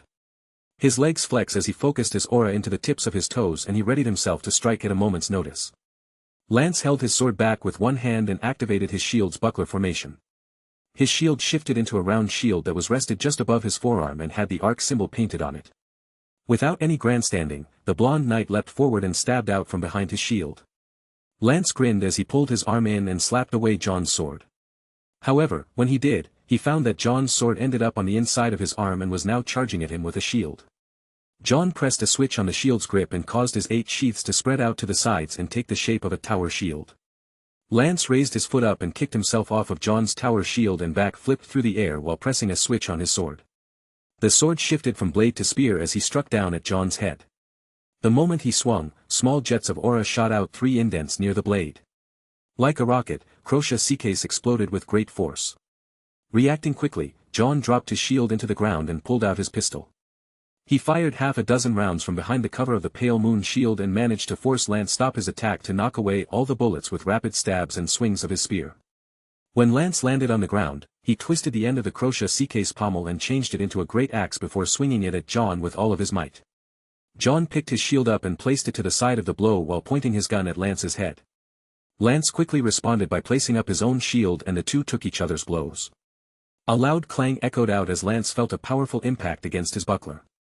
While the aura shot pushed the patriarch's arm back, Jaune's shield arm felt like it was struck by thunder and his feet dragged across the dirt by 5 feet or so.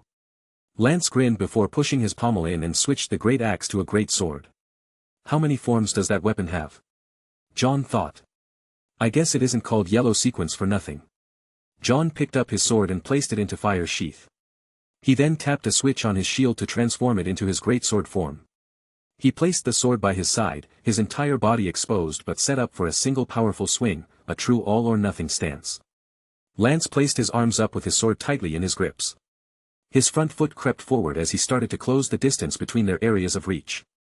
The moment they overlapped, Jaune focused his aura causing brilliant flames to erupt in the outward direction he was swinging.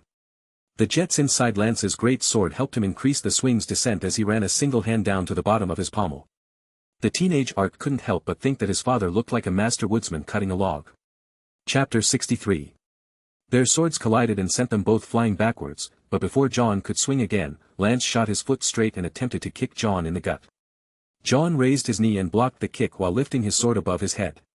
He then swung downward while Lance raised his hands and met Jaune's sword with a powerful one-handed swing. A loud clang sent a shockwave of wind blowing and bending an almost perfect ring in the shin-high grass surrounding the two. Jaune quickly stabbed at his father's neck. Lance stepped back and was surprised as Jaune released the great sword mode. However, instead of turning back to his regular shield and sword stance, the weapon turned the shield into a flaming projectile that launched off the sword with the force generated by Jaune's stab. Lance's shield bashed Jaune's shield away and saw his son charging at his side with Kuroyuri's enshrouded in a flaming aura sword. Lance tapped a button on the hilt and caused his sword sections to appear on the greatsword.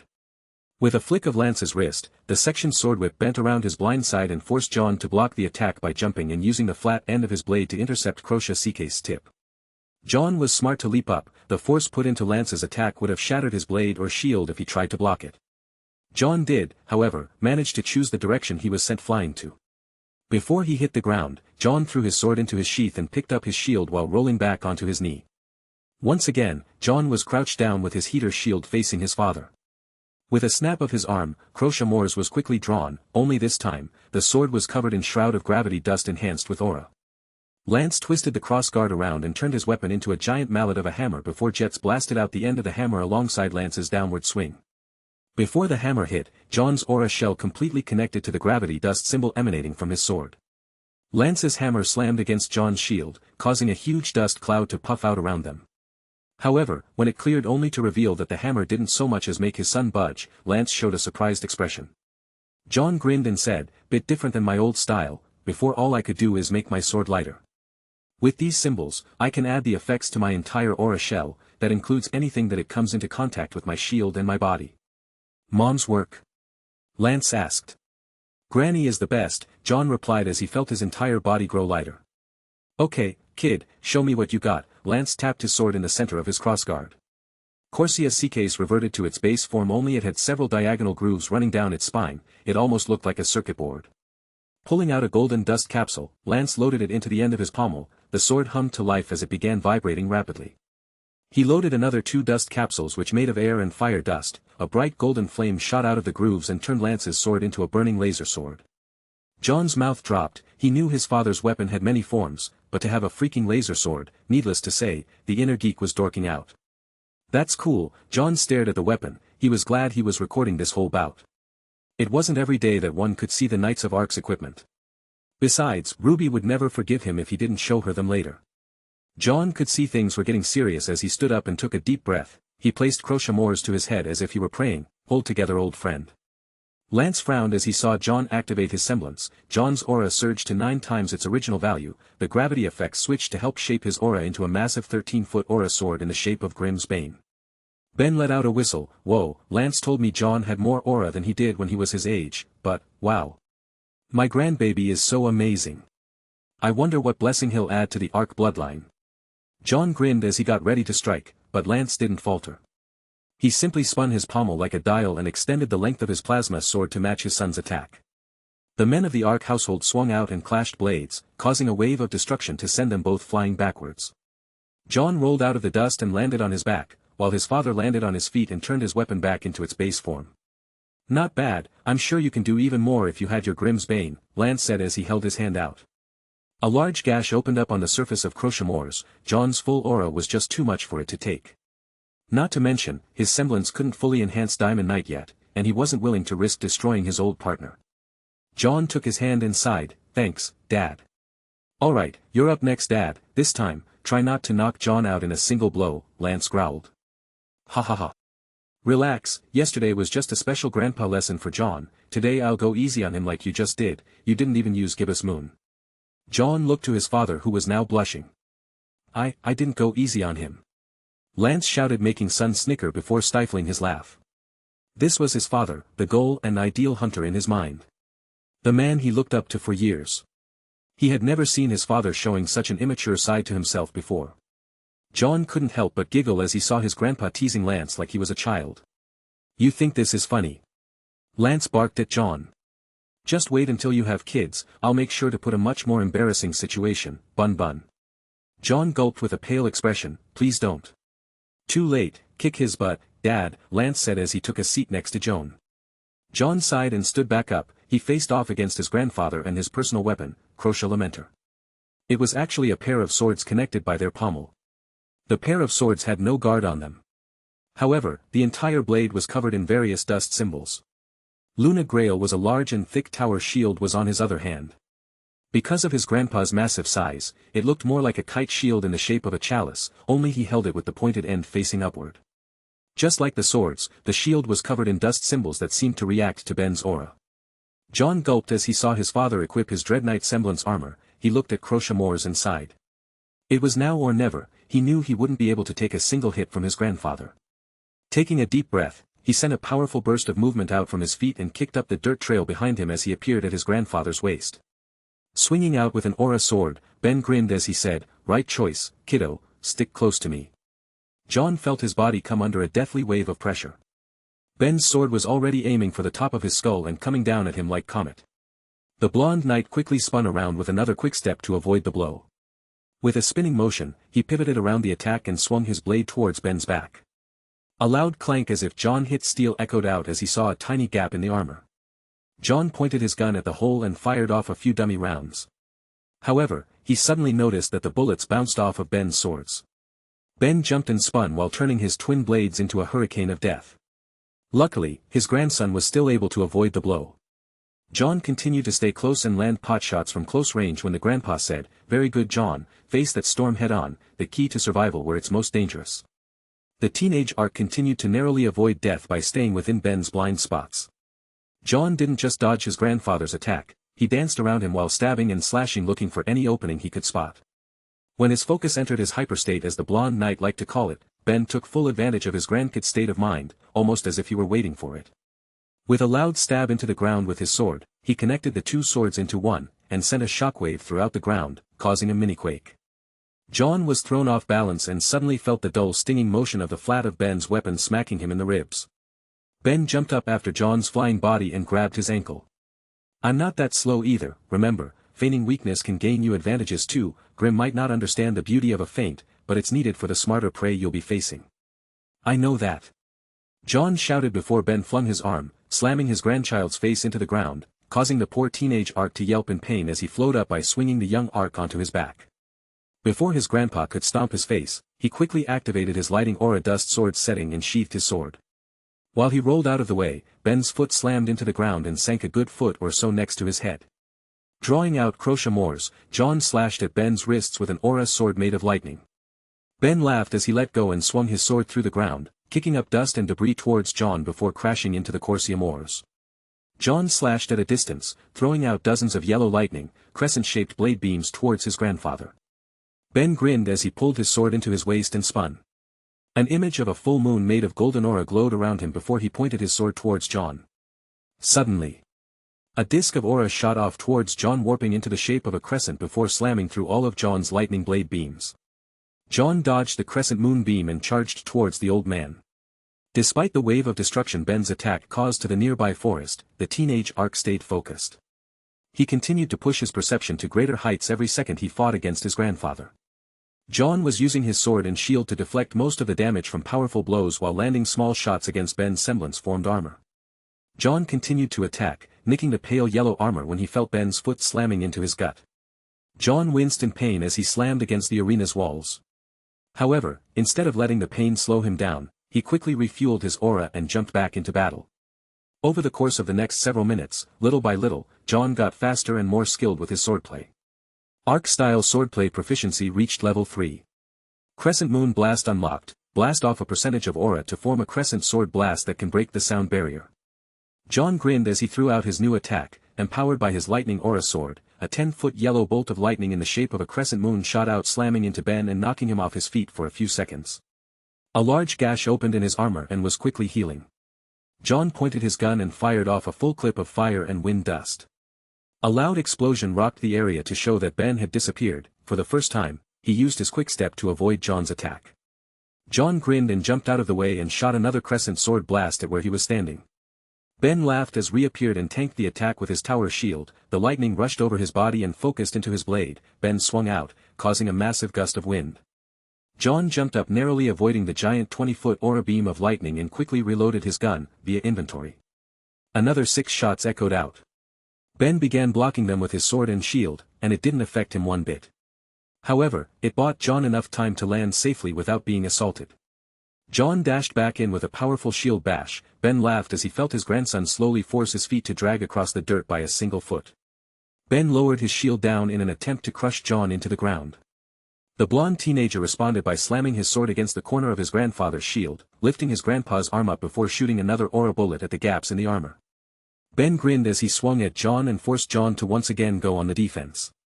Jaune continued to move around and fight for almost an hour when Ben laughed and said, "I see you've figured out there is a time limit to my semblance, but let me warn you, the last 10 minutes of my Dread Knight armor burns brightest."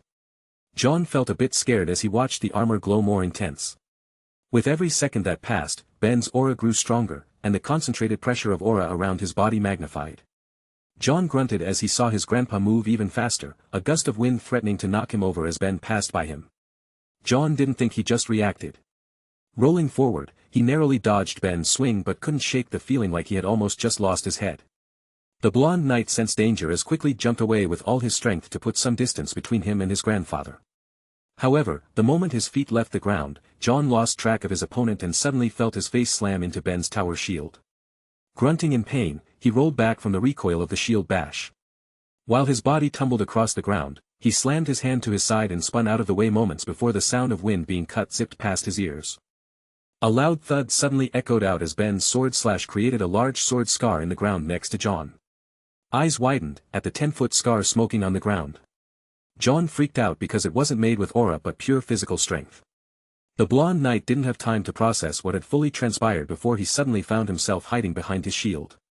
Ben, who John could have sworn he was at the least 11 feet away, suddenly appeared next to him and swung sword into his side. The blow sent John slamming against the wall, making the teenage arc grunt in pain. He fought through the crippling feeling of his lungs being crushed and quickly kicked off of the wall, narrowly avoiding a crescent blade beam that tore up the wall behind him. John activated his greatsword and switched to the gravity dust mode. Magnifying the weight of his sword, John spun in the air with his sword fully extended, turning his body into a spinning saw of doom as he charged towards his grandfather. Ben swung out and collided with John's attack when a loud boom echoed out. The concussive force from their attack sent the two arcs flying backwards about 5 feet before they landed and looked at each other. For a moment, Ben's vision looked up. "Oh, that's impressive, I felt that one in my bones." John grunted as he struggled to stand up. He refueled with his semblance again and laughed as he created a blade out of pure aura and sent it up into the air where hundreds of other aura blades were floating in place. "Were you doing this throughout the whole fight?" Ben asked. John grinned. "Sorry Grandpa, I don't think I can take you down without being a bit tricky." "Don't be, it was a brilliant strategy," Ben said before slamming his shield down in front of his body. "Okay then, show me what you got."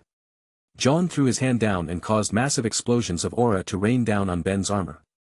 After the barrage was over, John grinned only to suddenly gasp in disbelief. Ben's shield turned into a dome of metal that surrounded his entire crouching body. As the shield retracted into the standard form, he walked up to John and said, "This is why I call my semblance Dread Knight, because of that silly little expression on your face right now."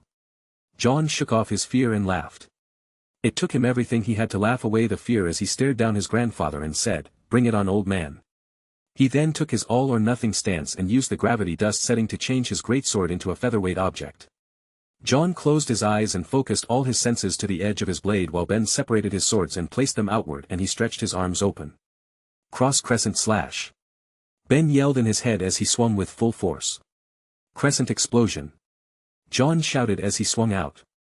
The young knight used his aura to shift the gravity on his sword from light to heavy the moment he reached the arc of his swing. John then blasted out with a powerful aura crescent blast that used gravity dust to condense it into a single-inch wide sliver. Ben's X-crescent blast collided with John's attack, another massive shockwave rattled the room and sent the teenage arc flying back. His body slid across the ground seconds before he looked up and saw Ben standing over him about to swing both blades down.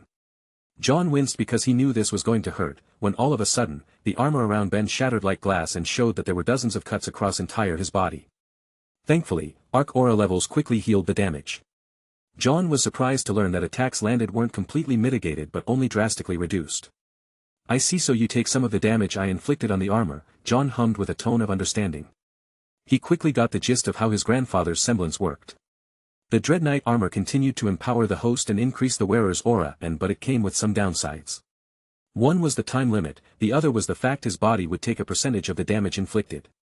However, if someone else was wearing the semblance armor, then Ben would take the damage instead of them. Ben rubbed John's head and laughed. "Well, you lasted a whole hour, just give me 10 minutes and I can use my semblance again." John laughed as he jumped onto his grandfather's back and put him in a chokehold before saying, "No way, old man, I win." Ben just laughed as if he couldn't feel John's grip at all. He ignored the weight of the young teenager and walked over to the rest of the family with him on his back. "Well, he certainly has talent, you could barely last 10 minutes when you were his age," Ben patted Lance's shoulders. "I wasn't using life hacks, and you didn't even use final stand," Lance replied with a grin on his face. "Well, it wouldn't be fair to detonate that much aura, I would have destroyed the training room." Chapter 64. Apparently, before the armor's time ran out, Ben could have put it around his opponent and force it to explode. Regardless of how John accomplished it, his father was proud of him. Of course, the talent his son showed in the first timeline was unnatural to begin with, and the bloodline blessing Lance acquired had little to do with that. It only magnified their talents by a factor of 2 or 3 times. He didn't know if John was aware, but going from bottom of the barrel in combat class to mid-class in half a year wasn't normal. Not to mention the 7 months they spent traveling across Anima or the time spent training in Atlas that elevated him to higher tier hunter. If all he getting is a times 10x modifier to his experiences, then it shows just how much of a freakish growth rate my son has, Lance thought with a smile on his face. This little turd kept getting stronger the longer we fought, he's a real chip off the old block, the grandpa Arc laughed. To learn amidst battle is a much sought after trait amongst the Arc clan, Jaune smiled. Of course, he's my son, it's to be expected, Gwen bragged with shining eyes. John was given 10 minutes to recharge and face his grandmother. This time she was decked out in a combination of half-plate and leather armor. At her hip was a single blade, and on her back was a submachine gun. Jaune gulped as his granny equipped Ben's semblance. He stood ready to fight and properly got his ass stomped. The upside was that at least he was being taught and gaining proficiency levels throughout the whole fight. An hour later and 2 more levels in the arc-style swordplay, Jaune unlocked a new move, Crescent Arc Barrage. It was a single blast of aura that shot out into dozens of mini arc blade beams. Lastly was his mother, the one Jaune was fearing the most. After facing her son with her weapon pulled out, the arc matriarch smiled and said, "Dear, now, you know I love you, but you can't hold back when it comes to this spar," Jaune said as if he were speaking through chattering teeth. Ben grinned and equipped Gwen with his semblance. Jaune's legs started to shake as he received a rather fitting notice.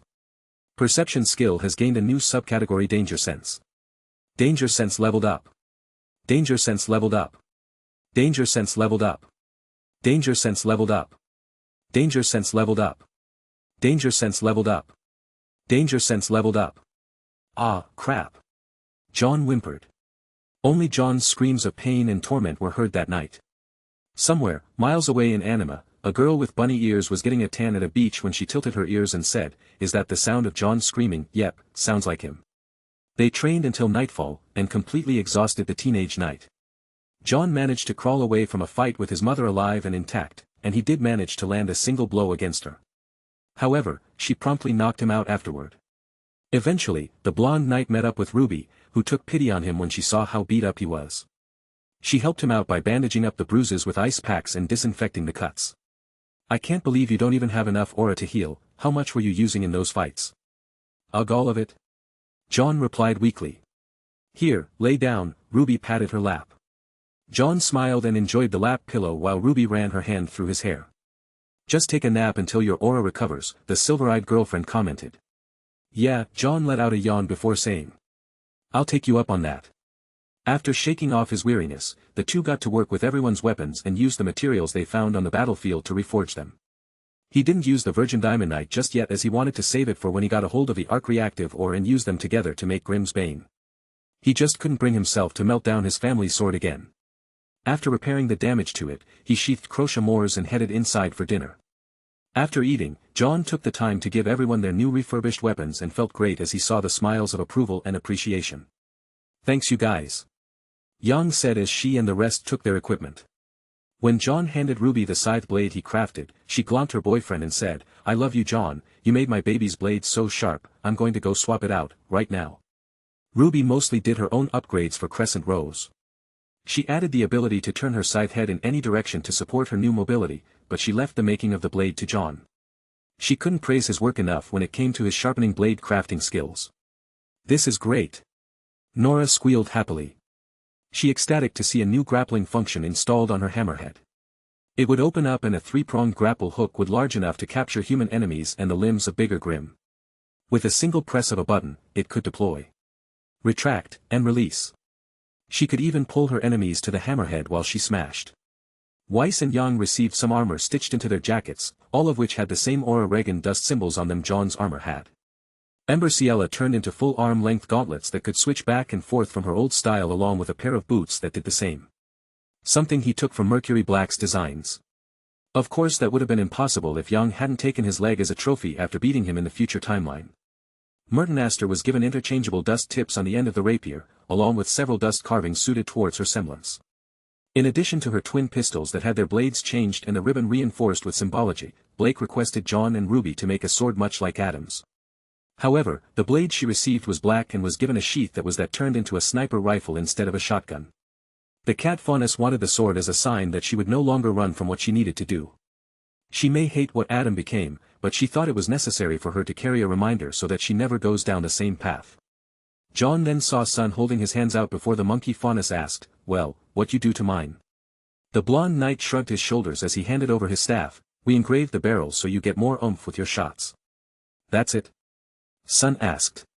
"Hey, you have your family's treasure to inherit, besides, we still have to collect ore at Kuroyuri, it'd be a shame to remake Rui Jingu Bang MK3 without the proper materials," Jaune said with a grin on his face. Sun pouted as he said, "Fine." Jaune chuckled before handed over Pyrrha's sword and shield. He layered them with a polymer coating made of ferrous metals. As they were now, she could now easily manipulate her weapons as if they were an extension of her own body. Also, the lightning dust symbols in the rifle barrel combined with her semblance allowed her to turn a bullet into a focused rail gun. Ren's guns were given the same dust-enhancing barrel, better blades were installed on them. And they now had a taser attached to the bottom of the weapon's blade's cable launching mechanism. He could either shoot the blade towards a target or launch a pair of electrified cables capable of producing 20,000 volts of electricity. I'll put them to good use, Ren nodded his head as he checked over the gear. Everyone enjoyed the time they had left together and stayed up late that night. John spent as much time talking with his father and even went to say that he was sorry for running away and faking his way into Beacon. His father apologized for dismissing his son's dreams and not training him sooner. John teared up a bit, but it made him feel much better about himself, especially when Lance said that he was proud of him. John felt like a weight was lifted from his shoulders, and for the first time in a while, he felt like he could do anything, save anyone, be what he always wanted to be, a hero. Something in John's soul synchronized with this feeling, and unbeknownst to John, he had knocked on the door to his second semblance. Mistaking for his elated feelings of reconciling with his family, John missed out on discovering the key to using his new semblance. After going to bed in his room instead of the forge, John was surprised to hear Ruby sneaking into his bedroom late at night. She crawled up next to him and tucked herself under his arms as she laid her head on his chest. She moved closer, wrapped her arm around his stomach. "I can't sleep right," Ruby whispered. "Damn you, it's going to be hard going to bed without you now." John lifted an eyelid and said, "You did a pretty good job sneaking out. I don't think it will be that hard when we get back to Beacon." Ruby let out a quiet eep. "You're awake." John giggled and pulled her in closer. "I know how you feel, Ruby, it's going to be hard for me too." Ruby smiled and kissed him on the cheek. "I'll sneak out when you get up." John pulled back her hair from her face and kissed her forehead. "No worries, I'm pretty sure the whole family knows you're in here, they know I won't do anything inappropriate." Ruby giggled and snuggled in closer. With her head over his heart, she listened to it beat steadily as she closed her eyes. "Good night." "Good night." The two drifted off to sleep and enjoyed the time they had together. The next morning, John did a quick workout and before they knew it, the time for them to leave had come. They all stood at the airport with the whole family seeing them off. Gwen had become very attached to them, even going as far as to say that she saw them as her own kids. Maybe it was because of her semblance, or more likely, Gwen being this kind of person was the reason her semblance was the way it was, a true reflection of her personality. Whatever the reason, everyone seemed fine with it and treated her with friendship and respect as she was hugging them and crying. "I just want them to stay a bit longer, just one more day. Come on dear, they doing important work, and you know we have a lot to do on our end too." Lance patted his wife on the back as she cried into his chest. "I'm going to miss them, damn it," Gwen said, making everyone tear up a little. "Yeah, me too, but we'll see them again." Lance looked over the group with a very gentle smile. "Damn it, I'm not gonna cry," Young thought as she felt a little choked up. Ruby was bawling as she ran to and hugged Gwen before she started murmuring, "I'll keep in touch, I'll send you scroll texts every day. I'll miss your food, and yes, even you too. You guys are almost as cool as John and Ren. I must say, I was surprised to see that John's family was so, well, not John, I had a good time, and thank you for your hospitality, you have a lovely hometown," Weiss said with a smile on her face. "Hey! That's not very sweet, Weiss cream." "Ugh," Weiss frowned. "Why, John?" Ruby sighed. "'Cause it pissed her off," John snickered. "You know, Young, I'm starting to understand why you make all these messed up nicknames. I had a pleasant time with you, and Rouge, thanks for signing my book," Blake said as she hid her signed limited edition copy of Ninjas of Love behind her back. "Always glad to meet a true fan, I'll make sure to send you an early release edition on the next book." Rouge grinned. Blake's ears swayed back and forth happily as she nodded her head. "It was cool hanging with your awesome fam, John, all of them are way cooler than you, I mean, used to be anyway," Sun said with a huge grin on his face. John wanted to protest but his shoulders slumped over as he sighed and said, "Yeah, I know, but I wasn't that bad." Sun just gave him the, "Dude, really? Look, do I even have to say it, onesie? Just you wait, I'm going to show you all the pros of the almighty onesie someday soon," John thought as he clenched his fists. "It was an honor to have met you all," Ren gave a polite bow. "We'll do our best to keep our leader safe." "It was great meeting you all, I hope we can do something like this again," Pyrrha said as she enjoyed the moment. Chapter 65. Everyone pretty much unconsciously accepted her as a surrogate mother, thus helping her increase the matriarch's aura pool by quite a bit. Her husband was going to have to work even harder to keep up with his wife now. Thankfully, John taught them how to increase their aura levels through his meditation technique. They planned on contacting John frequently so they could continue to work and experiment with it. They hoped sharing the information would speed up improving it. However, that did little to calm Gwen as she hugged everyone and refused to let them go. Everyone didn't seem to mind, though. It was a little awkward to deal with her crying so much about them leaving. John hugged his family one last time before they all gathered their luggage and stored it in their inventory. He also made sure to inform his parents and siblings about how they could form a party and use things like a chat function. He also got his grandparents to make a party screen of their own and become fellow players. They were surprised by their stats and even gleefully spent tokens to improve their overall abilities. John was surprised to see that they were known as a level 110 Dreadful War Knight, and 115 Temporal Knight. Another surprising effect was that after increasing their constitution scores repeatedly, some of their youthful looks began to return. The two were surprised to see more of their hair color come back and a few of their wrinkles fade. John and the rest waved goodbye as they went to the nearest airport and purchased tickets to their next location. After flying for an hour and a half, they ended up at the coastal city next to Mistral's borders. The last time they came here was when they separated and Team RWBY went on to use the Jin's lamp in the frozen tundra. John smiled at the thought of the arriving team that would be meeting with them shortly. The weather in the city was warmer than outside its border wall, but it was still cold and raining. Since the climate by the ocean was warmer, it rarely snowed here, so they would have to travel for a few hours if they wanted to see snow. As soon as they settled into the beach house, Yang's jaw dropped and said, "This is your vacation home?" Standing in front of them was a two-story house on a piece of grassy land elevated a good 30 feet from the sandy beach. There were a couple of trees and flower beds that needed tending, a garage attached to the left side of the house, and a picket fence that surrounded the property. "It's all right," Weiss shrugged her shoulders. "Nice place," Blake commented. "Dude. I wish you could have brought me here sooner. The guys would love to chill here." Everyone ran inside and unpacked most of their luggage. They wanted to take a long nap after the flight over, but they knew that they needed to prepare for the next day. Thankfully, other than the logistics, the plan was pretty much complete. Sun would stay at the house to bring Team SSN in on what's been happening while Team RWBYJNPR all drive up Kuroyuri to kill a Grim and extract some much-needed and precious metal ores. John went out to get food for everyone, pizza tonight. While he walked through the rain, he hardened his aura shell so he wouldn't get wet or cold. As he strolled down the streets of Seaside City, he heard a familiar voice calling out to him. "John. UWNKLE Jan. Tara. Adrian. It is you." Tara ran over and hugged him. John nearly cried as he recalled seeing their corpses burning in a funeral pyre. The image of her torn body shielding the deceased Adrian haunted his soul for so many years. It was taking everything he had not to kidnap them and hide them in Domremy until this whole apocalypse issue was done and over with. "Hey, you okay?" Tara asked as she saw his expression. John sighed and nodded his head. "It's good to see you too, we missed you at Christmas."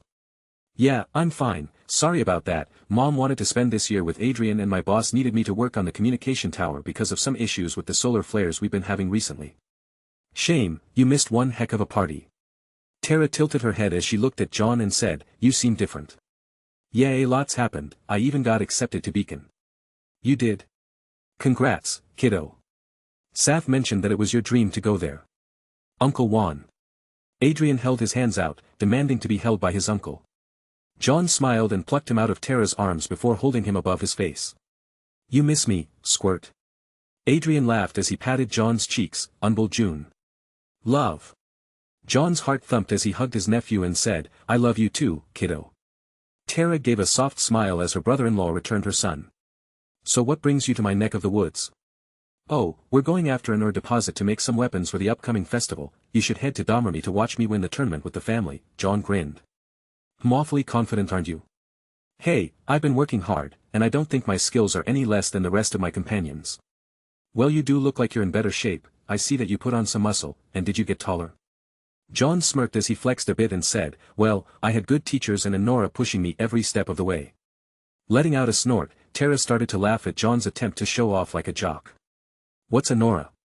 "What indeed, to be honest, I'm still trying to figure that out," the blonde knight nodded his head. "So what are you doing here?" "I thought I'd just do." "You mean to this part of town?" "Yeah, I'm grabbing some food for my friends, we'll be leaving the moment it stops raining." "I see, you'll have to introduce me sometime." "Count on it," John gave a thumbs up. Tara was about to ask where he was staying when her scroll began to ring. With an annoyed expression she answered and started speaking. "Yeah, what do you mean?" No, I told you to amplify the signal by rerouting power from the terminal room, what? Idiots. Sigh alright, I'll come back in. The dark-skinned mama shook her head as she hung up and said. Sorry, John, I'll have to cut this reunion short, I have to drop off Adrian at Mom's house. Some idiots at work tried to increase the strength of the signal by adding another power source when the tower isn't fitted for that extra strain. I get it, duty calls, I'll drop by and visit before we head back to Beacon. You still live on 23rd Street, right? You know it. Ooh, before I leave, Saffron told me she had some family stuff to work on and that she wouldn't be back for about a week. Wanna tell me what's going on? Well, I think you should just go visit her, take a vacation or something, and I'm sure she can fill you in on what's been going on. Fine, just let me know if it's anything I need to worry about. Oh, hey, you and sis are solid, she's just started training again, our family as well, just going through some things at the moment. I promise you that she'll explain everything when she gets the chance. She started training again? I thought she didn't want to be a hunter. She doesn't, but hunter or not, it doesn't hurt to have the strength to defend our loved ones. Tara frowned. Is there something you're not telling me? A lot, yeah, that's why you should talk with Saf in person. Alright, after I finish up with work, I'll cash in on my vacation days. You got me curious, John. Are you kidding me? Sorry, I have to cut this short, John, I have to go and chew out my subordinates. Go get 'em, John waved as he watched his sister-in-law run out from the cover the sidewalk awnings provided and back into the rain. She got in her car and drove off while waving back to him one last time. The blonde knight clenched his fists before saying, I'm not going to lose anybody this time, I'll protect them with my last breath if need be, I will protect my family. He continued on towards his destination with a smile and renewed confidence. Within a few minutes, he stepped into the pizza parlor and ordered the meals. After sitting around for a while, he eventually returned to his allies and got cheers for the choice in food. They spent half a day waiting for the rain to die down, during which they went over plans, joked around, and snacked on junk food before everyone got ready to travel to Kuroyuri. Yang pulled out Bumblebee from her inventory and grinned as she threw a helmet at Weiss and said, Come on Weiss Cream, let's go for a ride. I told you to stop calling me that. Weiss shouted with a stomp before begrudgingly sitting behind Yang. Blake now had her own car and still couldn't get over the fact she could just store it in her.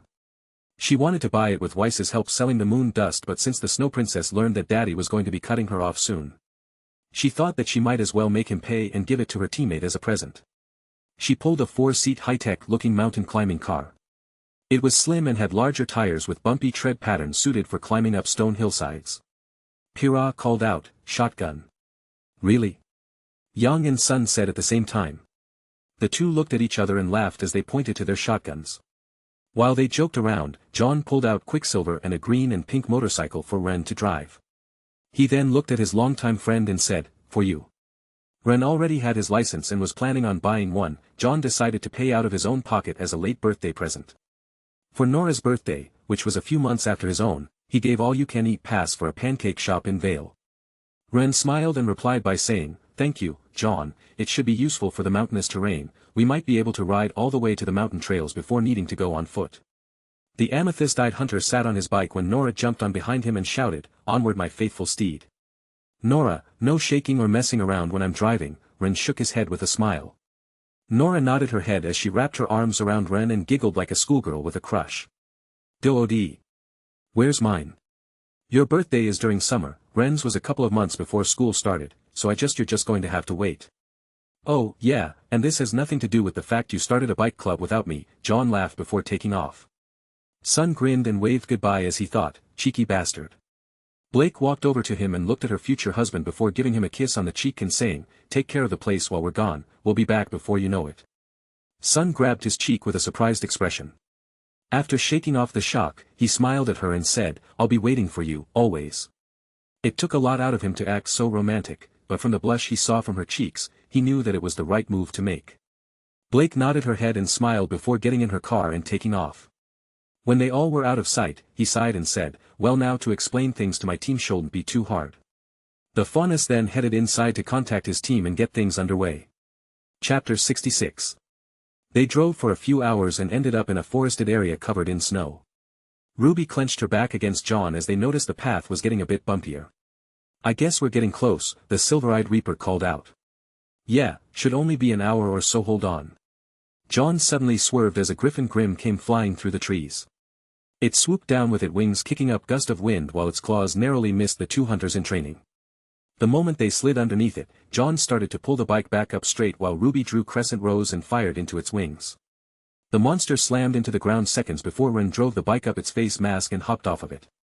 Before the monster could get up, Jaune followed after Ren and jumped up with her bike before slamming down on its back. The monster was about to roar, but it was cut short by Blake ramming her car into its head. A splat noise was heard seconds before the griffin turned into a puff of ash and the car drove through it. Adolescent griffin killed. 350 XP awarded. Jaune stopped before the rest when Pyrrha called out from behind them, "Is everything okay?" "Yeah, just spotted a grim nest ahead. I don't like how close they are to the city, so let's clear them out and earn some EXP, the blonde knight announced as he looked over towards a nearby mountainside. "Sounds sort like a plan," Jaune chuckled. "We don't know the situation, but we're about to. Blake, can you shadow leap to scout out the area?" RWBY shouted. "You got it, Captain." Blake got off her car and turned into a shadow before jumping into another shadow made by a tree. "So, how much did we get?" Nora asked. 350, if I was going solo, it would have been 2,800, Jaune informed. "Neat, I hope there are hundreds of them," Nora laughed as she pulled out her hammer. "I'm not sensing just a bit more than a few dozen. Use your perception skill, Nora, I'm sure you'll understand," Ren informed as he opened his eyes. "Yeah, I got the same feeling. If I had to guess, I'd say there are about 40 of them," the blonde knight followed up. "That sucks, I wanted to put Magnhild's upgrades to the test," Nora pouted. "Blake is back," Weiss informed before the faunus in question appeared from the shadow next to her car. "So, how's it look?" RWBY asked. "A group of griffins are nesting in a small cove about 3 miles ahead, there's about 42 of them." "Okay then, all in favor of burning a griffin nest to the ground?" Jaune asked. "I'm in," Jaune punched her fists together. "It's a slight detour, but I think Jaune is right, taking out a nest that's so close to a village should keep any attacks from happening in the near future," Pyrrha commented. "Then what are we waiting for? Let's go break some legs." "You heard the lady." RWBY hopped off the bike and started walking towards the forest. Everyone stored their vehicles and ran through the forest towards their targets. "Ren, give us cover," Jaune called out. "Got it." Ren held his hands up and used his semblance combined with Gwen's aura string art to mask everyone's presence. A glowing green thread wrapped around everyone's wrist seconds before they all leapt through a clearing in the forest. In front of them was a large cliff face that had a 20-ish foot cave opening. It wasn't a very deep one, but it was still enough to hold a pack of decent-sized bears. "Okay everyone, here's the plan. 4 of us will act as bait and draw them out while the rest prepares to ambush them. I figure, RWBY, Pyrrha, Blake, and myself can kill a few of them to draw their attention. We'll run the moment they start moving to attack, that's where the rest of you come in. Ren, I need you to put a net of aura wire over the entrance once we leave the cave entrance. The rest of you use your projectiles to wipe them out." "Sounds like a solid plan, Jaune," Jaune commented. "I can keep my semblance on you, but I'll need a boost if you want my aura to be able to handle the strain of holding back so many Grimm," Ren followed up. Jaune nodded his head and enhanced everyone's aura before heading in with the others. They headed in to see a decently spacious area with several Grimm lazing about on the ground in slabs. Despite there being 14 of them, Ren's semblance allowed them to make the first strike. Without even noticing their enemies were right in front of them, the Grimm could only react in violence as team of 4 made quick work of the griffins. Jaune shot off powerful lightning-infused crescent arc blast that exploded out into a wide-ranged attack. The lightning shot through 2 of them and alerted the whole nest. At the same time, RWBY slashed one's head clear off, Blake stabbed one in the face, and Pyrrha decapitated 2 that were laying next to each other. The roars of the angry griffins made the cave rumble before RWBY turned into rose petals and dragged everyone out. As the monsters chased after her, she bolted to the exit while Jaune activated his aggravate ability. The moment they flew out of the cave entrance, Ren created several wires and attached them to the surface of the mountain. The group aimed their weapons when RWBY returned everyone to their physical forms and they all unloaded on the Grimm that crashed into the net. A few of them even chopped themselves apart since they were flying so fast. As the team of hunters rained down death with gunfire, the group killed the adolescent. Nora finished the destructive plan by lobbing 3 grenades that collapsed the cave in a large explosion. "Now that's a big boom." Nora laughed with a bit of mania in her voice. 20 adolescent griffins slain. 7,000 EXP gained. 22 mature griffins slain. 28,600 EXP gained. Level up. Name, Jaune Arc. Age, 17. Title, Reincarnated Hero, 52 Aura Growth. Class, Hunter Knight in Training, Level, 11. Overall Level, 0-11. Experience, 145,600. Experience needed until the next level, 202,500. Condition, 99. Constitution, 67 to 75 3 from level up, 5 from level token. Defense, 87 to 91 18 armor bonus, 4 from level up. Intelligence, 33 to 35 2 from level up. Focus, 38 to 42 from level up. Mana, 0. Battle power, 273 to 29,017 from level up. Aura, 7, 945-7, 99, 146 from level up x2 aura growth from MD pendant. Previous soul semblance, mutated aura amplification. Current soul semblance. Wargid's blessing, training and combat have a long-term growth effect on aura and battle power. Increases the effects of any and all training by 1000 x 10. I guess those jobs with the family did us some good, John commented as he closed his stat window.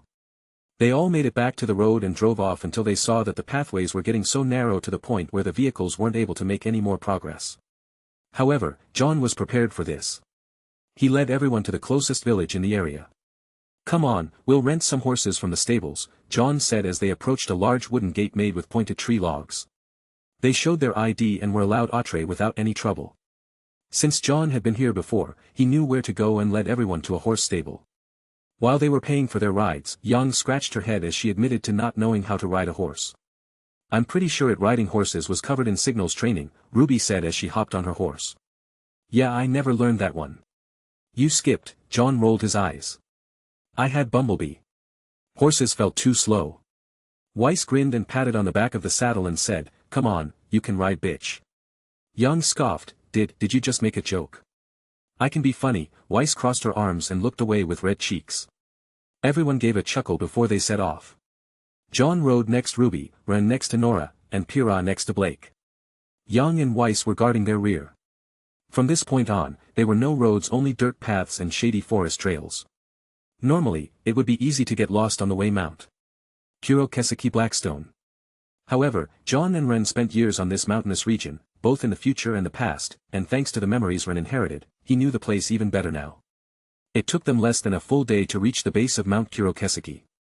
Seeing as the sun was setting, everyone decided to make camp. The next morning, they woke up with the campfire still giving off embers. After their workout routines, they all headed off to Ren and Nora's old village. Nora felt him shaking when she placed her arms around his waist and said, "It's okay, we're not alone." Ren looked around to see everyone giving him encouraging looks. John patted him on the back and said, "It's just a knuckleave, we're way stronger than we were when we last beat it, we got this." Ren smiled and nodded his head before giving the reins a little pull. The horse responded and sped up. After an hour of traveling upslope and an hour on a winding mountainside, the group ended up at the decimated ruins of Kuroyuri. "We're back," Ren smiled. "We are," John followed up. "So this is where we lived for 4 years, kind of bleak," Yang commented. "There is a spring of snow that melts into river up top of the mountain. Lotus and cherry blossoms bloom in the spring. It may not look like much now, but once we got done with the place. It was quite the sight," Ren mentioned with a smile on his face. "I know, I saw the place in John and Son's memories, but I mean, seeing what it looks like now." Yang crossed her arms as they walked through the broken gates. "It was a group effort. During that time, we had to unlock the auras of every citizen that we saved or those that migrated here. It was cool to see all sorts of production-type semblances appearing. There was a guy who could rearrange the terrain, a woman that could build entire buildings with a single thought. Someone that could reinforce the strength of objects that contained carbon, and so much more." John informed. Pyrrha clapped her hands together with a smile as she said, "Wow, I guess this place must have been pretty fortified. The mountainous terrain acts as a natural barrier against the grim, without heavy foliage and the rocky terrain they are easily spotted.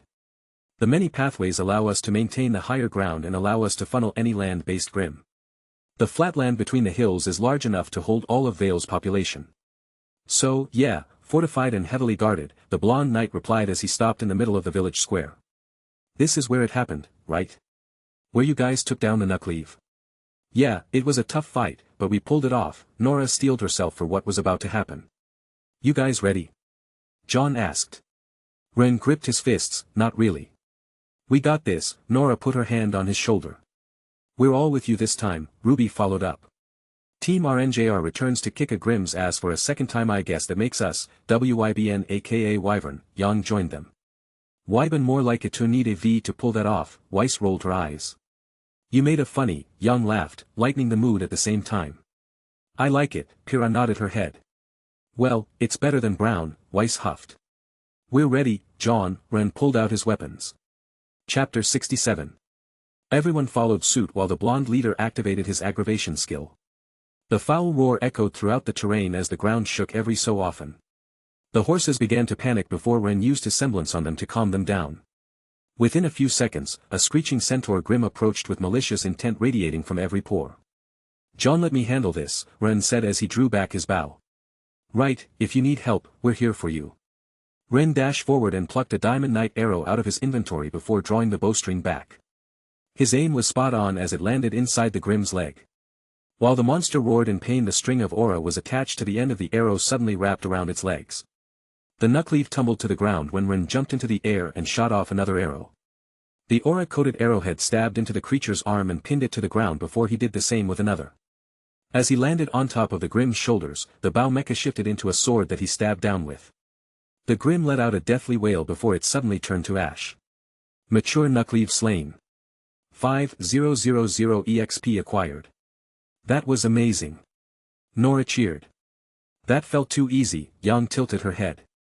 Ren stared at his hands in shock as he thought, just how much stronger did I become? I guess that's the result of your training, Jaune smirked before saying. Besides, taking down a young Knuckleaf is easy compared to what we put up with in the future. I guess he's right, I think I'll have nightmares for years after seeing the Grim on the Dark Continent, Weiss shivered. I don't think there was a single Grim that wasn't ancient class at the least, RWBY followed up. Kira nodded her head as she added, well, we'll just have to keep training until we can kill hordes of them easily. With the system helping us improve, we might catch up to our future selves in not time, Blake commented. I have to agree with you there, Jaune said as he walked over to Ren and plucked up a dagger from where the Grim faded away. Ren noticed Jaune handing it over before he said, it belonged to your father, right? The amethyst-eyed hunter nodded his head and took hold of the dagger. Jaune, thank you, Ren smiled before Nora suddenly tackle-hugged him. That was so cool. Rennie, you took it down all by yourself. You were all thwip, swing, and the Grim went poof. Ren blushed a bit but shook it off rather quickly as he watched Jaune walk off. His eyes followed his leader until the blonde knight stopped in front of an empty lot. RWBY walked up next to him and said, so this is where we built our house. Yeah, I can still see it. While the lot was empty, Jaune could see a white fence, a 2-story house, a work shed, and a garden all around the place. The only thing still here was the large sakura tree. Yang nudged him with her shoulder before she said, it happens someday, we'll get our home back. Come on, let's get moving, we have a mine to collect from, Jaune said as he started walking off. Yang was a little off-put by his attitude and was about to speak her mind when RWBY stopped her and shook her head. Not now, Yang, it's still fresh for him, I mean for us, it's something that hasn't happened yet, but for Jaune, it wasn't too long ago. The blonde brawler sighed as she shrugged her shoulders and followed after. Jaune led them up and across a narrow pathway that led to a dark cavern at the top Blackstone Mountain. Is this where the ore is? RWBY asked. The blonde knight nodded his head before putting his hand on his partner's shoulder and asking, Pyrrha, if you would? Pyrrha smiled as she held her hand up and felt Jaune amplifying her aura. She could feel all the metal within the mountain cavern. It looked like specks of multicolored stars glittering like lights flashing off diamonds. She then took a deep breath and started to recall all the metal within her reach. Chunks of ore came flying out of the cave entrance. Piles of varying ores started to stack up in front of the group. Pyrrha separated them into metals with the same signature: titanium, aluminum, iron, impure gold and silver, and lastly, the ore Jaune was looking for. Pyrrha suddenly hit the ground as she felt mentally exhausted from burrowing out so many pieces of metal. Luckily, her team was there to catch her. Easy, there Pyrrha, Ren said with a worried expression. Yeah, take easy, I think we have enough, right? You okay? The blonde knight asked. Yeah, I never moved so much in one session before, I just need a few minutes to rest. RWBY nodded her head as she picked up a rock with gold and silver specks in it. Well, what do you know, you may not be able to manipulate pure gold, but since that's super rare to find in nature, you can get money whenever you need it. RWBY then looked over the piles and said, there must be 25 tons of metal here. Just about, Pyrrha huffed with a smile on her face. Seriously, if hunting doesn't work out, or you retire someday, you could start your own mining company and make bank, Yang commented as she grabbed hold of a chuck of silver. Jaune crouched down and plucked up a pure black-looking rock when RWBY asked, is that the arm? In its rawest form, Jaune answered as he smiled and placed his aura into it. The black surface of the ore suddenly flaked off to reveal a prismatic metal that shined brightly with the color of Jaune's aura. Unlike other metals, it's impossible for armor to get mixed up with other materials unless it hits melting point. There seems to be about 3 tons of it here, so we can make everyone's weapons now. That's good, Weiss nodded her head. Thanks for all the hard work, Blake followed up as she patted Pyrrha on the shoulder. MNN. Pyrrha nodded her head as she sat on the ground. But there's still so much more down there, I barely scraped the surface. It's fine, this is more than enough for what we need, Jaune informed as he stored the raw ore in his inventory. No, if we can collect more, then the better off we'll be, Pyrrha replied as she stood back up. RWBY smiled and asked, you guys want to camp out for a couple of nights? I'm down if you all are, besides I think we should let Ren make some graves for his parents, Yang mentioned as she nudged Jaune's shoulder. Oh, crap sorry Ren, I was so caught up in my own thing. Ren shook his head and said, no, not your fault, I imagine you did it once before. Yeah we know you didn't mean anything by it, Nora nodded her head. You need a break, Ark. Weiss pointed her finger at Jaune's nose. Seriously, you've been pushing 110 since you got back, relax a little, you need it, RWBY followed up with the pointing. I have to agree with our sister team, Pyrrha chuckled. We can do something fun while Pyrrha and the rest take care of getting more ore, Nora commented. Ren chuckled before he said, nothing wrong with a nap. Jaune smiled as he shook his head and said, alright, I can see when I'm outnumbered, I learned my lesson, I'll take a break. That's a win right? Blake asked with her ears twitching. Yeah, I think so, Yang nodded her head. The group forced Jaune back into the village. He walked to the empty lot that would someday become their house and set down the luxury tents. While he sat on a bed, Jaune looked at the roof of the tent and let out a tired sigh. Just a bit longer and everything will change, Jaune closed his eyes and took a power nap. In total, he got roughly 12 hours of sleep. However, there seemed to have been some kind of change within his soul. When he woke up, Jaune realized that it was the first time since he got back that he actually chose to rest his weary soul. Like a phoenix rising from the ashes, Jaune's soul suddenly inflated. Due to resting from overly excessive training, your soul recovered and experienced a breakthrough through the act of hyper-recovery. 2,500 to aura. Your aura has breached the 10,000 barrier. Title Reincarnated Hero has evolved. Heroic Soul, increases aura growth by 100, and physical growth by 50. Evolution requirement, reach an aura level of 100,000. Due to resting from overly excessive training, your physique has fully recovered and experienced a breakthrough through the act of hyper-recovery. 15 to Constitution. I guess I should take a break every now and then, Jaune thought as he got up and left the tent. Letting out a yawn, he saw RWBY, Ren, Weiss, and Nora sitting next to a campfire. The snow around them was completely melted, and they were eating some of his mother's leftovers. Jaune smirked as he walked over and asked, Sue, anything you guys need me to do? RWBY jumped up and hugged him before saying, good morning and no, you're on a mini vacation right now, no work for you. Yes, ma'am, the blonde knight replied before looking for the rest of the party. Pyrrha's up top exploring the mine right now, we've managed to collect around 48 tons of armor, Yang called out as she walked out of the female's tent. That was 4 hours ago, Yang, we have 80 tons now, Pyrrha set a goal for a solid 100. RWBY chuckled. The blonde knight scratched the back of his head as he asked, she hasn't been overworking herself, has she? No, we've been making her take hour-long breaks after each use of her semblance, and she got a full 8 hours of rest. We've also been exploring the cavern, Ren answered. Find anything interesting? Jaune sat down beside RWBY and pulled out some breakfast. Well, we found platinum and an extinct volcanic tube full of gems, but other than that, nothing much, we didn't even find any Grimm, Nora replied with a giddy tune in her voice. Not surprising seeing that a Nucleave was living in it, since they're a berserker type, they're one of the few Grimm that attack their own kind, Jaune explained before he started munching down his food. Not to mention the natural barriers the mountain provides, Ren followed up. What about Nevermorse? RWBY asked as she bit into a rice omelette.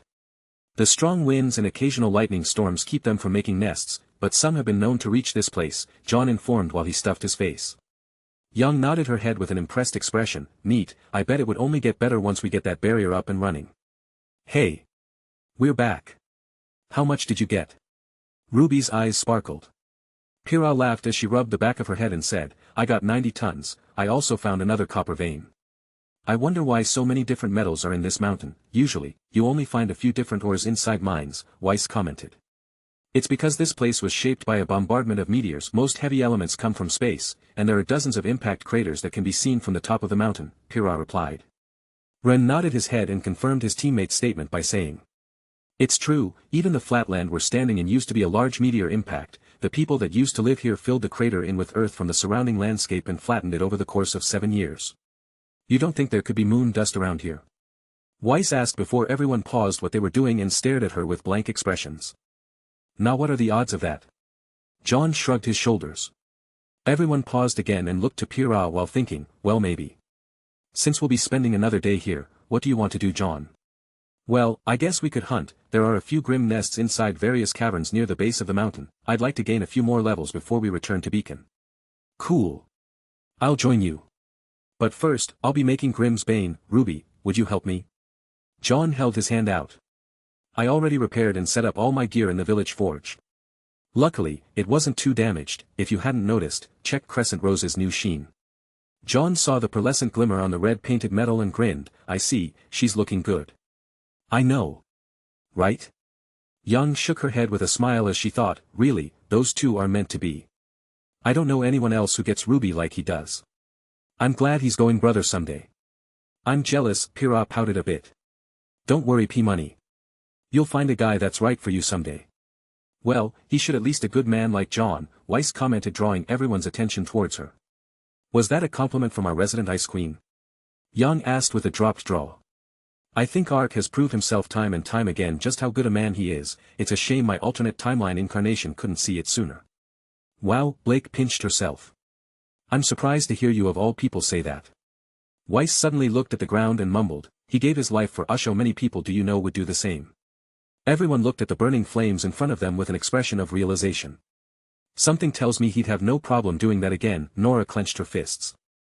It's not like I don't understand why he did what he did, but I don't like that we only survived because he gave up his life, Ren commented with a pained expression. I'm blame Pyrrha, she's was a bad influence on our adorable knight, Young chided as she saw the Spartan's shoulders cringe. Seriously, Team JNPR needs to stop sacrificing themselves so much. I never thought I'd say something as strange as that. Sorry, Pyrrha bowed her head. Hey. It's been a while since we heard that word. Relax, P-Money. We'll do better this time, we have to. Ahem. Nora and I are going to pick up some local herbs that only grow in this region. Would you care to join us, Pyrrha? Pyrrha nodded her head and said, sure, I could use a break from mining. As the trio walked away, Blake looked to Young and said, so what do you want to do? I'm going to go check out my old new house. Man, this weird. Can I join you? Blake smiled. Sure thing, kitty cat. I don't mind having my neighbor around. Hee hee. I guess that means I'm on watch duty. While Weiss pondered over her semblance and various dust combinations, Jaune and RWBY were welding armor inside a tube made of diamondite to make a unique Damascus weave that looked like flowing waves. Once it was finished, they heated the metal and got to work hammering it into shape. The two worked like finely tuned machines as they pounded out the dents in the metal and turned into the shape Jaune was familiar with. They added a long groove in the center of the blade and a thin line on each of the edges leading all the way to the tip. They then got to work on making the mecha shifting parts for his sword and shield. It took them almost 3 hours to finish everything up. RWBY even made a pair of 22 caliber Derringer's daggers she named Twin Thorn. She had paid attention to Gwen's teachings about the possibility of being separated from Crescent Rose. After strapping them onto her thigh with a belt holster, she noticed Jaune adding the rose pommel to Grimm's Bane and smiled. Jaune then twisted the rose and watched as the sword opened up to reveal that it was 2 long swords that had a set of vents in the gap. Jaune calmed his mind as a small amount of aura moved into the hilt of the sword and filled the gap, turning the normally 5 feet 10-inch sword into a 7-foot energy sword. He was surprised by how little aura he was using to maintain the shape of the sword. His control had advanced by leaps and bounds, far surpassing his future self. And with the arc reactive metal allowing him to use only a minute fraction of his aura, Jaune realized that he probably could have survived his last stand. He's so cool. RWBY's eyes sparkled. Hey, you can do the same with Crescent Rose now too, Jaune chuckled as slotted the sword into his aegis and placed it on his hip next to Crochamore's. Shouldn't you upgrade Crochamore's too? Jaune looked at his family heirloom and shook his head. No, I don't think I can do that again to my old partner. I'll reforge it with her. I never gave the combination of Diamond Knight and Armor a name. How about we call it Adamantium? RWBY chirped. Sure, I like fantastical metals from Legends. Anyways, I'll reforge Crochamore's into Adamantium, but that's as far as I'll go. I think I should leave Crochemores as it. I've already changed the shield, so I'd at least like to keep something of my ancestors' weapon the way it should be. It's true, I guess it's graduated from the name Crochemores and become its own weapon. Aegis will take care of me, not to mention my shield can become more than one sheath, might as well take up two sword style too, John chuckled. You're going to keep using him? Of course, I won't part with Crochemores until I pass it down to my son. Ruby blushed a bit as she smiled with approval.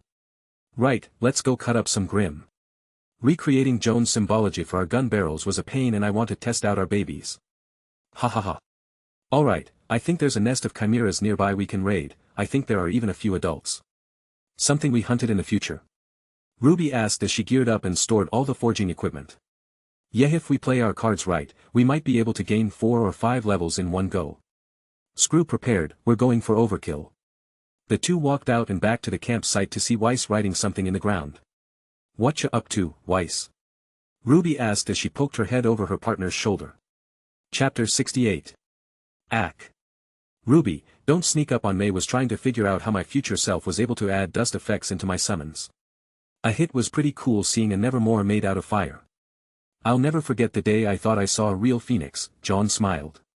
Yes, well, I think I understand most of it, I was just testing some things with a couple of equations. Bleck, I think I prefer Symbology's art of words over the math you need for your sigils. Ruby stuck her tongue out. Weiss rolled her eyes and said, well, who knows, maybe I'll find a way to blend Symbology and sigils together. You shouldn't look down on math, Ruby.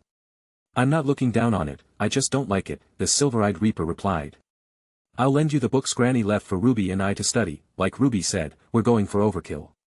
Weiss raised an eyebrow before John explained, You see, in order to change our future, I couldn't think of anything besides becoming so powerful that we create a wave big enough to change the tides of fate. Us by ourselves won't have a good enough impact. We need every able man, woman, and child to put in the effort, so the more power we have the better. So even if we can't win right away, we can at least survive, Weiss pondered out loud while she cupped her chin and tilted her head. Exactly, John snapped his fingers with a grin on his face. Weiss nodded her head with a look of understanding. I see, that explains why you want so many citizens with their auras unlocked. That and production abilities will help out a bunch. Honestly, last time there was barely enough of us left, but if we awaken an entire construction company, I can only imagine how quickly and efficiently a city can be built. So where's everybody else? Ruby looked around. Pyrrha went back to mining with Nora, Ren is making concoctions, Yang is Yang, and Blake is reading in the tent. We swapped out watch duty every half hour. Well, John and I are about to go kill some Grim. Want to join us? Sure, let me get Yang to take over, I could stretch my legs and try out a couple ideas. So team, JWRM Jewelry? Ruby tilted her head. The trio smiled at the name before Weiss shook her head and said, sure, I guess that works. Weiss went off and shouted at Yang to take over for her while they went out to level up. Huh? Isn't he supposed to be resting? What, I'm just clearing some Grim, this for fun for me, John laughed. Yang rolled her eyes and said, well, you kids have fun then, don't stay out for too long, and make sure to contact us if you need anything. You got it, John gave a thumbs up before hopping up on his horse. I'll keep her safe, though, I think you know she'll be watching my back too, sis. The blonde brawler gave him a melancholic stare as she said, John, you stay safe too, you have to start taking better care of yourself. We don't need a leader that ends up shouldering everything to the point they become a burden for themselves and others. I still haven't forgiven you for making me leave you in that mess. Yang, I'll keep him in line, Ruby announced as her horse stood next to John's. You do that, sis, and protect that cute butt of his. Yang chuckled at the sight of her sister dropping her jaw. John laughed while Weiss shook her head and said, can we go now? Yes please, and quit looking at my boyfriend's butt. Come on, Buttercup, giddy up. The horse trot off as they gave a quick wave and the group made their way out of Kuroyuri's gates. Please, whatever benevolent god watching us, protect them, huh? And here I thought Crow's whole religion stuff was BS. John, Ruby, and Weiss rode their horses down to the bottom of the mountain's pathways before the blonde knight led them to a few cave openings near a forested area. John and Ruby stood at the front while Weiss prepared a dust amplification sigil for them to use. Place their guns up behind the sigil. John and Ruby smiled before the blonde knight said, let's shake this nest loose. On my mark, fire. Ruby shouted as she shot a fire dust round. John fired a wind dust round and watched as their attacks combined within Weiss' sigil, forming a large fireball that shot into the cave and exploded. Roars of anger could be heard coming from inside the cave before a notice informed them that they just killed 6 adolescent chimeras. 6x mature chimera Grimm have been slain. 9000 EXP acquired. The ground began to rumbling with the sound of heavy footsteps as the trio prepped their next attack. Jaune activated his aura sword while Ruby revealed her new aura scythe blade. Impressive, Weiss said as a chimera ran out the cave entrance.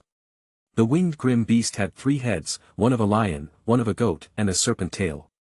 Its body was large and muscular. It had razor-sharp claws and rows of teeth on each of the mask-covered heads, and it was at least the size of an elephant.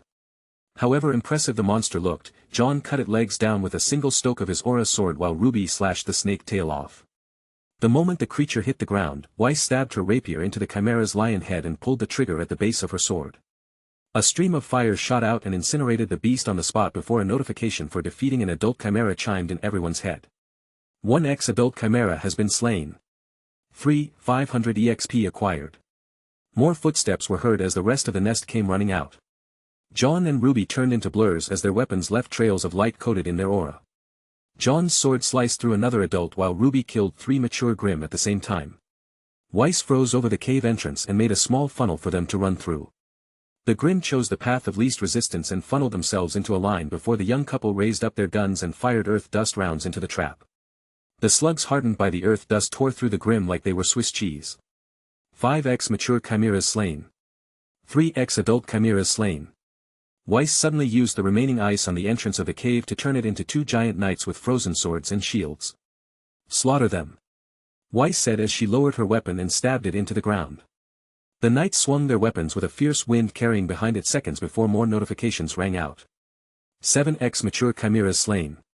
1x adult chimera slain. Jaune rushed in before swinging his blade and letting out a shout, crescent moon beam. The 7-foot-long sword of aura suddenly shot off the surface of the blade, cleaving through the stone cave and killing even more Grimm. 3x adult chimeras slain. 10x mature chimeras slain. Ruby switched back to her sniper mode before closing her eyes and releasing a decent amount of her aura to fire a laser from her barrel made of pure aura and fire dust. For a second, Crescent Rose looked like a large crimson flamethrower that spewed death into the cave entrance. 2x adult chimeras slain. 14x adolescent chimeras slain. Jaune then boosted Ruby's aura and made the beam magnify several times over before it exploded and collapsed the entire cave. 6x adult chimeras slain. 7x mature adolescent chimeras slain.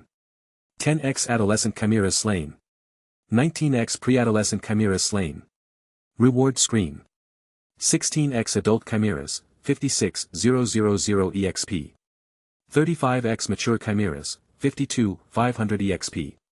24x adolescent chimeras, 18,000 EXP. 19x pre-adolescent chimeras, 5,700 EXP. Total EXP, 132,200. Level up. Jaune spent his token on the last constitution sphere and took a quick look at how much EXP was needed until the next level. Name, Jaune Arc. Age, 17. Title, Heroic Soul, 100 to Aura Growth, 50 to Physical Growth. Class, Hunter Knight in Training, Level, 12. Overall Level, 0-12. Experience, 277,800. Experience needed until the next level, 303,750. Condition, 98. Constitution, 75 to 84 4 from level up, 5 from level token. Defense, 89 to 94 20 armor bonus, 5 from level up. Intelligence, 33 to 36 1 from level up. Focus, 38 to 44 4 from level up. Mana, 0. Battle power, 275 to 30,530 from level up, 50 increase from title effect. Aura, 10 545-10 62 075 from level up, X3 aura growth from MD pendant and title effect. Okay, let's head off to the next nest. I want to see if we can get to level 20 before the day is up, Jaune grinned. I wonder what happens when we do. There are only 20 sphere slots in our grid, Ruby pondered out loud as they backtracked to where they tied up the horses. I imagine it's something like a class-up event, Jaune shrugged his shoulders. Going by game logic, that seems to be the way of things, especially after seeing you family's class grids, Ruby replied as she jumped on her horse. Class-ups? I wonder what I'll get. The trio went from grim nest to grim nest, wiping out every kind of vile creature of darkness they came across with ease. Their new equipment and Weiss advancements in her sigils turned Team Jewelry into a force of nature no grim could stop. Only monsters like Salem's Creations and the nightmare-inducing Grimm on the Darklands could put up a proper fight. Alone, each teammate could probably kill an experienced adult. Though, a team was still needed for the Elder, Ancient, and Primordial Grimm class. When they reached level 15, everyone suddenly received a notice that they could class up. You have reached level 15. You now meet the minimal requirements to prestige your class. Would you like to advance class now? John's jaw dropped as he saw he had 3 classes he could advance to. Magic Swordsman. Paladin. War Knight. Ruby's was. Reaper. Weapon Specialist. Huntress. Weiss was more than stoked to see magical abilities as the reward of her class up. Red Mage. Green Mage. Blue Mage. At Kuroyuri, Yang was looking over her choices. Monk. Martial Artist. Berserker. Ren couldn't believe what he was seeing. He was already grateful that he was leveling up like mad due to his team leaders and Weiss driving a bus, but a class up was out of his expectation. Alchemist. Assassin. Medic. Nora grinned ear to ear as she read out the provided classes. Electro-Esper. Kneecapper. Titanic Tank. Pyrrha was woken up from her nap to see her class-up options floating above her face. Champion. Dragoon Knight. Spartan Warrior. Blake's ears twitched as she read her choices. Kunoichi. Archivist. Rouge. Even Sun, who was currently explaining things to his teammates, got the notification. Martial Artist. Cultivator. Jester. John quickly pulled out his scroll and sent a mass text to his party group before turning to Ruby and Weiss and saying, "Don't pick a class yet." Huh. Why? Look at the command prompt, Ruby said as she pointed to hers. It says we met the minimal requirements, we might get even better classes if we max out our base class, John followed up. I see, sigh before. Let's keep going, there are thousands of Grimm around these parts we can hunt, Ruby said as she reloaded her crescent rose. I'm with you, John said as he got back on his horse. Right, let's get to level 20 before nightfall. Weiss said as they rode away from a piece of destroyed terrain. The smoke was still smoldering next to craters and ashes of Grimm. They fought and fought until they eventually reached level 20. In total they had killed upward of 1,000 Grimm, many of which were adults, and just as John expected, there were even more classes to choose from.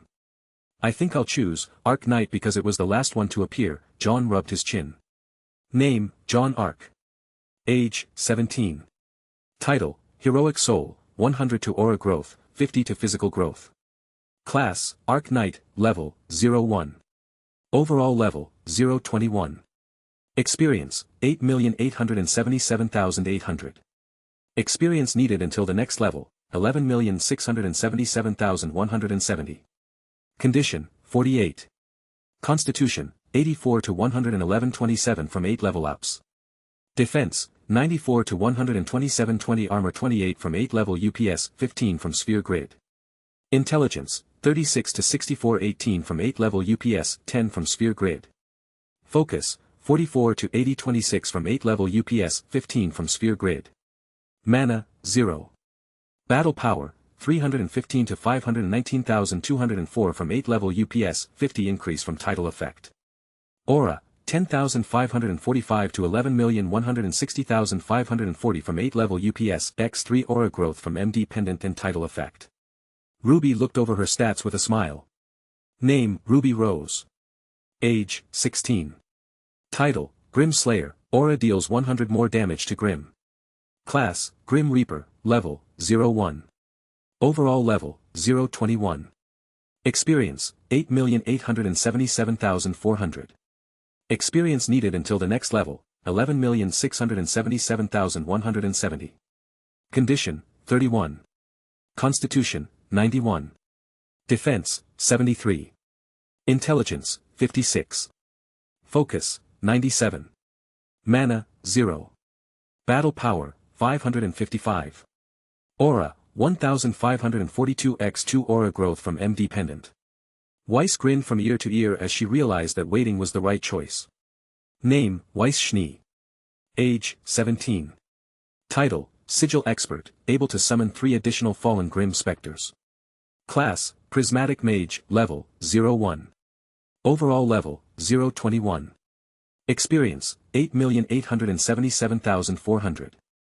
Experience needed until the next level, 11,677,170. Condition, 21. Constitution, 79. Defense, 50. Intelligence, 106. Focus, 100. Mana, 50. Battle power, 215.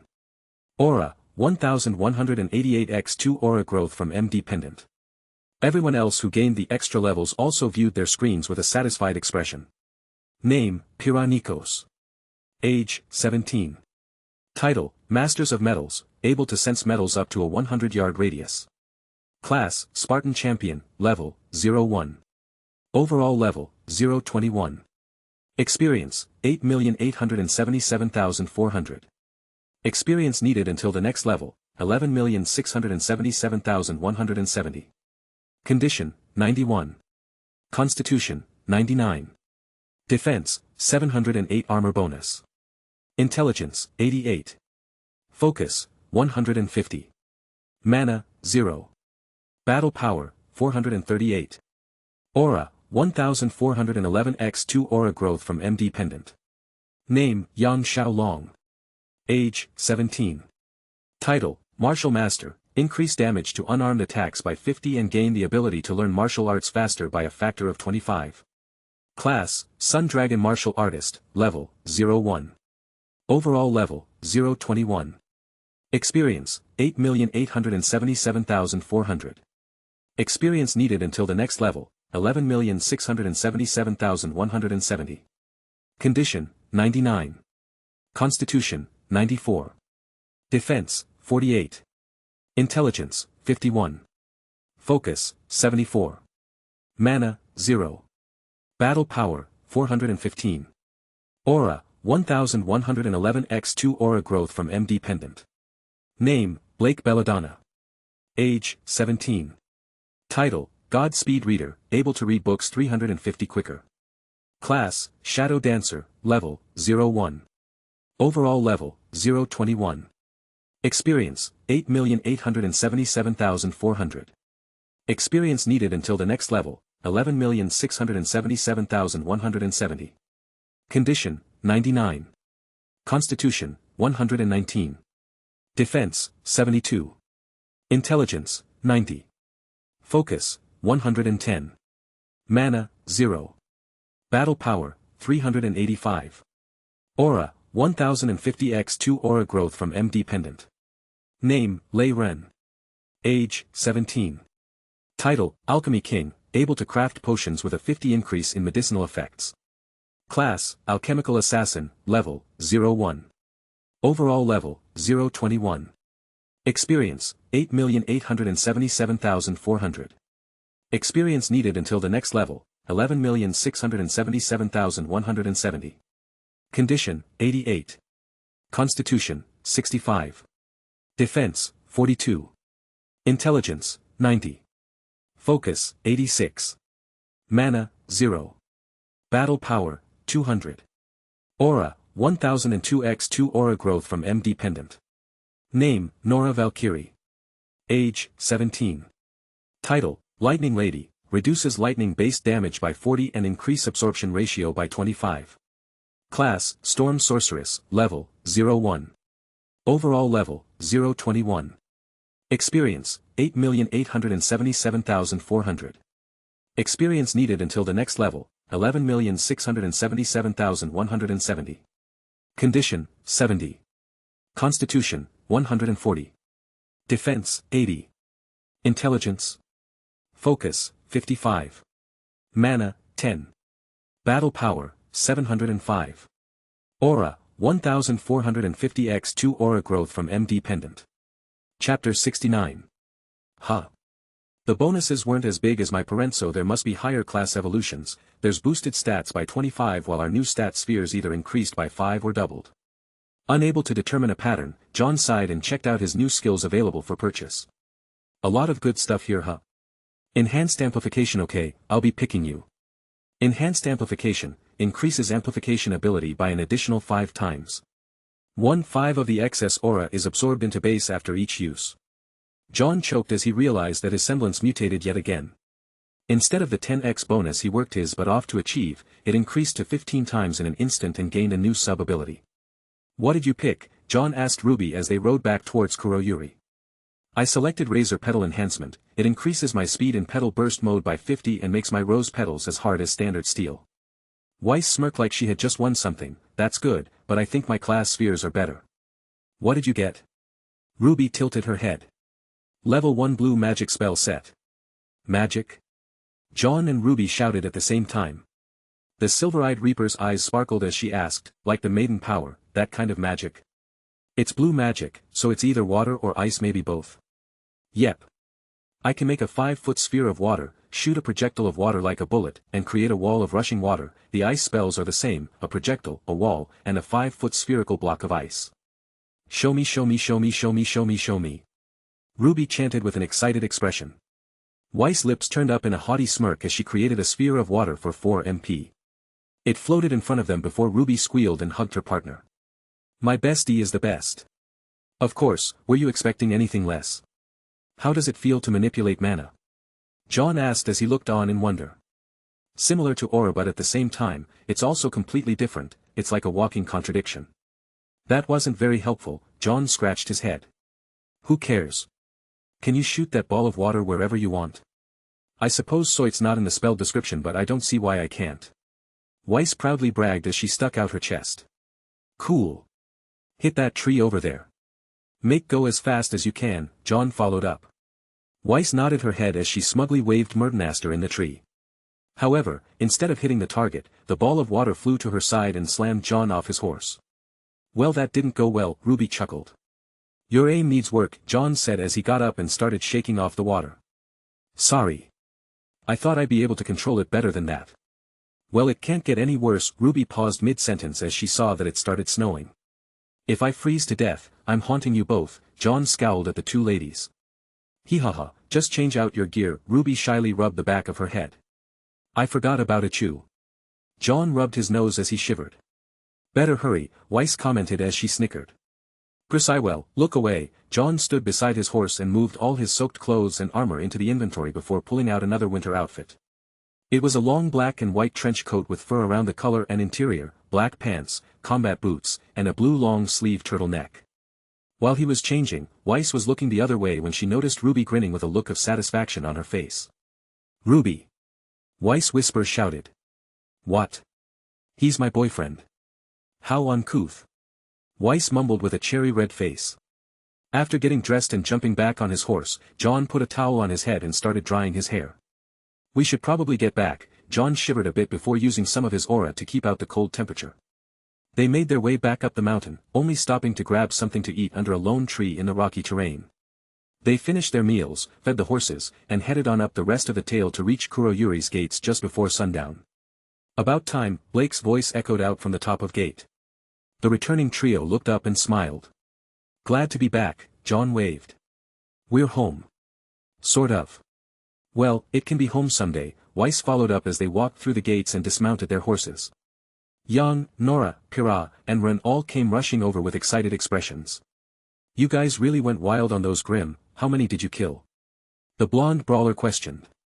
I think around 1,400, maybe. It got hard to count them all when we started collapsing caverns all around the base of the mountain. Hey! What spheres did you guys pick for your class prestige? Oh, I picked Second Wind. It lets me recover half my aura when it hits the red once per day, Young grinned. I picked the Stormcaller class. With lightning magic on my side, I'm invincible. So we have 2 mages now, 1 for each team, John laughed. I got the Prismatic Mage class. 9 of my spheres contain magic skills of different elements, Weiss bragged. Congrats, Blake nodded her head. I picked Alchemical Assassin. It's class that has a mix of alchemy and assassin skills, so I selected the Transmute skill sphere. Now I can make potions without brewing them and gained a bunch of knowledge on poisons. Ren followed up as he showed one of the potions he made. Common Stamina Potion, restores 15 of stamina and steadily increases lung strength over months of constant use. Common Healing Potion, restores 5 of condition and heals minor wounds such as cuts, bruises, and simple illnesses. Common Health Drink Cherry Flavored, through regular use built up over time, the taker will steadily increase growth of physique, organ function, and cognitive processes. Has a hint of black cherry flavor. This is pretty good. I wonder if we can replicate the class skills without having the class. Seems like something we should test out, Pyrrha commented before explaining more about her selection. I picked the Spartan Champion class and chose the electromagnetic manipulation skill. I can make sparks of electricity with magnetic fields now. Freaking awesome, Nora's going to be unstoppable, Jaune laughed. You can make rail guns without the tech. This is amazing. And the strong get stronger, Blake rolled her eyes. What did you get? Weiss questioned the faunus. I got Shadow Dancer, the skill I picked was Shadow Chaser.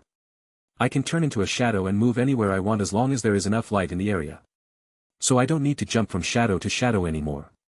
At night or in total darkness, I lose my Shadow Chaser ability. But in return, all my physical abilities are magnified by 50. Wow, just how strong are we going to get? Ruby gushed at the thought of everyone becoming overpowered hunters. Alright, let's eat dinner, get some rest, and go out hunting on our way back to town tomorrow. Jaune followed up. I do want more magic elements, but the EXP needed to level up is getting higher and higher, Weiss commented. I guess we'll have to be careful not to waste our tokens, Jaune smirked. I imagine if we want to level up at a much quicker pace, we should go for Ancient Grim whenever we can and focus on adults, Blake thought out loud while tapping her foot against the ground. True, I think Mount Glen should be full of adult Grim, I know the Goliaths there are at least a few thousand years old, Ruby added. Can you imagine what the Council will say if we clear out Mount Glen, Jaune commented with particular ire for the word, Council. After seeing firsthand the kind of world they built, Jaune didn't have much respect for the ones calling the shots. Not that anyone could blame here. When led by incompetent people, you get incompetent solutions. But first we need that Grim barrier, if we had that, we could clear out the whole city in a couple of months, Nora shouted with a look of joy. Seeing as how we get stronger the more Grim we kill, it could be even quicker. Weiss thought how their rapid gaining in levels made each fight easier. The hunting they did could barely be called that after they hit level 15, a slaughter was more appropriate. I want to do the same here. Call me selfish, but I want to revive Kuroyuri and make the sanctuary hunting school. I think it's the least I can do for my parents and I want to be close to them. Jaune smiled and put his hand on his brother's shoulder before saying, of course, that was always part of the plan. Ironwood is coming to Beacon, so we'll get our chance then. I wanted to meet up with him sooner, but my dad said he'd take care of it. If I can get Polendina on my side, we can probably get a prototype of the Grim barrier running before school starts back up. But we have to keep it a secret. If Watts figures out what we're up to, he'll inform Salem, so leave nothing of value on your scrolls guys, this all has to be word of mouth, Ruby held her finger over her lips. It'd be nice if we could get a secure form of communication, Jaune rubbed his chin. We have a lot of work to do, don't we? Ren lifted a brow. Nobody said saving the future was going to be easy, Jaune shrugged her shoulders. What do we do with the relics? Blake asked. Ugh, we can't just leave them where they are, Salem will keep sending people out to get them so she can be free from the Darklands, we might stop Cinder, but who's to say she won't just pick up more agents, Weiss sighed. The barrier is good, but Weiss is right, it's prone to sabotage, so it has to be hidden in the city and we should have multiple projection points, Jaune added. Good thinking, if one of Salem's people destroy one, another can activate and take its place.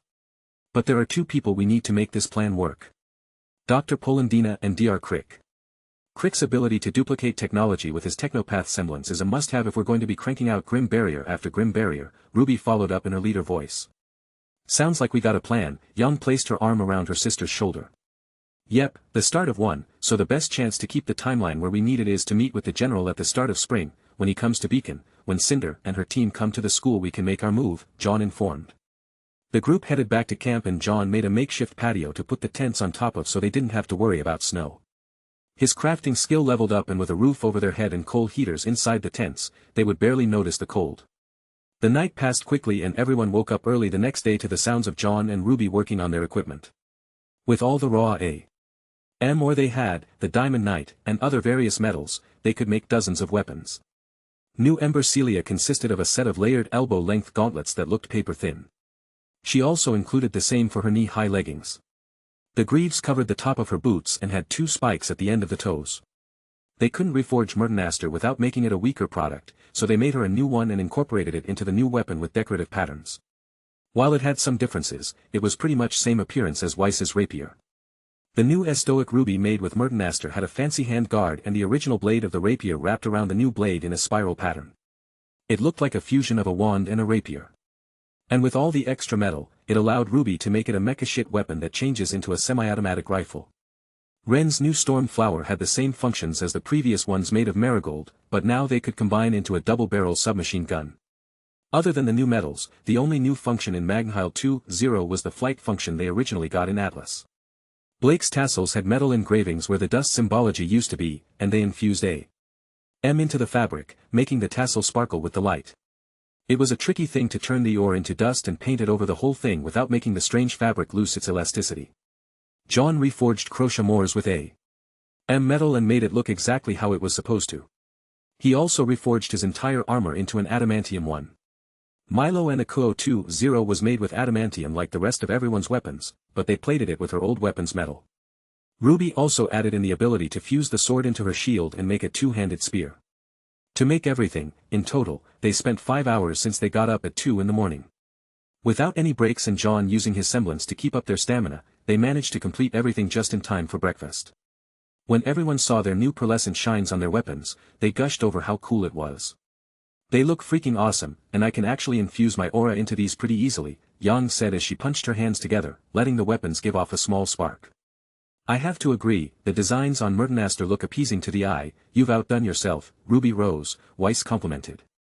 "Aw, shucks, it was nothing," Ruby waved hands. Chapter 70. Ren smiled as he transformed Storm Flower into the submachine gun, and his bow into his sword, one for each hand. "Thanks for thinking of me, Ruby." "Really, it was nothing." "It wasn't nothing, Ruby, it was a lot of hard work. We had to remake everything." Jaune rolled his eyes. "Take credit where credit is due," Blake followed up. "I can fly like a witch now. Halloween is going to be so fun." "Thanks guys. Really, it was a lot of fun for me." After eating, Jaune got to work packing up everything in his inventory. He even took the patio. "So, it's time to head back, huh?" Yang stretched as she got on Weiss' horse. "Yep, it's back to Argus," Ruby said with a smile. "Yeah, I think Sun should have clued his team by now," Blake yawned. "Alright, let's go kill a bunch of Grimm on the way back." Nora patted her weapon. "Sounds fun. Besides, everyone just got a bunch stronger. We need to adapt to our new strength." Yang nodded her head. "You just want to test out your new weapons," Blake rolled her eyes. "Well, that too," the blonde brawler laughed. "It is a good idea to see how much stronger we've all grown. We wouldn't want to overuse our strength on anything. We might end up killing someone in a spar," Pyrrha commented. "Especially Yang and Nora," Jaune followed up. "Hey!" Yang and Nora shouted in offense. Jaune chuckled before he looked ahead and said, "If we push it, we might be able to gain 2 levels before sundown." And so, Team JNPR and Team RWBY proceeded to make themselves a Grimm's worst nightmare. Blake scouted the enemy forces, letting the group know what they were walking into and giving them enough time to come up with plans that didn't waste energy. Ren cloaked them in a tranquil aura that kept the Grimm from sensing them, allowing everyone to attack like an unseen force. Jaune used his amp semblance to boost everyone before battle. He killed without wasting any stamina or energy and made sure to re-amplify his teammates' auras whenever they dropped back down near 100. By overboosting their auras when they were at full capacity, they could fight for even longer than before. Jaune just had to get the timing right, and he was improving with every use of his semblance. Ruby's speed and ability to attack in petal form made quick work of any Grimm in caves. She would shoot inside one and her rose petals would tear through them like a bullet hitting a wet paper bag. Weiss magic allowed her to use new ways to amplify her dust weaponry. She was slinging spells and shooting dust combinations to increase the magic's lethality. Nora smashed groups of Grimm while making herself stronger through the use of lightning magic. She swung her hammer with such strength, that she carved out a section of a cave wall and left the surface so smooth it looked polished. Yang found herself laughing at how easy it was to make Grimm heads explode. She used her new gauntlets and greaves and infused them with her aura to make each blow explosively powerful. Pyrrha became a living weapon against the Grimm. Jaune and Ruby made her 7 7-inch orbs out of adamantium that she used her semblance on. With those 7 orbs, Pyrrha could manipulate them in any way she saw fit. She could turn them into projectiles, she could block with them, change their shape, and even combine them. Akuo had new railgun features, her long spear opened up new methods of attacking, and with far more aura than she used to have, she became unstoppable. Even Jaune had doubts whether or not he'd be able to defeat her in his prime. After their first level up, the group was surprised to see how much a high stat gain became. Instead of 4 to 5 being a high roll, the new high gain was 7 to 8 with 10 being peak roll. The new lows were 3 to 4. The standard gain for aura and battle power had doubled. On top of having higher stats, John's new ability to allow his teammates to absorb some of the excess aura he amplified that was doubled by their Moondust pendants, everyone had jumped around 250 to 300 points in aura. However, since John's aura pool was larger, so were the gains. The blonde knight looked at his new stats in utter shock. Name, John Arc. Age, 17. Title, Heroic Soul, 100 to aura growth, 50 to physical growth. Class, Arc Knight, level, 02. Overall level, 022. Experience, 12,111,100. Experience needed until the next level, 17,515,755. Condition, 75. Constitution, 111 to 118.7 from level up. Defense, 127 to 137.28 armor, 10 from level up. Intelligence, 64 to 72.8 from level up. Focus, 80 to 85.5 from level up. Mana, 0. Battle power, 522 to 67,048 from level up, 50 increase from title effect. Aura, 15,396 minus 15,992,210 from level up, x3 aura growth from MD pendant and title effect. We could probably keep going, but it will take all day to level up again. I guess Mount Glen will be our next hunting spot, John said as he selected a new skill. Physical amplification. Semblance gains the ability to permanently apply amplification to the properties of physical objects. Can only be used once on any object. Ruby laughed as she selected her new semblance mutation, Praise the Sun. Photosynthesize. You can absorb sunlight to steadily improve aura levels and restore condition. 0.01 per minute. What are you, a plant? Young joked as she selected her new ability. Tempered Flame, adds fire attribute to aura and reduces aura consumption by 50.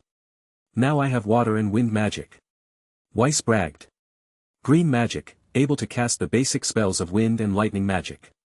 Wind Bullet, Wind Sphere, Wind Wall, Lightning Bullet, Lightning Sphere, and Lightning Wall are now available. This looks useful, Blake poked her screen. Shadow Aura, gain shadow attribute to aura. Increase aura output in shadow by 50 and 100 in total darkness. I can finally get another alchemy skill, Ren commented. Moderate potion recipe list, gain the information on how to craft 30 different potions. Aw yeah. Come to mommy. Pentastrike, creates 4 additional aura hammer heads upon striking. I think this one suits me nicely, Pyrrha smiled. Enhanced magnetism, able to manipulate metals and magnetic fields with 50 less aura use. After everyone showed off their new abilities, they called it quits for the hunting and returned to the village they rented the horses from. They paid extra because they had them out a little longer than originally planned, but it wasn't much to them. They then made their way back towards Argus on their bikes and car. While they drove, John picked up something strange happening near the outskirts of the plains. Hundreds of Grimm were rushing towards Argus, almost like they were being chased by something. Thisso, crap, we might have overhunted and woke up an elder, John said as he felt a sense of dread coming from the largest Grimm. Is that a Nucleave? Weiss called out. Of course it is, Ren gritted his teeth. None of that matters, it's pushing the pack towards Argus, so we have to stop it. It's an elder, so it has a bone exoskeleton armor, use aura-enhanced attacks if you want to bust through it. Ruby called out as they drove ahead of the dust storm being kicked up by Grimm fleeing from the Berserker. John thought of the Grimm reaching Argus and endangering his family. As he gripped his fists on the throttle, the blonde knight started to glow with a soft golden yellow color. John? You're glowing. I'm not going to let anyone down this time. If a hero's path is mired with danger, I'll become strong enough to overcome it. Limit Break semblance unlocked. Limit Break, for every point of aura used, increase strength of aura-based effects by 1 current limit 500 aura points. This semblance can only be activated once a month. John smiled as he pushed his bike to top speed. I got a plan, I'll have to test it out, but I need you guys to trust me on this. Okay, what's the plan? Pyrrha called out. First we get ahead of that army of Grimm, then I amplify your auras with the assistance of my new semblance. I have 2 semblances I can use. Is that why you're glowing gold? Ruby asked. Yeah, you're stealing my thing. Yang shouted as they all started speeding up. Well, to be fair, John's color is gold and yours is yellow. Ruby couldn't wait to see what John was going to do. They all managed to ride ahead of the wave of Grimm and stopped with them enemies about 5 minutes out. John stepped off his bike and sacrificed 500 from his aura pool to enhance his amplification semblance by 500. With a 5 times boost, his maximum aura boost went from 15 to 75. Jaune then amped everyone's aura and the noon night sky lit up with 8 colors. Streams of energy erupted from everyone's bodies as they felt their auras jump into the tens and hundreds of thousands. RWBY went from having an aura level of 2049 to 153,675. Once they absorbed the excess from their amplified auras, everyone would gain a substantial boost in aura. RWBY would gain approximately 1,536 points to her aura in one go. Jaune then used it on himself and felt his aura shoot up to 1,199,400. Jaune's aura stood leagues above everyone else's as he got ready to swing Grimm's Bane. His 7-foot aura sword suddenly stretched out in a 70-foot glowing gold blade as he swung out and released a massive blade beam that tore through a quarter of the Grimm. With another stroke, Jaune chipped away another quarter of the horde while rapidly depleting his own aura. With 2 more stoke, the whole army of Grimm fell to ash and only the elder Nuckalave remained, although not unscathed. Its entire body was singed and most of its armor was burnt and brittle. Jaune fell to his knees, panting heavily as he looked to his party and said, "He's all yours." "Holy shit!" Young yelled with wide eyes. "Ditto," Weiss said with a slack jaw. "There's no destruction but the Grimm. Is it me or are plants growing?" Blake looked around in wonder. "Wow," Pyrrha mumbled. "Our fearless leader is the best." Nora's eyes sparkled. "Are you alright?" RWBY asked as she helped him to his feet. "Yeah, just a little winded. Don't think I haven't released that much aura in one go in a long time. I just need a minute or two to rest and get my energy back." "We'll take care of this guy." Young slammed her fist into her palm. "I've never felt this powerful before. I feel like I can blow up a mountain." "Take a break, oh fearless leader, we'll take it from here," Ren said as he drew his bow back. "Take care of Jaune," Pyrrha said as she smiled at RWBY. "I will," RWBY nodded her head. The group minus RWBY jumped into action, rushing towards the Nuckalave with an intense burst of speed they've never felt before. Young moved so fast, her fist ignited alongside her flaming aura as she tore through one of the monster's legs. Even in its damaged state, the Elder Grimm stood its ground and swiped out with its stretching arms.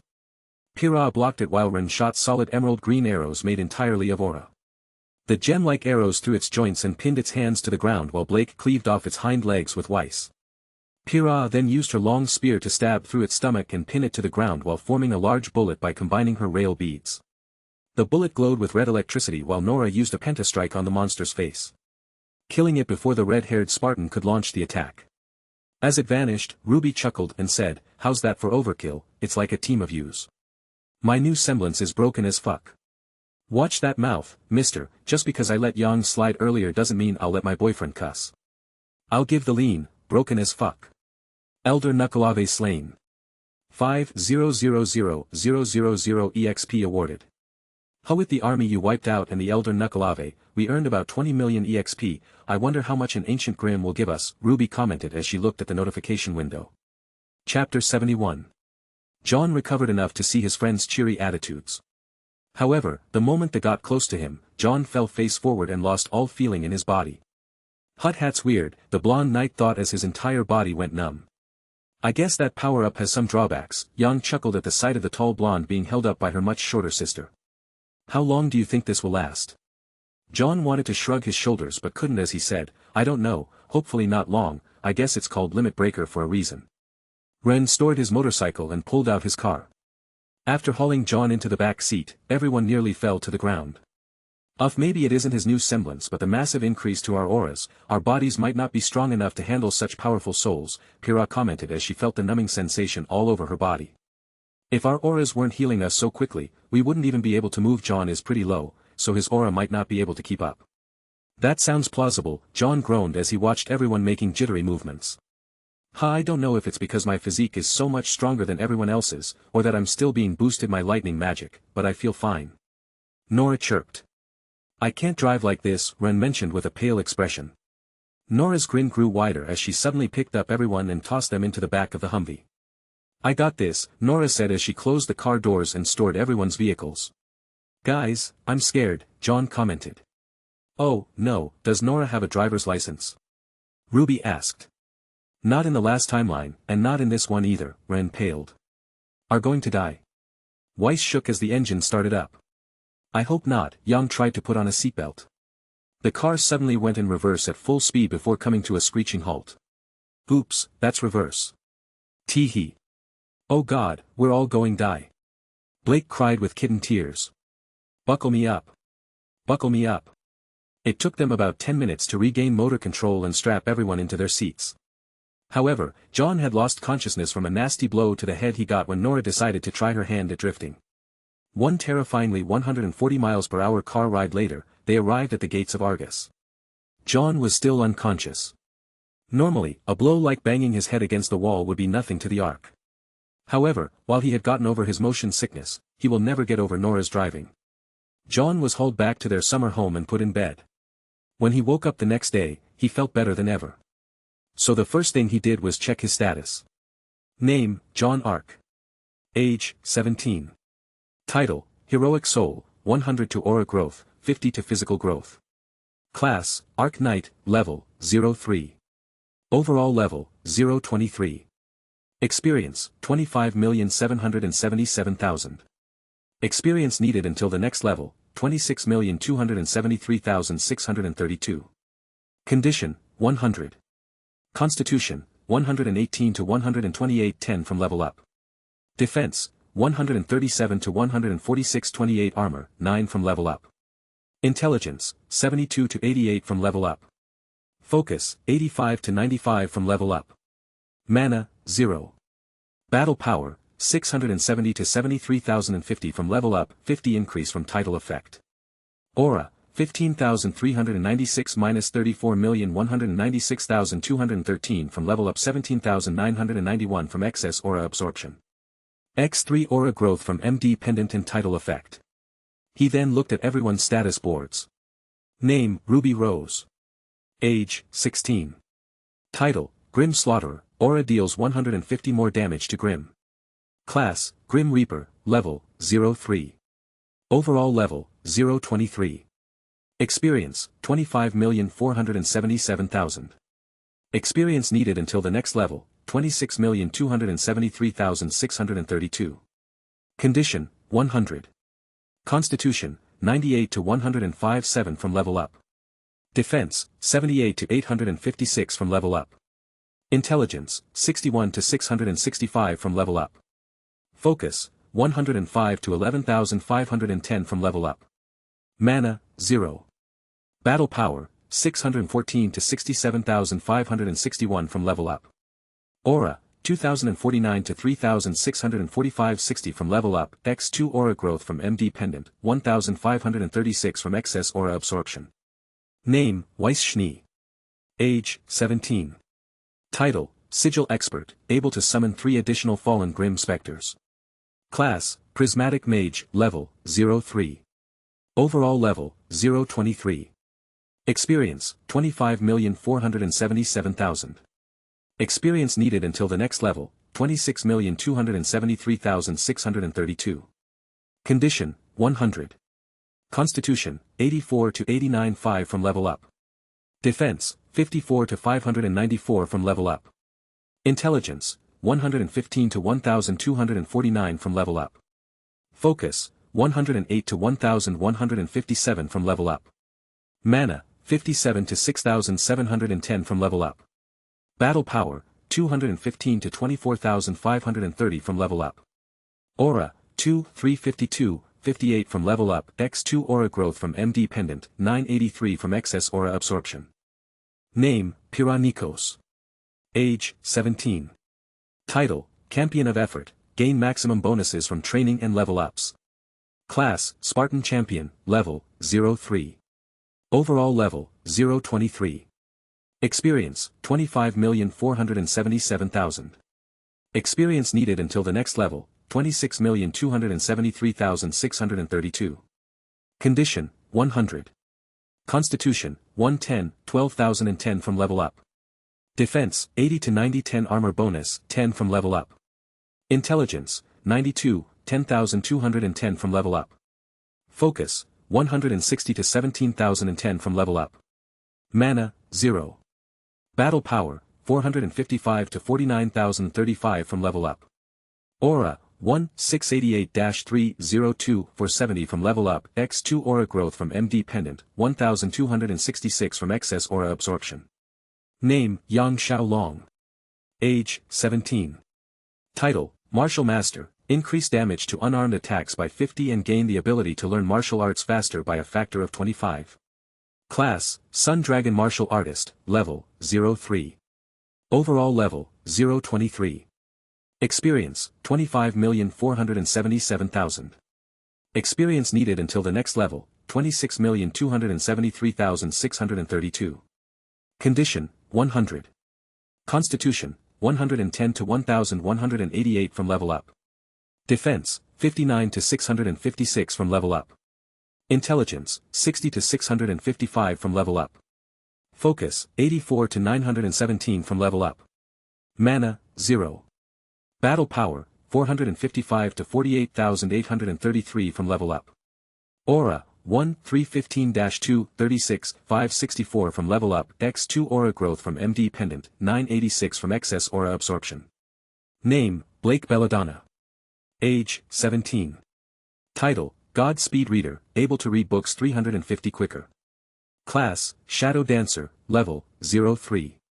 Overall Level, 023. Experience, 25,477,000. Experience needed until the next level, 26,273,632. Condition, 100. Constitution, 132 to 139.7 from level up. Defense, 81 to 865 from level up. Intelligence, 105 minus 1,127 from level up. Focus, 124 to 1,339 from level up. Mana, 0. Battle Power, 400 to 43,131 from level up. Aura, 1, 255, 221, 266 from level up. X2 Aura Growth from MD Pendant, 941 from Excess Aura Absorption. Name, Lei Ren. Age, 17. Title, Alchemy King, able to craft potions with a 50 increase in medicinal effects. Class, Alchemical Assassin, Level, 03. Overall Level, 023. Experience, 25,477,000. Experience needed until the next level, 26,273,632. Condition, 100. Constitution, 65, 6 from level up. Defense, 42 to 4 from level up. Intelligence, 90, 10 from level up. Focus, 86 to 8 from level up. Mana, 0. Battle Power, 251 to 27,928 from level up. Aura, 1, 231-2, 21, 056 from level up. X2 Aura Growth from MD Pendant, 923 from Excess Aura Absorption. Name, Nora Valkyrie. Age, 17. Title, Lightning Lady, reduces lightning-based damage by 40 and increase absorption ratio by 25. Class, Storm Sorceress, Level, 03. Overall Level, 023. Experience, 25,477,000. Experience needed until the next level, 26,273,632. Condition, 100. Constitution, 158, 1,679 from level up. Defense, 95 to 1,005 from level up. Intelligence, from level up. Focus, 59 to 667 from level up. Mana, 18 to 2,810 from level up. Battle Power, 740 to 78,535 from level up. Aura, 1, 675-2, 99, 968 from level up. X2 Aura Growth from MD Pendant, 1,256 from Excess Aura Absorption. Name, Sun Wukong. Age, 17. Title, Bus Rider, increases EXP gain by 10 when lazing while the party is battling. Class, Martial Daoist, Level, 03. Overall Level, 023. Experience, 25,711,000. Experience needed until the next level, 26,273,632. Condition, 100. Constitution, 141, 1,509 from level up. Defense, 75 to 805 from level up. Intelligence, 90 to 94.4 from level up. Focus, 88 to 968 from level up. Mana, 0. Battle Power, 510 to 54,535 from level up. Aura, 3, 335-3, 40, 570 from level up. X2 Aura Growth from MD Pendant. Jaune laughed as he said, "Ha, they've all gained about 2,000 points in aura. If I can keep this up, I might be able to make hunters with aura levels similar to the ones I had in the future. If we had an army of aura monsters, we'd easily be able to safeguard remnant. The only question is, who we should choose to grow the quickest." "Sounds neat." The voice of Sun was accompanied by him passing over a plate of pancakes. "How'd you get here?"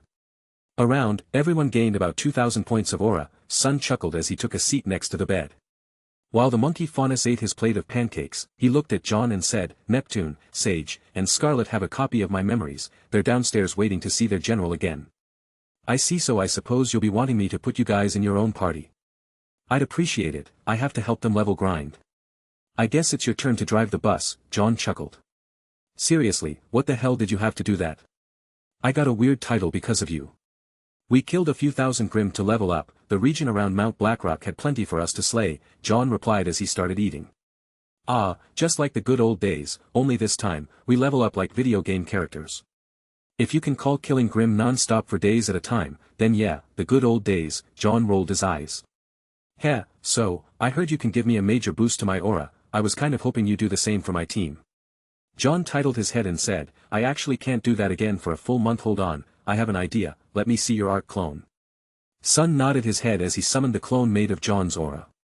Jaune grabbed the hand of the clone and used reawakening on it. The clone glowed brightly as its aura went from roughly 2,500 to 37,500. It also took Jaune's appearance and wore a full suit of armor. "Hats new." Sun tilted his head. "Did it receive my new mutations?" Jaune hopped. Sun gave a thumbs up before saying, "Yeah, I can steadily increase my team's aura with this." The clone vanished as the monkey fauna said, "It feels weird for my aura clone to have more aura than me." "Well, since it has my appearance, weapons, and abilities, it's more like a aura replica." "I guess it is." Sun gave a soft smile before his eyes widened and he announced, "I got these now." Clapping his hands together, clones constructed from his team and Team JNPRWBY appeared in front of Jaune. "So I found out that it only takes 24 hours for you to make a special clone. Could you use your reawakening on them? They're kind of weak with only around 500 aura points stored within them." "Sure." Jaune proceeded to amplify all of them to having roughly an aura level of 7,500. "With this, I have a whole team of special replicas that can mimic your teams. I'm a one-man army." Jaune looked at his hands and said, "When the month is up, I want you to use reawakening on me." "So you're going to do it in a month?" The blonde knight nodded his head. "I'll take the test after we stop Cinder from destroying the city with the train." "Right then, don't die on us, Jaune." "I'll do my best." Jaune finished his plate and headed downstairs to see his team chatting with the rest of Team SSN. "Morning." Jaune waved his hand. "Jaune." Ruby leapt up and gave him a hug. "I can't believe that love tap knocked you out." Yang shook her head. "Hey. I can't help it, I started feeling sick, and I lost focus for a second or two."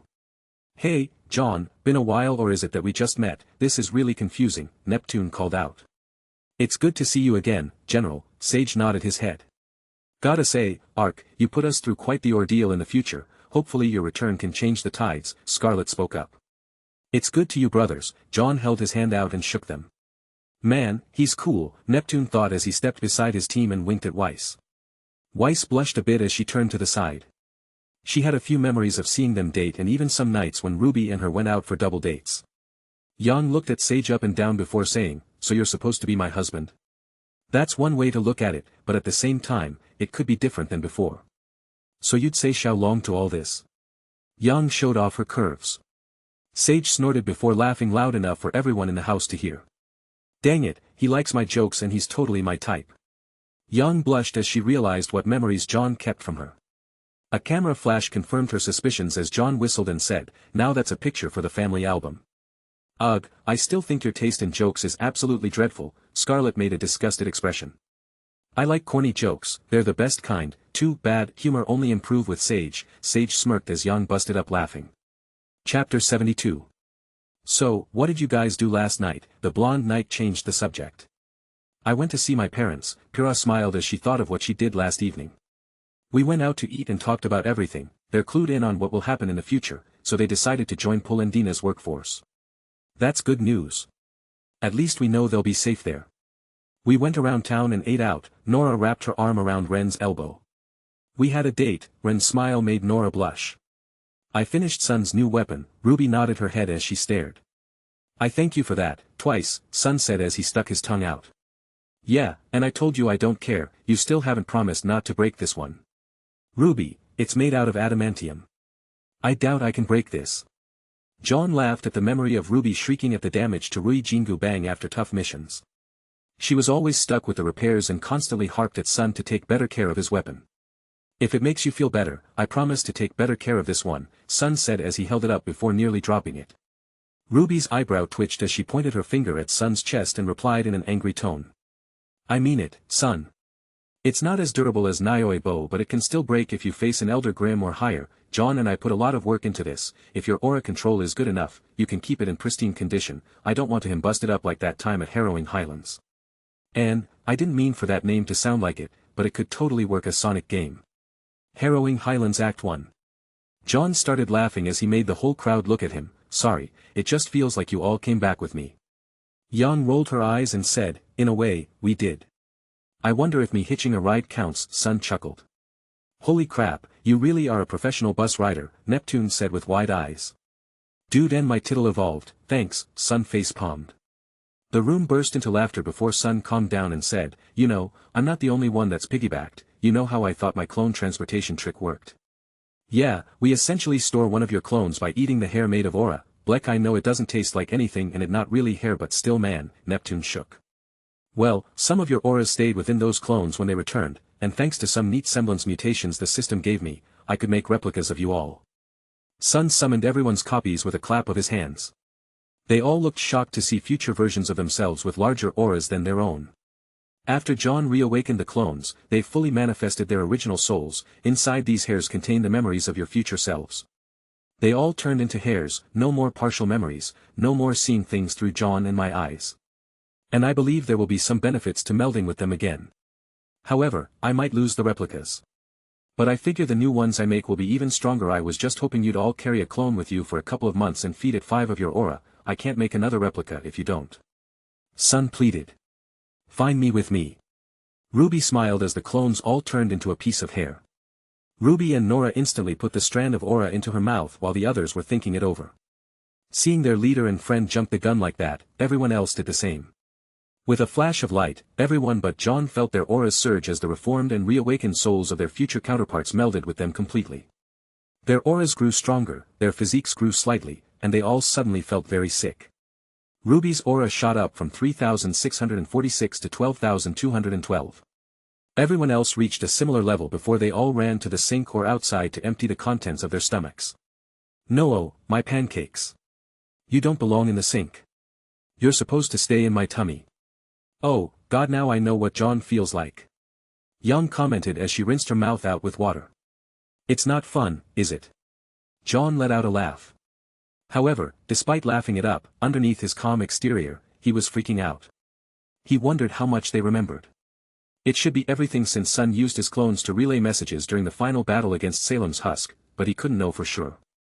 It didn't take him long to find out as Yang approached Jaune and clocked him in the chin. As he flew back and fell over a couch, Jaune jumped back and shouted, "The hell was that for?" "That was for making me drag Ruby out of that mess." Yang walked forward and jacked Jaune over by his collar before saying, "You will never make me abandon a friend in combat again, do you hear me, Ark?" Wait a second, he didn't share that part, and that happened after Sun died. Yeah, I think Ojban might have messed with that strand of aura that came back with you. I remember what happened after you died. Ruby wouldn't talk to me for months. Yang, that's enough, Ruby said with a cold tone in her voice. RWBY, Yang looked flustered as she dropped Jaune onto the ground. The silver-eyed Reaper smiled as she placed her hand on Jaune's cheek. "I think good old Ozzy planned this. We came back, Jaune, all of us." "Is that why he said it had to be me?" Jaune's eyes widened in realization. "Wait, do you remember what happened after I died?" Everyone showed a sour expression before Ren spoke up. "We were killed by a never-ending wave of Grim a few years after you died. We didn't even see this Nosferatu because it kept creating and sending newer and more monstrous Grim." "It was that bad?" Jaune frowned with a look of worry. "At first, we were able to somewhat fend off the endless hordes, but eventually," Weiss stopped as Nora followed up with an unnerved expression. "Not even the barriers could stop them. It looked like a black tsunami covering the planet. We thought it was over after defeating Salem, but we're wrong." Blake gripped her fists. "Yeah, the last thing I remember was darkness and endless rows of teeth." then nothing, Weiss shivered. But, something kept our souls from vanishing. Blake looked at Sun with a warm smile. Sun pointed at his face with a surprised expression that quickly turned into a cocky smile. I get it, my clone was acting like a tether reaching across space and time. It was fuzzy, but we saw everything, and when Jaune used his reawakening ability on the replicas, it woke us up, RWBY commented while nodding in affirmation. I see. Jaune suddenly plucked RWBY up and kissed her. Sun and Neptune whistled while the rest of room rolled their eyes and looked away. Alright, that's enough of that. As happy as I am to see you two back together, I feel like you're too young for this kind of thing. Yang plucked her sister off Jaune. Hey! Put me down. Jaune snorted before he started laughing. He laughed so hard, he started to cry. Ojban, I could kiss you. Jaune laughed even harder. Everyone gave him some space while walked over and hugged him. So, everyone is back, right? Even Team SSN? Yep, our future selves possessed our current selves, Neptune confirmed. I mean technically, it isn't possession, our souls just absorbed their future versions, Sun corrected. This would be impossible without the souls being the same, Ren confirmed. I'm just glad we get a second chance, Sage spoke up. No kidding, Scarlet added. So, we follow the plan, right? Yang scratched the back of her head. Well, yeah, it's a good one, Weiss shrugged her shoulders. Okay then, how about we get ready to head back to Beacon, RWBY said while poking her finger against her chin. Sun nodded his head and said, you guys go ahead, I have to train up my team with the system, oh, and I hope you all get the same title I did. Ha ha ha. Alright, I set up the new team. Remember, without being in our party, you won't be able to earn our EXP. Yeah, but since I'm dividing it between 3 people instead of 8, I should be able to get these guys to level 20 before we get back to Beacon, Sun said as the 3 leaders stood in a circle. They started planning out what they had to do and almost an entire hour had passed. Jaune looked at the clock and smiled. Well, we'd better purchase a ticket to Beacon if we want to get home today. Argus is a trade city, so we get lots of air traffic here. There might not be any tickets left for today if we don't hurry. Right. We're ready when you are. Yang looked at Sage with a smile and said, you and I need to talk when we get the time. I agree. Hey, do you think our kids? I don't know about that, but we do know when we made them. We could try and recreate that night, but I think we won't get to see them again. The odds are just. Yang shook her head. I get it, I can't help but hate that we couldn't save them. I'm with you on that one. Yang did her best to hold back her tears. Yang and Sage weren't the only couple that had to deal with the loss of their children. The only thought that was worse than that was that they'd never be able to see them again in this timeline. Jaune waited for everyone to calm down and said, you know, there is something we might be able to do about that. If we use the relic of choice, you guys might be able to know what to do to ensure their births. Yang, Weiss, and Nora's eyes widened before they rushed over and hugged the tall leader. I completely forgot about that. Yang cried before Jaune saw the looks of relief on everyone's faces. I got you back, guys. I don't know if it worked, but at least we can have some hope. I want Kara, Jade, Jeese, and Nina to be born as much as you guys. I'm their uncle after all. Jaune nodded his head. I'll forgive you for what happened in the future, Jaune, just this once, Yang cried as she squeezed tighter. Enough. You're breaking my back.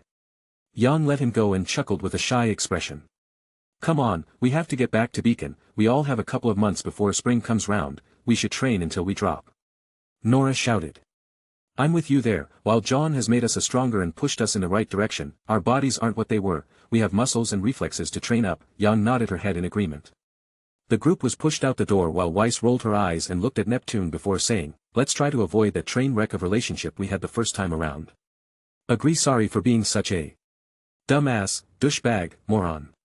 I'd serve that, I guess, Neptune sighed as he lowered his head. You sigh. I'll be looking forward to seeing you again. Weiss gave him a quick peck on the cheek before running out the door. I guess you know what it feels like to look back on your old self and really say, God, I was stupid. Sun placed his hand around Neptune's shoulder. You want to talk? Blake lifted a brow. Right. See you later, babe. Sun gave a kiss before she smiled and left with her ears twitching. Come on, squad. We have work to do. First things first, we need to get a car. Sun rubbed his chin. I get some bikes, Sage followed up. While Team SSN was going over how they'd hunt their way to Beacon, Jaune and the rest of the crew were buying tickets to fly back. While they waited to board, Jaune worked on a few schematics when Yang sat beside him and asked, what you doing? I'm working on the drawing of Grim Barrier. I may not know how to build one, but I saw the blueprint once. Thanks to our brainpower's recent improvement, I can recall everything word for word. I see, that should speed things up a bit. too bad we can't just use the relic of creation, I don't think Ironwood would let us anywhere near it.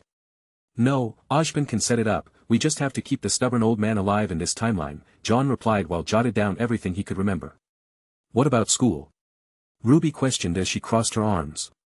I don't think we need to go another year in Beacon after we deal with Cinder, considering the fact we're all fully fledged hunters, we can graduate early and go to Atlas and use the relic to speed things up a bit. Weren't we going to level grind at Mount Glen? Ren asked. I didn't say we wouldn't finish our first year, John followed up as he licked the tip of his pen and went back to scribbling stuff down. Flight 204 is now boarding, the person on the intercom announced. That's us, come on, let's go home, John closed the notebook and stood up. The end.